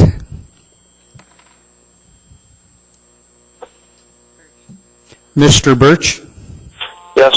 Ms. Johnston? Yes. That motion carries unanimously. Move We- for immediate reconsideration and urge a no vote. Okay, we have a request for immediate reconsideration urging a no vote and a second. Please vote. Mr. Birch? No. Ms. Johnston? No. Motion fails. We now have before us item 9B9, AR number, actually we don't have a number assigned. It was laid on the table tonight. Move to postpone indefinitely. Second. We've got a motion and a second to postpone indefinitely. No one in the queue. Please vote. Mr. Birch? Yes. Ms. Johnston? Yes. That motion carries unanimously. We are now to, we have no special orders, no unfinished agenda. We are to item 17, audience participation. Anyone to testify? Yes, sir. Yes, sir. I was going to request an religious exemption from... Could we please get your name, sir? Your name? I'm sorry. My name is Nayyar Malik, Nayyar, N-A-Y-Y-A-R, Malik, M-A-L-I-K. Thank you. And my problem is that I have a rooster. I want to keep him because I have 5 or 6 hens. And in my religion, we eat those eggs which are fertilized. And if the egg is not fertilized by the rooster, then that egg is a foul egg and we don't eat it. And I have a rooster which I am keeping it in a chicken coop, and I want to keep it so that I can have fertilized eggs.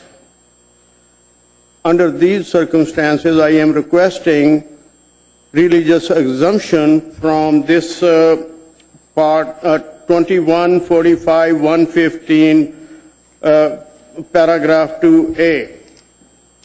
Which says that noisy animals such as rooster, turkeys, fowl, peacocks, or geese are prohibited.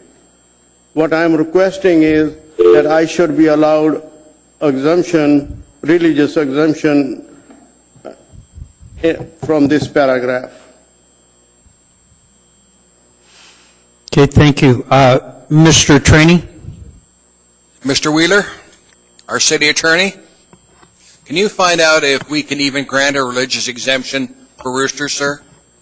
I'd ask Debbie Osiander, but she's gone now. She did this to us. Mr. Wheeler, if you would get us an answer to that question by the next meeting, I'd appreciate it. Because it brings up a valid concern, religious concern. Can we give a religious exemption, yes or no? And sir, are you getting your fertilized eggs now via how? If you can't keep the rooster, how are you getting them now? He currently has the rooster. Are you getting, when you didn't have the rooster, were you ordering him fertilized?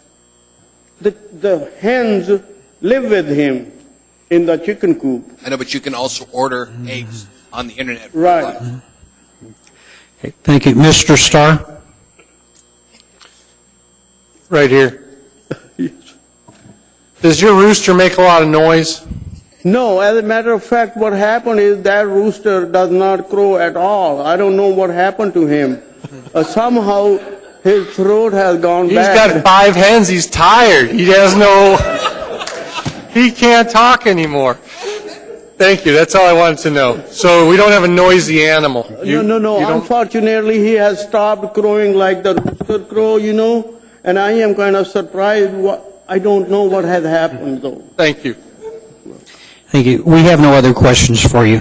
Thank you. Thank you, Your Honor. And thank you for your patience. I know you've been here all evening. Thank you. Anyone else?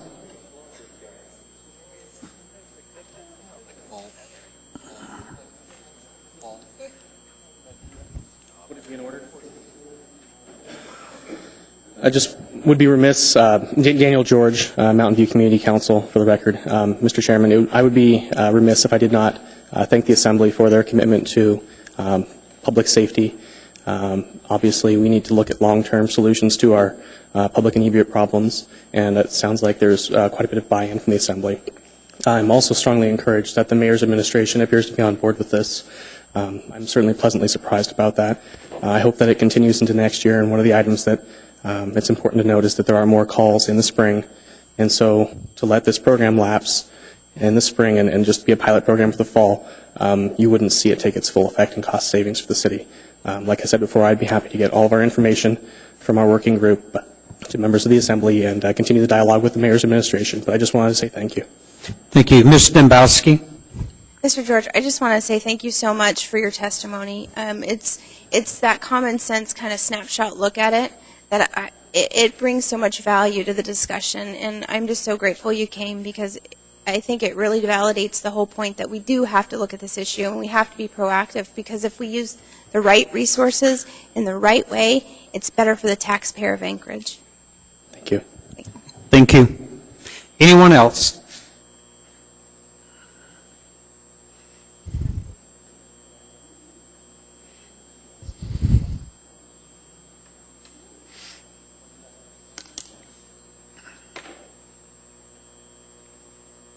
Good evening. Hello.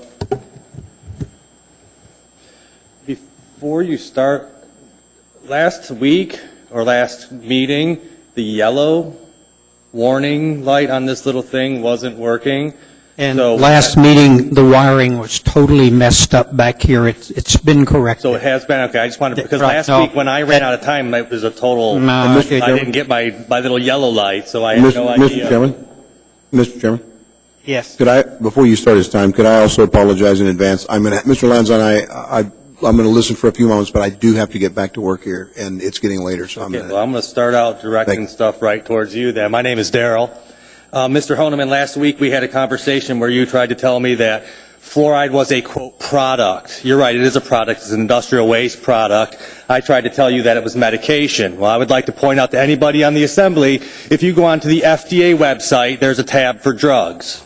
If you go under that tab and you search fluoride under drugs, you will have 119 pages of references to fluoride being a drug that is regulated by the FDA. It is not a product. It is considered a medication. If I wanted to get fluoride, I would need a prescription, again, because it is regulated by the FDA. Okay? So that was what I wanted to point out to you. I would like to point this out to you guys as well. This is AWU's report. It comes out yearly. This report is based on the EPA standards. The EPA is the true and only authority on the water supply. In this document, you're free to get that. I had to get a copy of it from AWU, but it says that fluoride is a contaminant. On the EPA website, the true and only authority on our water supply says that it is a neurotoxicant. It messes with your brain functions, okay? I want to bring something else up here because I know you guys talked about the legal department, and Mr. Wheeler might want to be paying attention right now. Your legal department says in this letter that it is medication fortification. Medication fortification. That is your legal department claiming that this is medicine, and therefore the corporation known as the Municipality of Anchorage is in fact guilty of medical malpractice and medical fraud. In two senses. One, you do not have a license to practice medicine. You do not have a license to practice medicine. Remember, the FDA says this is medicine. Secondly, you do not have the authority to medicate somebody without their consent. I have given no consent. I am sure none of my friends that are here to speak after me have given any consent for this. You are committing two crimes right there. Right now, Ms. Dembowski, Mr. Steele, and Mr. Trombley are not guilty of that crime. Right now, they are the only three up there that have not signed their name and put their vote on poisoning of my water supply. I don't care about science right now. I am here speaking on my rights and on the rights of the individual that is protected by our Constitution. Life, liberty, and the pursuit of happiness does not include forced medication without one's consent. You are guilty of that, and we are going back to the Daryl that we first had speak up here. That light didn't go on again, sir. Just to let you know, your light did not go on, and that put me in a pinch. Thank you. I want to address one more thing also, and this is directly in it'll only take me a second, directly in the ordinance, or excuse me, resolution. Whereas assembly members have had the opportunity to review those materials, this is the materials that's been presented to them. This doesn't say that you actually have. This says that you've had the opportunity. So if your mind is made up on fluoride and you don't really care to be educated and learn more, you had an opportunity. Didn't mean you looked at anything. Secondly, and this is the last thing I'll say, assembly members also had an opportunity to review other information as well as conduct communications with subject matter experts. I would like to question these experts. I would like to know who these experts are. I have a right to know this. I would also like to know if you conducted any experts like Dr. Paul Connett, Dr. Kennedy, Dr. Kersey. Anyone else to testify? Experts as well. Thank you very much. Anyone else?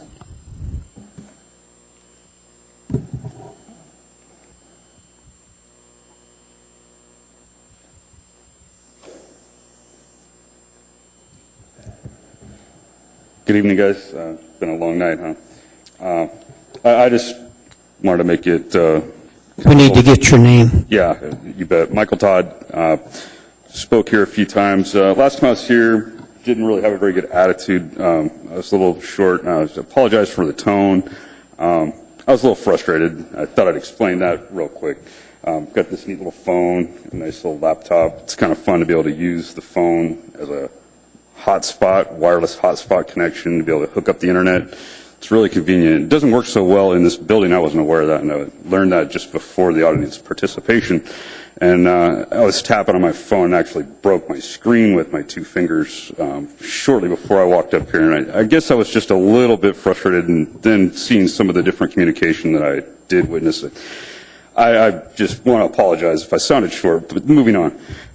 With that said, I was forced, if I wanted to use the internet here, to use the internet connection through the library, and that's the kind of thing that really gets me, is when I'm forced to do something and I'm regulated and someone's looking at what I'm doing. There's the ability to see what I'm doing in a different way. Well, not that the NSA is not checking out what I'm doing online anyways, but it's just something that really gets under my skin when somebody forces me to do something. I was being forced, if I wanted to use the internet, to use the library's internet. Well, back to kind of where we're at with the fluoride. You know, we're being forced to consume, be exposed to, if we want to bathe in this toxic material, which that could be debated if you really chose to debate it, but there's not much of a debate there, really, because I've had conversations with people that are medical experts, say, for example, my dentist or hygienist I used to go to on a regular basis. I haven't done so lately because I'm unemployed and don't have insurance now, but that said, when I did, I discussed the issues I have with fluoridation of the water supply, and my hygienist, really nice gal,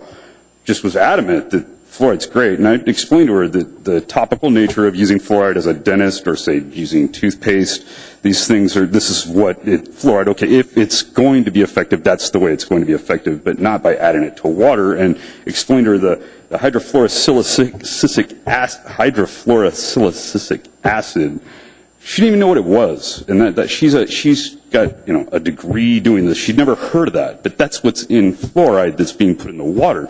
Why hasn't she heard of it? Because that's not what they teach them about. They teach them about calcium fluoride and how beneficial it is to your teeth. They don't teach them about this toxic substance that is being put in the water. And she promised she'd research it, and I haven't been able to discuss it because, like I say, things kind of got turned upside down. I'm no longer able to go there. I'd like to maybe go and talk to her sometime, but getting off track here. With that said, there's a big difference between the calcium fluoride and these toxic materials that are a big slurry of different junk, and it's just simply put, it's debatable even if you were to be using calcium fluoride, dumping it into the water. And so, unfortunately, that's not even what we're doing. We're adding toxic materials that it's obvious because they aren't teaching about these materials in these schools for dentistry, because that's not what was ever intended to be applied to your teeth. Thank you. Anyone else?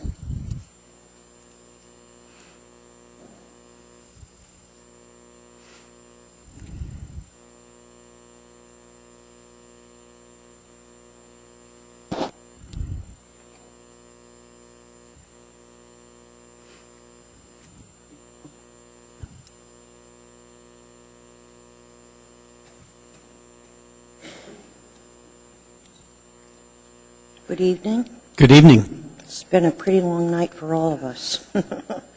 My name is Sherry Mills. Tonight I heard something that was the opening of a crack of reason to all of you who are in this assembly to protect the people in this town, their health and well-being. I hope that this continues. I hope that we listen, that we learn, that we take a look at something that is a global issue that most countries in the world have eliminated after they have addressed this issue. And there's only a few countries on this planet that continue to promote this toxin into our system, which affects all of our beings from birth to death. I hope all of you have this dialogue amongst yourselves and come to a place that you realize that this is not needed in our town and to do something about it. And I would be most grateful if you all addressed this. Thank you very much. Thank you.